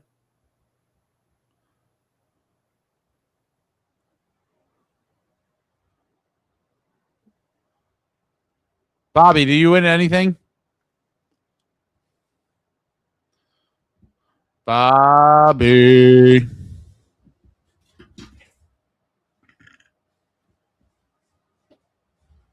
Oh my God. I'm going to be. It's all right, James. It's all good. Ooh, I hope everything's all right, James. Hope everything's all right.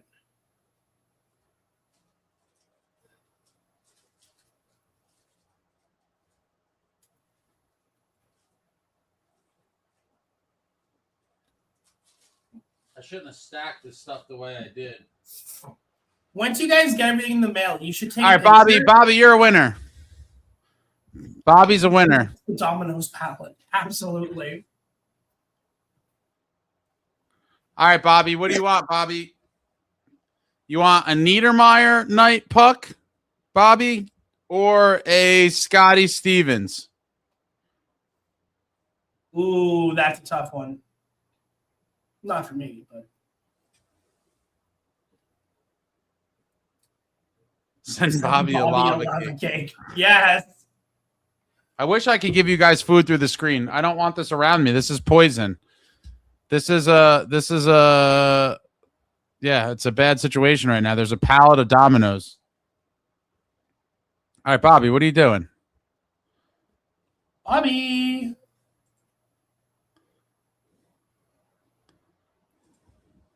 Bobby, we're trying to help you here. Give me a Stevens, he says.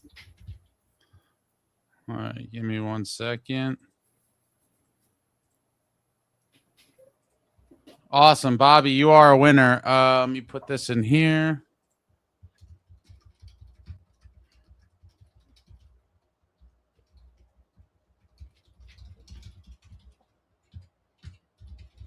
All right, Bobby, make sure you email me your info so I could get that out.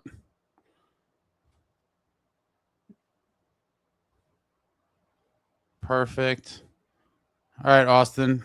Awesome having you on, man. Everyone go check out. Let me get the link again. Devil's Den Hockey. Go subscribe to Austin's channel. What are your closing thoughts? I'm gonna give you the full screen again. I like doing this. This is a dramatic effect. I'm gonna dip. Don't make it too long. You get 2 minutes or whatever you got. My man Austin winding us down here with the closing monologue from Devil's Den Hockey. All right, folks. So, closing remarks. First of all, huge thanks to Ace for entertaining all of us for so many years at this point. Massive congratulations to Ace and everything that he's been able to accomplish through YouTube and now landing this job with Speaking of the Devil. So congratulations to you, Ace. You've earned it. You did the job. You did great. And to every single one of you guys who have been absolutely phenomenal, who come out in every single one of his streams, that interact, that subscribe, that like, that comment, that talk in the chat, that donate, that everything. You guys are phenomenal. Some of you guys I know, some of you guys will come over to my channel. We talk, you guys leave comments. You guys are absolutely phenomenal. You guys are fantastic. I've had a blast getting to come on here, and Ace has been phenomenal for bringing me onto his streams and exposing me to all of you guys, and me getting to know a lot more Devils fans, because I'm not going to lie, as a Devils fan, it gets lonely up here in Canada because there's not really many of us. So always cool to see more Devils fans and to meet a whole bunch of you. And hopefully once I get down to the U.S. and start coming to watch games, I'll be able to meet even more of you guys and take pictures of the whole 9 yards. And yeah, I'll leave it at that. Ace, congrats again on the new job. You deserved it. You've earned it. Kick ass. All right, let's see here. Thank you, sir. Appreciate that. We'll You do are a couple very comments. Yeah, I hope you make it down. I'll bring you to some. We'll go to some big boy lunch places and Absolutely get down with the local fare. Hopefully the food's not salmonella. Good night, Yanko. Bobby says, for the new third, should I get grits or Lenny jersey? I mean, I'm going to go grits. I'm imagining you would probably say the same, Austin. Yeah. James is a long time channel supporter. James, you win, my guy. You are a winner, James. You're in the late night hour. You will get the Niedermeyer puck. Let me put you on my list. James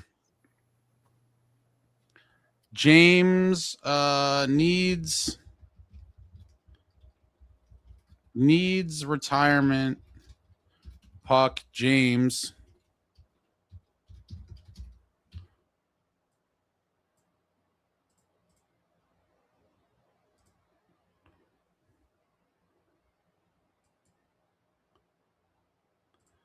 Ryan says, have anything else you want to give out that's more modern? Trying to build up my daughter's collection down here in Nashville. Ryan, send me an email. I didn't even get to dig out all the stuff. Like I said, guys, if you're not aware somehow by now, I mean, I'm assuming you could guess what I'm going to put up here, Austin. But if you haven't heard, speaking of the Devils, after you're done subscribing to Devil's Den, subscribe to the new home after a couple minutes from now. Speaking of the Devils, but Ryan, send me an email. I will look to see if I could find something for your daughter. I'll definitely find something, Ryan. So shoot me an email. Let me post that one more time. If anyone who had not emailed me yet, if you won something, shoot me an email with your shipping info. The stuff will all ship this week. It's quite a bit at this point, so it's going to take me a few days, but it'll all go out for sure this week. Let me see. I got this.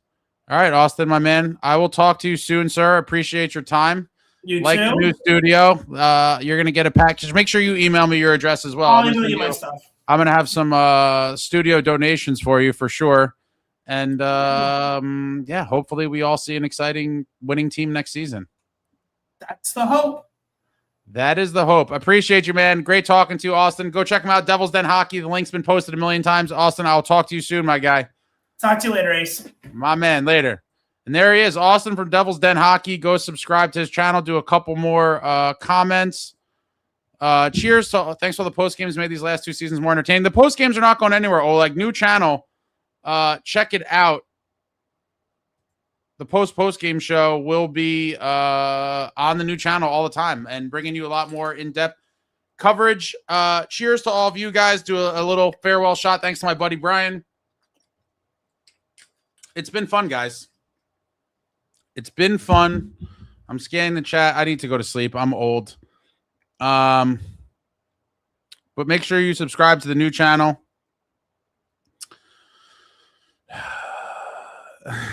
Some of you guys are hilarious.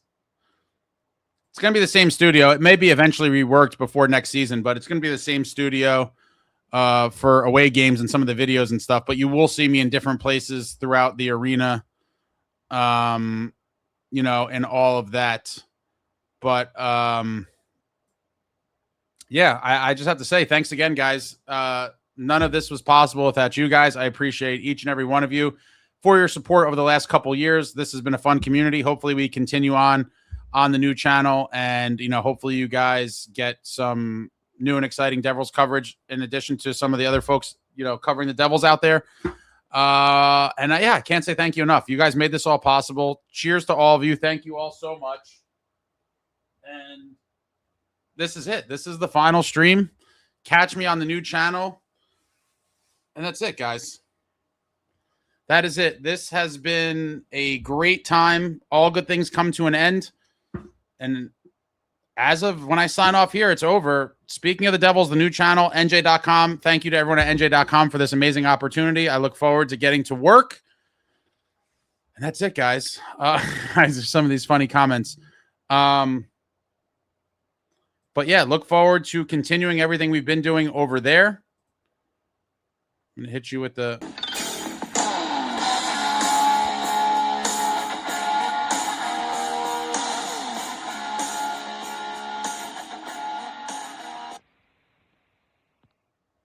Oh, you guys are giving me a lot of prompts here.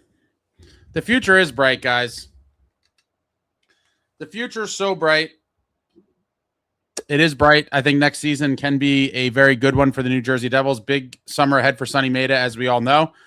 Look forward to covering it, talking about it with all of you. I will talk to you all soon. I will see you all soon. Head on over to the new channel. Things will be coming there very, very soon. And again, I can't thank you guys enough. None of this happens without you guys. This is your boy, Anthony Corona for NJ.com, signing off for the last time on Running with the Devils. I will see you all soon on the new channel. Thank you so much. I love you all. Like, comment, subscribe, and all that jazz. Until next time, friends, let's go.